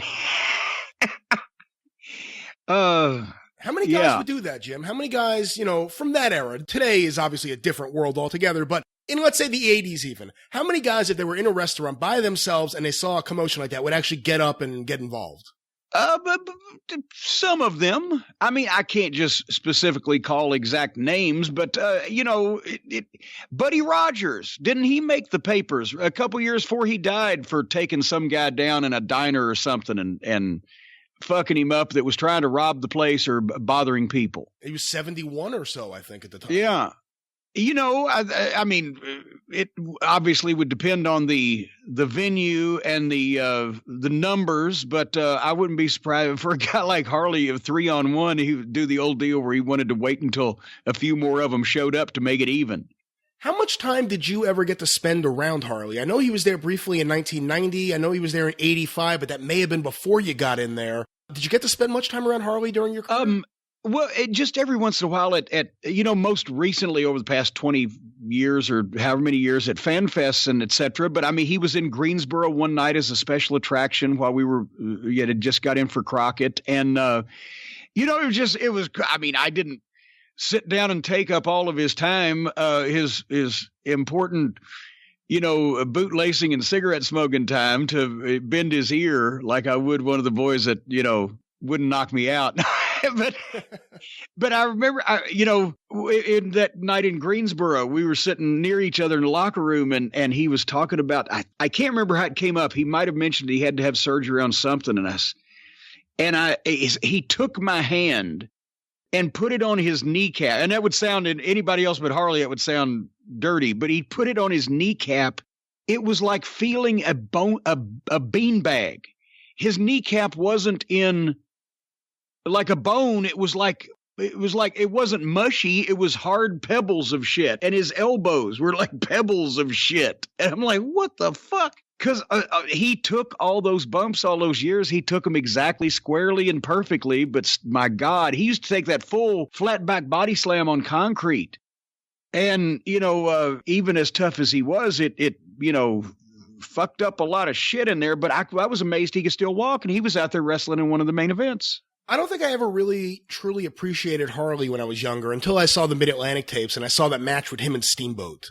Yeah. That really made me appreciate how, when he was just a little bit younger than when I first saw him, how he was able to move around. Well, and see, I had first seen him right about the time of the Mid-Atlantic films that were shot in the late 70s. I saw him 77 was the first time I saw him live when he got the NWA title. And going back then, and it was a big deal. I remember, obviously, at the time, I saw him in Memphis, and then he came to Louisville against Rocky Johnson, Memphis against Rocky Johnson. Then I finally got to see him in Atlanta against Tommy Rich and et cetera over the couple of year period right before he started slowing down in the 80s, right?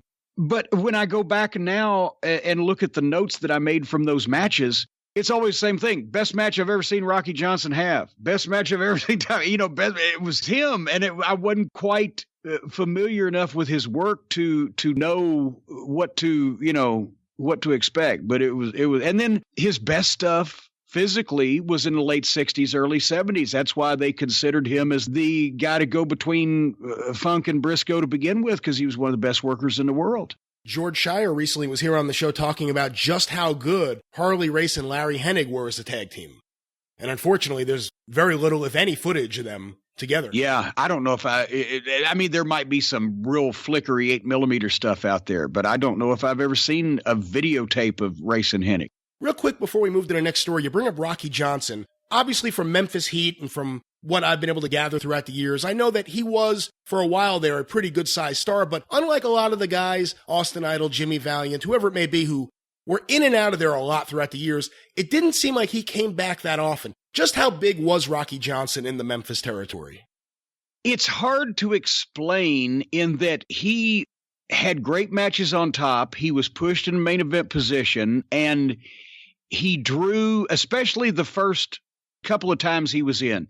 In 76, they actually did the boxer versus wrestler thing with him and Lawler to take off on, as Gomer would say, the Ali Inoki thing, and people bought that he was a boxer. And he came in, and they even had the match with and he wore boxers shorts and etc.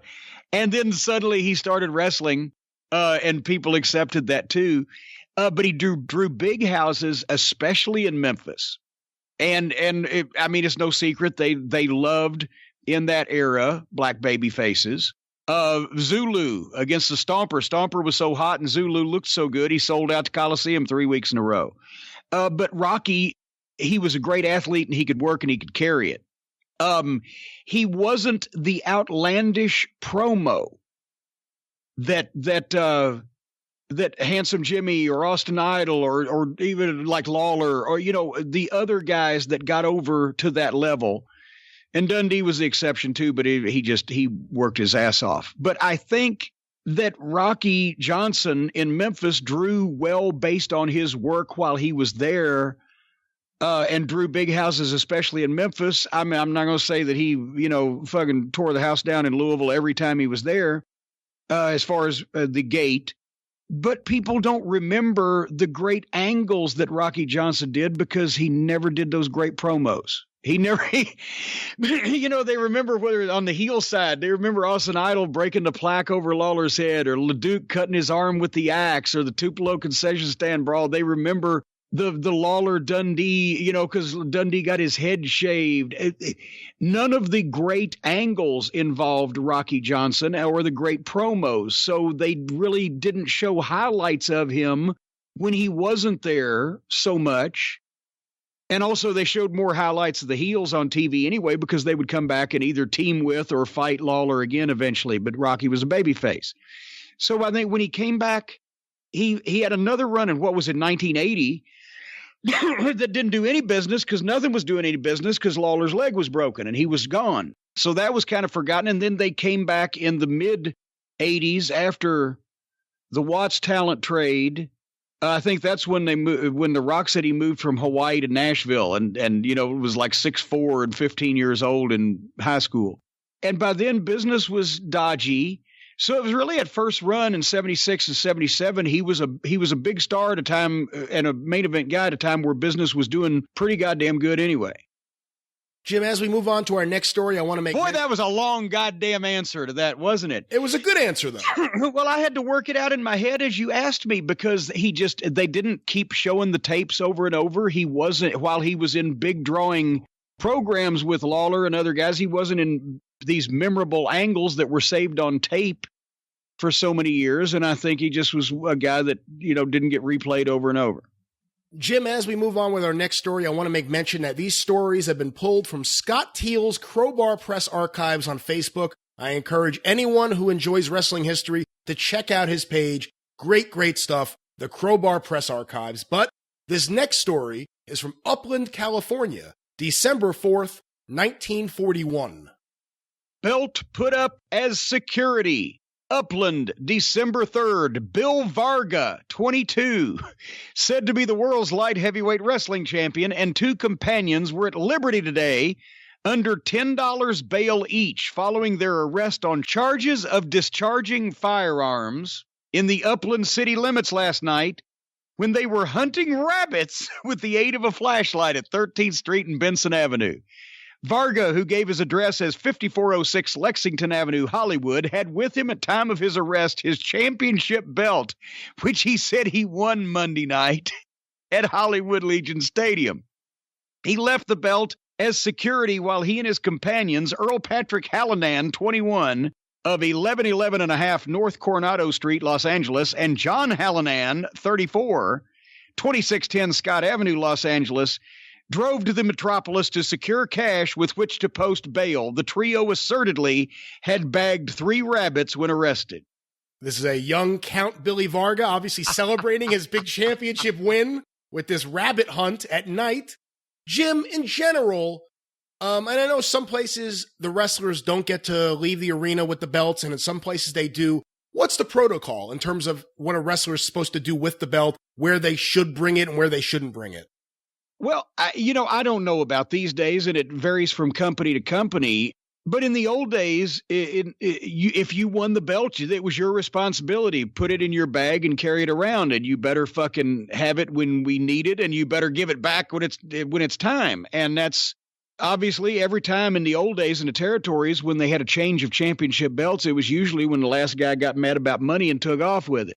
And I can't believe that didn't happen in that Southern Junior Heavyweight title belt that I love so much that Nick Gulas used from 1952 to 1976, and Lawler took it home with him when they got a new one and took it to an autograph session in Memphis years ago, and somebody made off with it. Oh, my God. Yeah, but no, like I said, that's why sometimes belts would turn up missing, and why a lot of collectors are happy today, but it was your responsibility. You took it and you carried it every night. It was like you were the champion.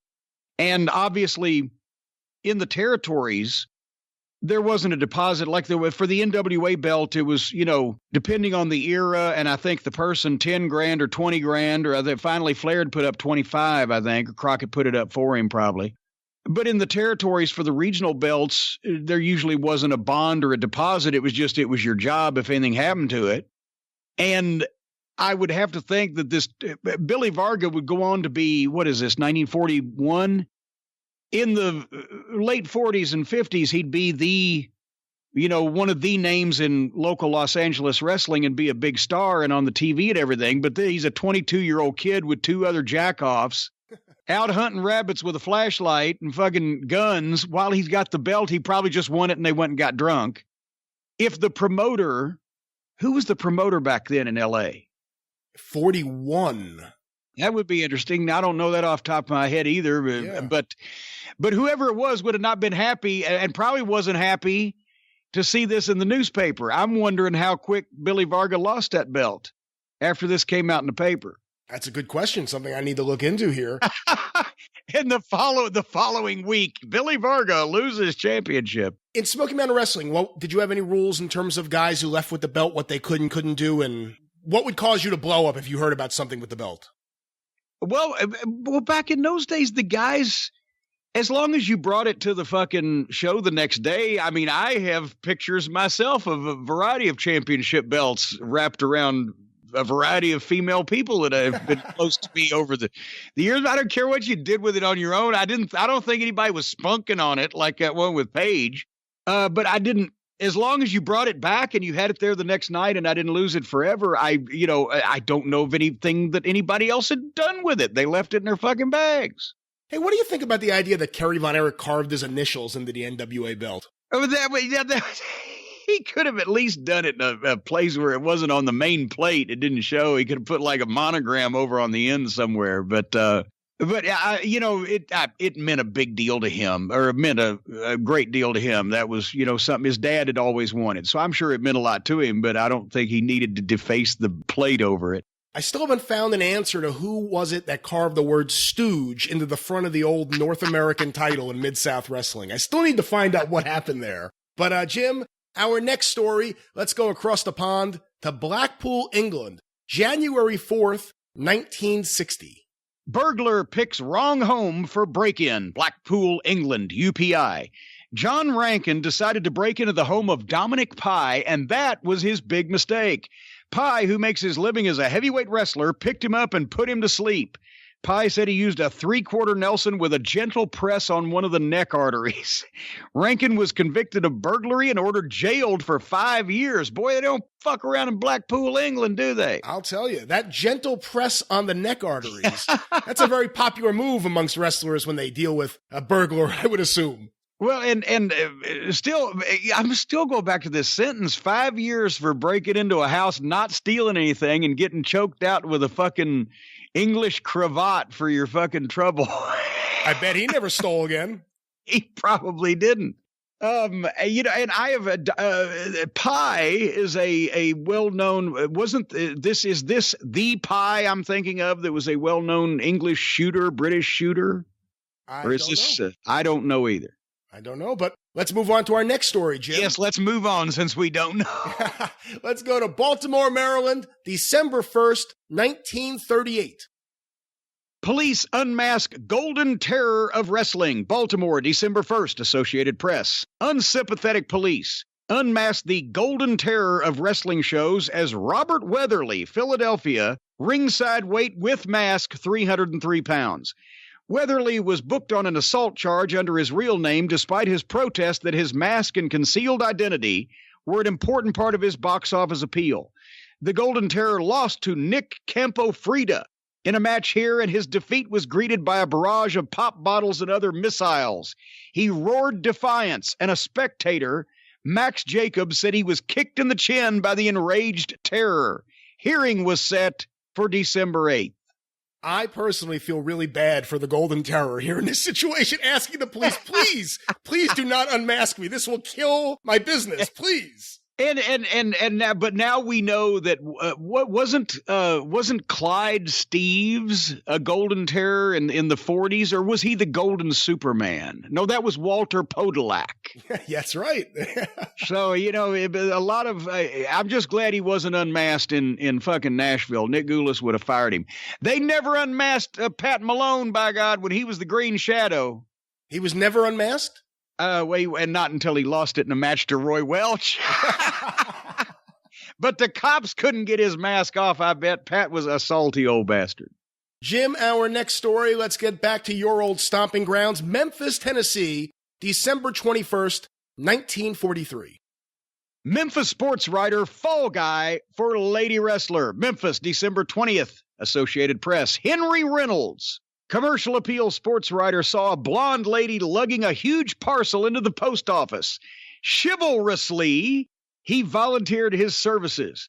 The weighty package taxed all of his 150 pounds, but he finally made it after 3 stops for breath. Then the blonde turned to her perspiring benefactor and said sweetly, "Thanks, it was nice of you. Would you like to come out to the wrestling matches tonight? I'm Mae Young, the woman wrestler." Well, that's an interesting way to sell some tickets. I bet she said more like, "Thanks, fuckface. I could have got it myself, but I'd rather have you do it. You want to come to the matches tonight? I'm Mae Young." She's lucky he didn't mug her. Well, the other way around, actually. I'm thinking she's lucky that she didn't accuse. He's lucky she didn't accuse him of trying something with her so she could mug him. That's right. And it would have been his package that got yanked around and carried in, stuck in a slot. 1943, women's wrestling in Memphis. Who was promoting, and what was the scene in Memphis in 43? You know what? I don't know that much. I know that Ed Wolf was the promoter in the late 40s, early 50s. Les Wolf. I said Ed Wolf. Les Wolf, and he's the one that sold in 57 to Roy Welch and the Goulas Welch office. I don't know if he was there as far as 1943, but interesting that Mae Young, because Meltzer says nobody can find listings for her wrestling before 1940, because everybody said, she wrestled in 1939. Nobody, so she would have only been a pro for a couple of years at that point. Wow, a rookie, a young Mae Young here. But she still would have been wrestling at the Ellis Auditorium, and if Elvis was alive, actually he was alive, he would have probably been about fucking 6 years old or whatever at that point. He was probably sneaking in the Ellis Auditorium to watch Mae Young. Jim, for our next story, let's head up to Toronto, Ontario, Canada, February 7th, 1933. Toots Mondt cleared. Yay!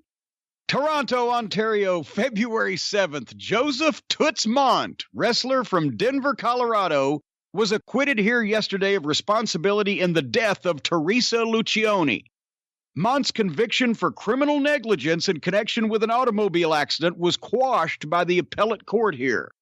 I had never heard about this before. Did you know anything about this? Well, actually, yes. It was, my God, I've read so much research stuff over the last couple of years, but either it was in the Fall Guys or it was in the New York, the Madison Square Garden book that Scott Teal did, or somewhere that he was in the, I think it was as far back as maybe the late 20s, but this may have drug on for a while, but had been in an accident and some woman got killed, and that derailed some of his wrestling for a while. Obviously, Toots Mondt later on would become partners with Vince McMahon Sr. in Capital Wrestling, the Worldwide Wrestling Federation. But more importantly, he was a member of the Goldust Trio with Strangler Lewis and Billy Sandow, and the man who invented the modern way of booking programs, finishes, angles, etc. And also, when I would write a column for the Raw magazine under an assumed name because I was a heel manager on camera, I would write under the pen name Joseph T. Mondt. I didn't know you wrote for the Raw magazine. I did when they wanted people who knew how to spell and fucking write proper articles. Yes, I did. Well, obviously, beyond the Goldust Trio, as a wrestler, how big was Toots Mondt? How big of a draw was he? Was he a big star in the places he went? I mean, he was one of the guys, from what I've read, just from the books that I've read, and obviously there's no film or whatever the fuck, but he was a fairly big name when it was just barnstorming wrestlers. There was no structured offices. He was part of developing booking offices, but he was pretty well thought of as being a pretty fair wrestler, but he wasn't at the top level either in box office appeal or in actual, he wasn't the best guy. He was used as like a policeman in some cases, I think, in his early days before he got in, where he was a pretty fair fucking wrestler, but he wasn't a box office draw and he wasn't Strangler Lewis. So he found his niche in the behind the scenes. To any of the listeners who are not really familiar with him, you said that he invented modern booking, etc. What do you mean? It was his idea to come up with fluke and or disputed finishes that led to rematches. It was his idea that these wrestlers could take this match, especially in the days before communication and even before a lot of people had radio. For fuck's sake, they could take the match from town to town and nobody would be any the wiser if they did the same shit or just book the same matches. The idea of working programs with each other came from that. The idea of building up not only your champion, but also the top challengers with wins over different people and in an organized fashion so that they would meet in a big match. A lot of that came from Toots Mondt. Slam bang Western wrestling is what he called the style. We'll talk a little bit more about Toots Mondt in a moment, but let's get to our next story, Jim. New York City, January 24th, 1958. Matt banned for arena. New York, International News Service. The New York Athletic Commission Friday indefinitely banned all professional wrestling exhibitions at St. Nicholas Arena. The suspension stemmed from the commission's investigation into a riot during Wednesday's show in which 2 men were sent to the hospital. One fan was struck in the eye by part of a broken chair. 6 police cars and an ambulance were summoned when fistfights broke out in the crowd during a spirited tag match between Chris and John Tolos and Pat O'Connor and Chief Red Cloud. The commission said that after studying the report of the deputy commissioner in charge of the wrestling show and accounts in the press, we are satisfied that disorderly incidents occurred in violation of our rules covering such situations. Disorderly incidents occurred in violation of our rules covering such situations. That is a very ambiguous statement. Anyway, the show scheduled for Tuesday, January 28th was canceled and subsequent shows suspended at least until such time as we are completely convinced that those who promote wrestling there are able to do so in the interests of the public and within our rules, unquote. Man, can you imagine how much heat there was in New York at this time? This is just a few months after the riot at Madison Square Garden, which led to children under the age of 14 being banned from Madison Square Garden until the 1970s. And here's a riot. A poor guy gets hit in the eye with a part of a broken chair. 6 police cars, an ambulance, and a partridge in a pear tree. And, well, Toots Mondt's slam-bang Western-style wrestling. New York had been dark Remember, there was no wrestling in Madison Square Garden from 1939 until 1951. And even though they had kept up the small clubs, St. Nicholas Arena and Queens and Jamaica and all those little arenas that you see the ads for, they obviously weren't drawing any big money, and because they weren't in the big building. And those buildings, you know, they were clubs. If you worked the New York area in the 1940s, like Jim the Black Panther Mitchell, you would be in those little clubs and boroughs in those buildings that seated 500 or 1,000 or 1,500. It was like old boxing arenas. So there wasn't big money in wrestling in New York at that time because the 30s had been the exposés. Dan Parker and the Daily Mirror and the publishing of the Fall Guys, and it was all out in the New York papers. And I've just brought this up on Twitter just not long ago, that the old newspaper articles of the late 50s covering the Garden shows. The Garden is selling out. Rock and Perez are turning them away, 20,000 fucking people, but the papers are always still making the snide comments. You know, the hokum and the hilarity and, you know, casting the role of the victor and all that stuff. Because of 20 years earlier, everybody in New York still knew that wrestling was, well, the newspapers wouldn't let you forget that wrestling was bullshit, which is why I think, on reflection, not that I'm trying to get too deep here, when they revived wrestling in the Garden, they tried with Lou Thez and Gorgeous George off the TV and didn't fucking work, right? Right. Vern drew 4,000 people. Vern Gagne off Chicago TV didn't fucking work. Lou Thez. What worked? Rocca. Then what worked? Rocca and Perez. And Buddy Rogers. I mean, in any era, Buddy Rogers was huge. But then Bruno. Then Pedro. They set the tone. Rocca set the tone for the idea that New York always needed an ethnic hero on top. The ethnic hero, or the ethnic population, the Puerto Ricans, the Hispanics, the Italians, a lot of them weren't reading the newspapers. Do you think that and the Garden suddenly became, do you think that there was any other event held at Madison Square Garden that had such a percentage of Hispanics and Italians and immigrants in general? Which came first, the chicken or the egg? Thez failed. Gorgeous George failed. Vern Gagne didn't get over in New York, but the ethnic stars did because it had been trashed in the papers, but the ethnic audiences weren't reading the English language papers. So then did that, even after that would have no longer been an issue, then the die was cast that New York would always have an ethnic star on top for the next 30 fucking years. The tag team that started this riot, or at least caused the riot, Chris and John Tolos. You know, Bob Barnett grew up in New York, and he told me that when he saw them at that time, he loved them because they were like Neanderthals. And you see those pictures of them, and I understand what he was saying. And I never got to see any young John Tolos, or at least a little bit. There's some footage out there, but he said that they were a dynamic tag team back then. Well, you can tell from John Tolos's work that you can see on tape when he was 50 how he could go and that what kind of shape he was in. And so, and I've seen some old Tolos stuff from the 60s on some of these stray VHSs or whatever and they were just in good shape, perpetual motion, could go. And then Tolos had the big mouth, but he never got to be a star.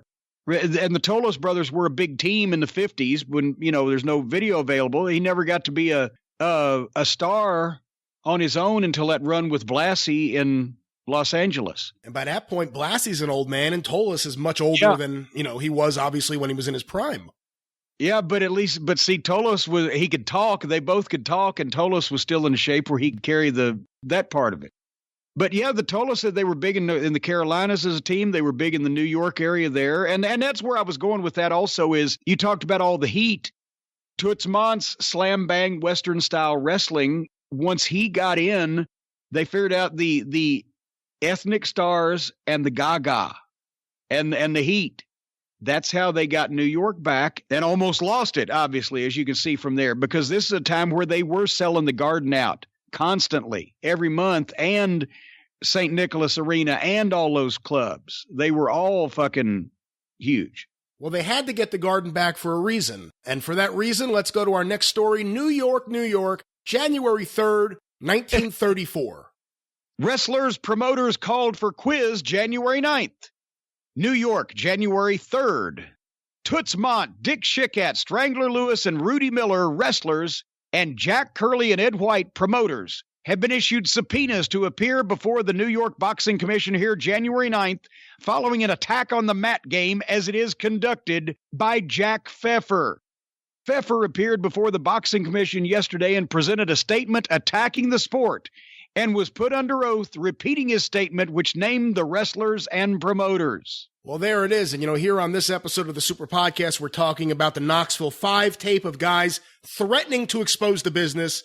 Here's Jack Pfeffer, who exposed the business and still lived in the business for another 30-something years. But this is a pretty major story here, right, Jim? Well, this started the whole thing. And we just read in February 1933, Mondt got cleared in the auto accident, but he's back January of 1934. He's already obviously heavily figured in with Lewis. And this was when was this when they had already split up with Sandow, or on the outs with Sandow, and Jack Curley was involved as a promoter? That's what I was thinking too. Yeah. But and Dick Schickat, of course, was a former world champion. Rudy Miller was probably another guy like Toots Mondt. That if Toots Mondt would put Strangler Lewis over, Rudy Miller's the guy that put Schickat over, and then you would have your big Schickat Lewis match. But anyway, Rudy Miller would later on go to be the promoter in Pittsburgh.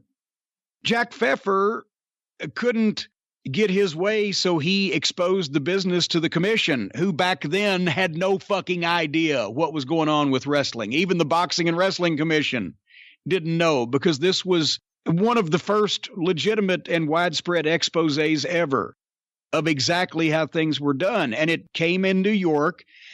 And then when Pfeffer, couldn't get his way, he was apparently the person that was suspected of being the source that was feeding information to the Dan Parker at the Daily Mirror and the newspapers and the sports pages to expose wrestling in New York. And that's where Pfeffer made his reputation. For the next 30 years, he would go from territory to territory, book my girls or book my guys or book whoever I'm managing. And if you don't, I'll expose the business. And Jack Pfeffer managed Don and Jackie Fargo when they were the top team in New York in the late 50s. I don't know if he was allowed to go to the matches, but he got a cut. He would get them booked places. And whether it be Nashville or whether he got over so good, or whether it be New York, where they were great for Rockin' Perez, or Ohio, because that way they could learn from Buddy Rogers. But Pfeffer would get a cut of their money, but he kept them booked everywhere. I just talked to Ron Fuller actually about it, because his father, Buddy Fuller, was a world champion for Jack Pfeffer as, I think, was it Buddy Valentine? Was that it? Because Johnny Valentine was big in Chicago, and they were running kind of outlaw fucking revamp of Chicago there in 62, 63? Yeah. When Fred Kohler was either he had lost all his pull and his money, or he was out entirely. That was the end of Fred Kohler. Fred Kohler brought Jack Pfeffer in, and Jack Pfeffer destroyed it to the point where Vern and Bruiser and Snyder were able to go in there and buy everything. That's right. And but this was, 30 years before that. Jack Pfeffer was doing the same thing, but this led to the exposés, the newspaper coverage, and led to no wrestling on a major league basis in New York City for 12 years. Well, for our final story, and I think you'll see where we're going with this, you and I on The Experience sometimes talk about money then versus money now. So for this story, and to find out a little bit about what was going on in that in-between period, let's go to Hollywood, California, December 15th, 1942. Film and sport notables facing tax prosecution. Hollywood, December 15th. United Press. A score of screen and sports figures were named today in federal liens asking payment of allegedly delinquent income taxes. Blonde Madeline Carroll, however, sued the government for deductions. Her suit, the only one against the government among the tax disputes, said she was the sole support of 51 French war orphans who were quartered in her home outside Paris from 1936 to 1939. Prince David Midvani, last of the marrying Midvanis who was inducted into the Army last week, was asked to pay $1,488. William Cagney, producer and brother of James Cagney, assertedly was delinquent $8,023.58. Mr. and Mrs. Alan Mowbray were named for $22,27.15 apiece. Singer Jack Dawn and Mrs. Dawn were asked to pay, and all the little Dawns were asked to pay $2,404.72 each. Misha Auer, the Russian comedian, allegedly owed $11,500.22 from his 1941 income. John R. Osborne, prominent racetrack figure, was short $62,146.42 on 1939 taxes, according to the suit. Wrestler Toots Mondt, good God, he's everywhere, was asked for $18,000.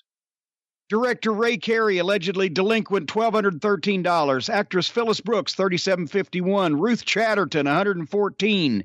Makeup artist Perce Westmore, $3,015. Producer Harry Eddington, $6,857. And comedian Patsy Kelly, $4,374. I hate that Patsy couldn't handle her money. $18,000 in 1942. $265,000 today. Just that he was in delinquency on and taxes, and that is this just for 1941? Well, it doesn't say. Oh no, that. It doesn't say. Okay. Yeah. Well, Osborne was short on, and the racetrack fucking figure, prominent racetrack figure. I wonder what his real line of work was.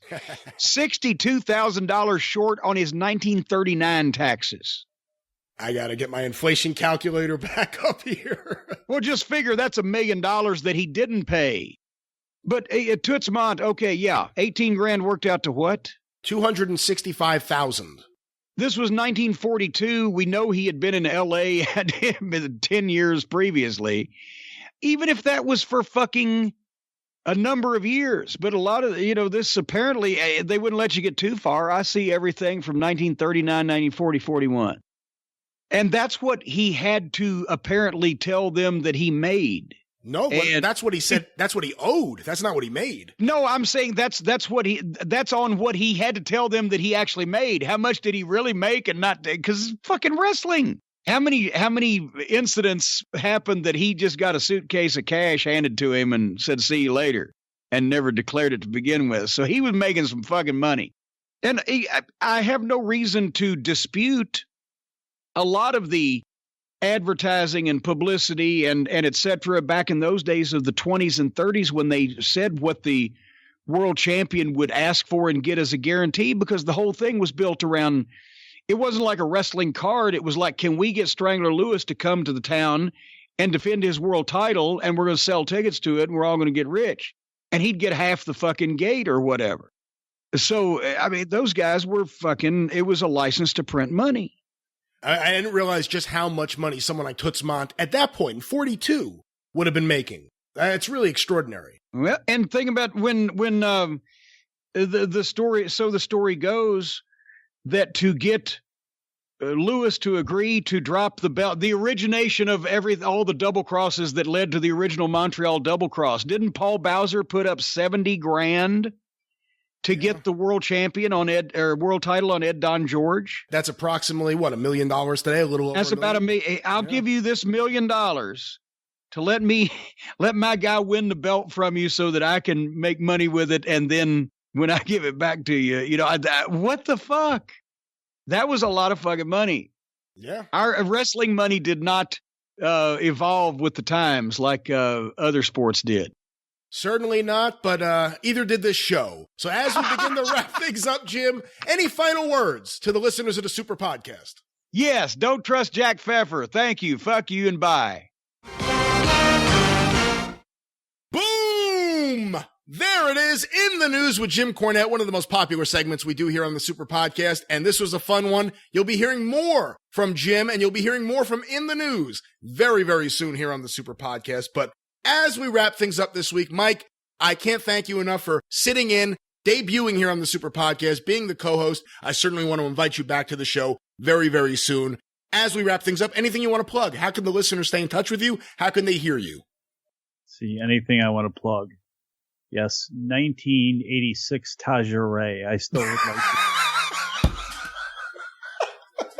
Because, Brian Last, let me tell you something. Much like I love my professional wrestling and much like I love my hip hop, I still love my porn stars, all soft and furry as if it was 1986. Oh, you whether and Ric Flair.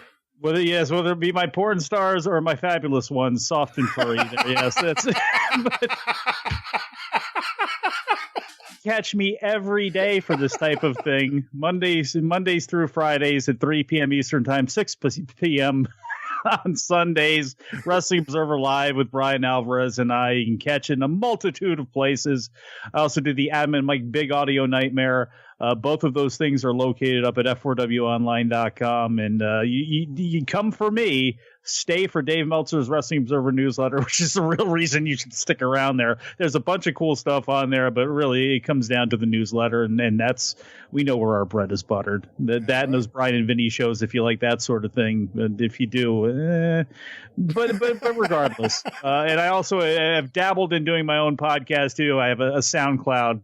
Hopefully I'll start rapping on it as well too, because that's the real use to have a SoundCloud. But I've been putting the shows up there, so every once in a while I'm putting those out and experimenting and seeing what people want there. So hopefully you can check those out too. I forget the URL. Just go to my Twitter at Sempervive, and that's about the only social media I got.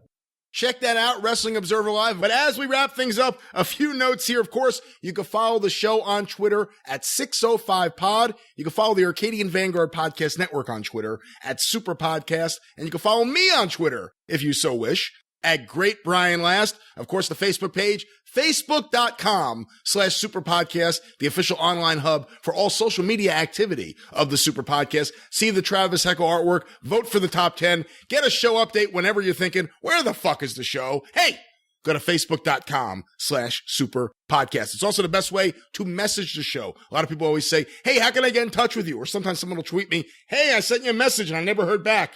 If you're not my friend on Facebook, I didn't see the message. But if you message me at the Facebook page, I will see it. So best way to get in touch with me, once again, facebook.com/Superpodcast. If you would like to support the Super Podcast by wearing a t-shirt with either the Super Podcast logo or perhaps even the Mothership logo, perhaps you don't like to wear t-shirts because you think they're dirty and you want a polo shirt, we got those too, as well as stickers, magnets, and so much more. Go to the official online store for the 605 Super Podcast. Hey, I got a t-shirt idea. Oh, what's that? I hate to interrupt the plug, but an I Bought Weed from Jerry Gray t-shirt. Hey, I like that idea. Maybe it'll come with a sample depending on the state you are in. But find out more about that next time on the Super Podcast if Mike doesn't get arrested for making that comment. Of course, the online store, tinyurl.com/superpod store. And thank you to everyone who has recently bought a t-shirt as well as the sticker set. We really do appreciate it here at the Super Podcast. We mentioned it earlier, tinyurl.com/superpod. Amazon is the best way to support the show. By using that link, you support the show with every single purchase you make at Amazon.com after you punch in that link. Once again, tinyurl.com/superpod.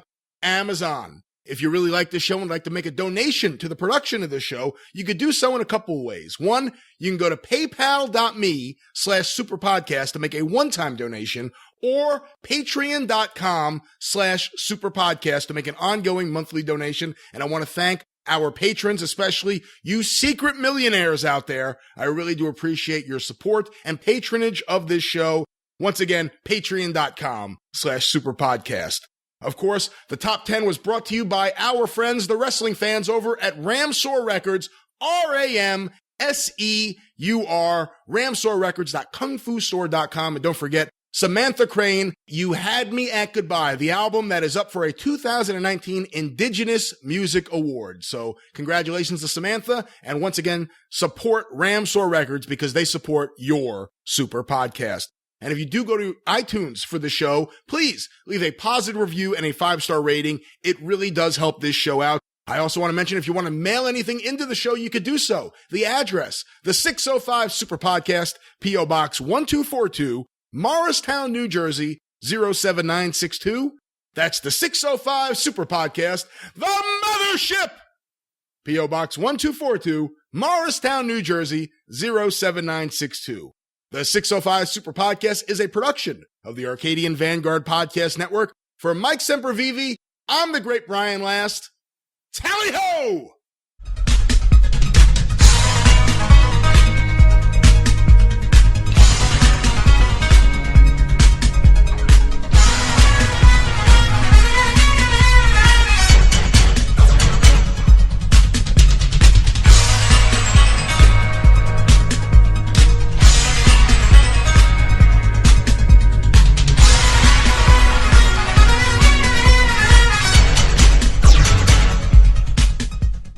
state-of-the-art lighting rigs and sound equipment. Howard, why don't you read the roadie? I was going to say the Brody. Read the roadie part for this as we run through. All right, I was just trying to surreptitiously redo my position because I knew my chair was going to squeak like a dying whale. Okay. Jujubee. Well, what is going on? My goodness, I forgot my own gimmick. Jujubee.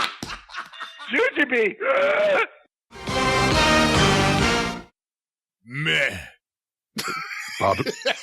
I don't know how to do that. I mean, I guess that's how I would do it, right? Meh. You know what's funny? People never say meh. No one does. It's like you don't say meh. You don't go meh. It's like more of a facial expression, like meh. No one says it. You don't go meh.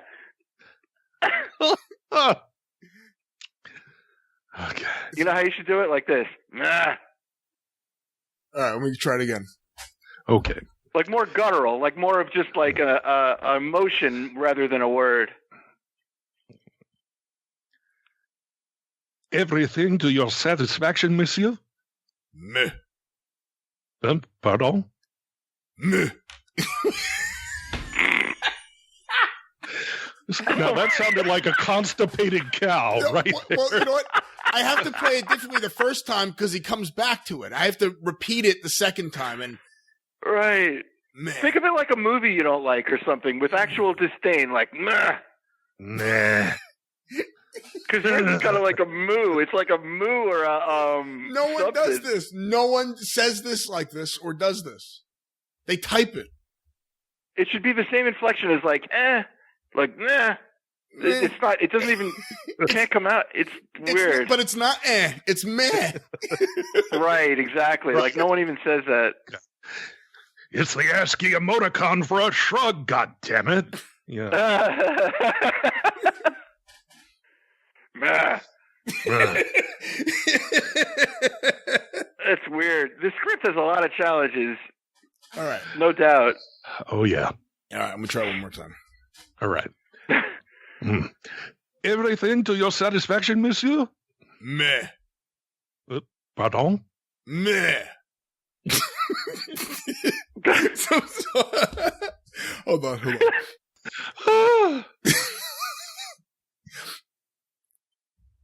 Meh. That's American for no, it wasn't. Matter of fact, it was quite, how do you say, shitty. Vince. Oui?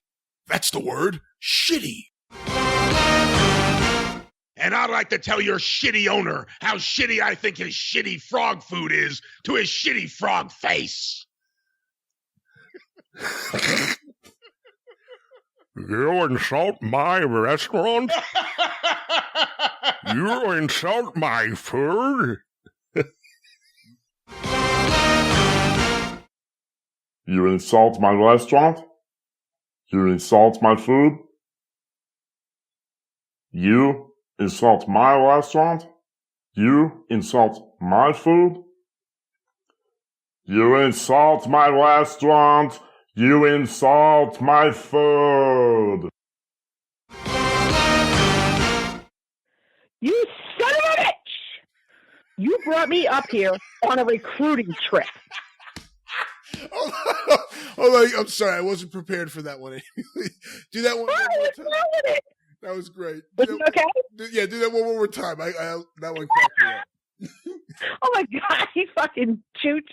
I can't stop laughing because I'm reading this and I'm like, this is so stupid, it's funny. Okay, God, do your mag fucking niffin and then that'll get me in the mood. Right, God. Mag fucking nificent. You son of a bitch! You brought me up here on a recruiting trip. Are chased by McMahon while Andre cooks some delicious shit on the grill. McMahon sees Senior and the joy disappears. Boy, the way they paint this relationship between Howard and Vince. Yeah. Or Howard. Vince Senior, excuse me. Hold on. Okay, we can go forward. Let me see. Is that it for you?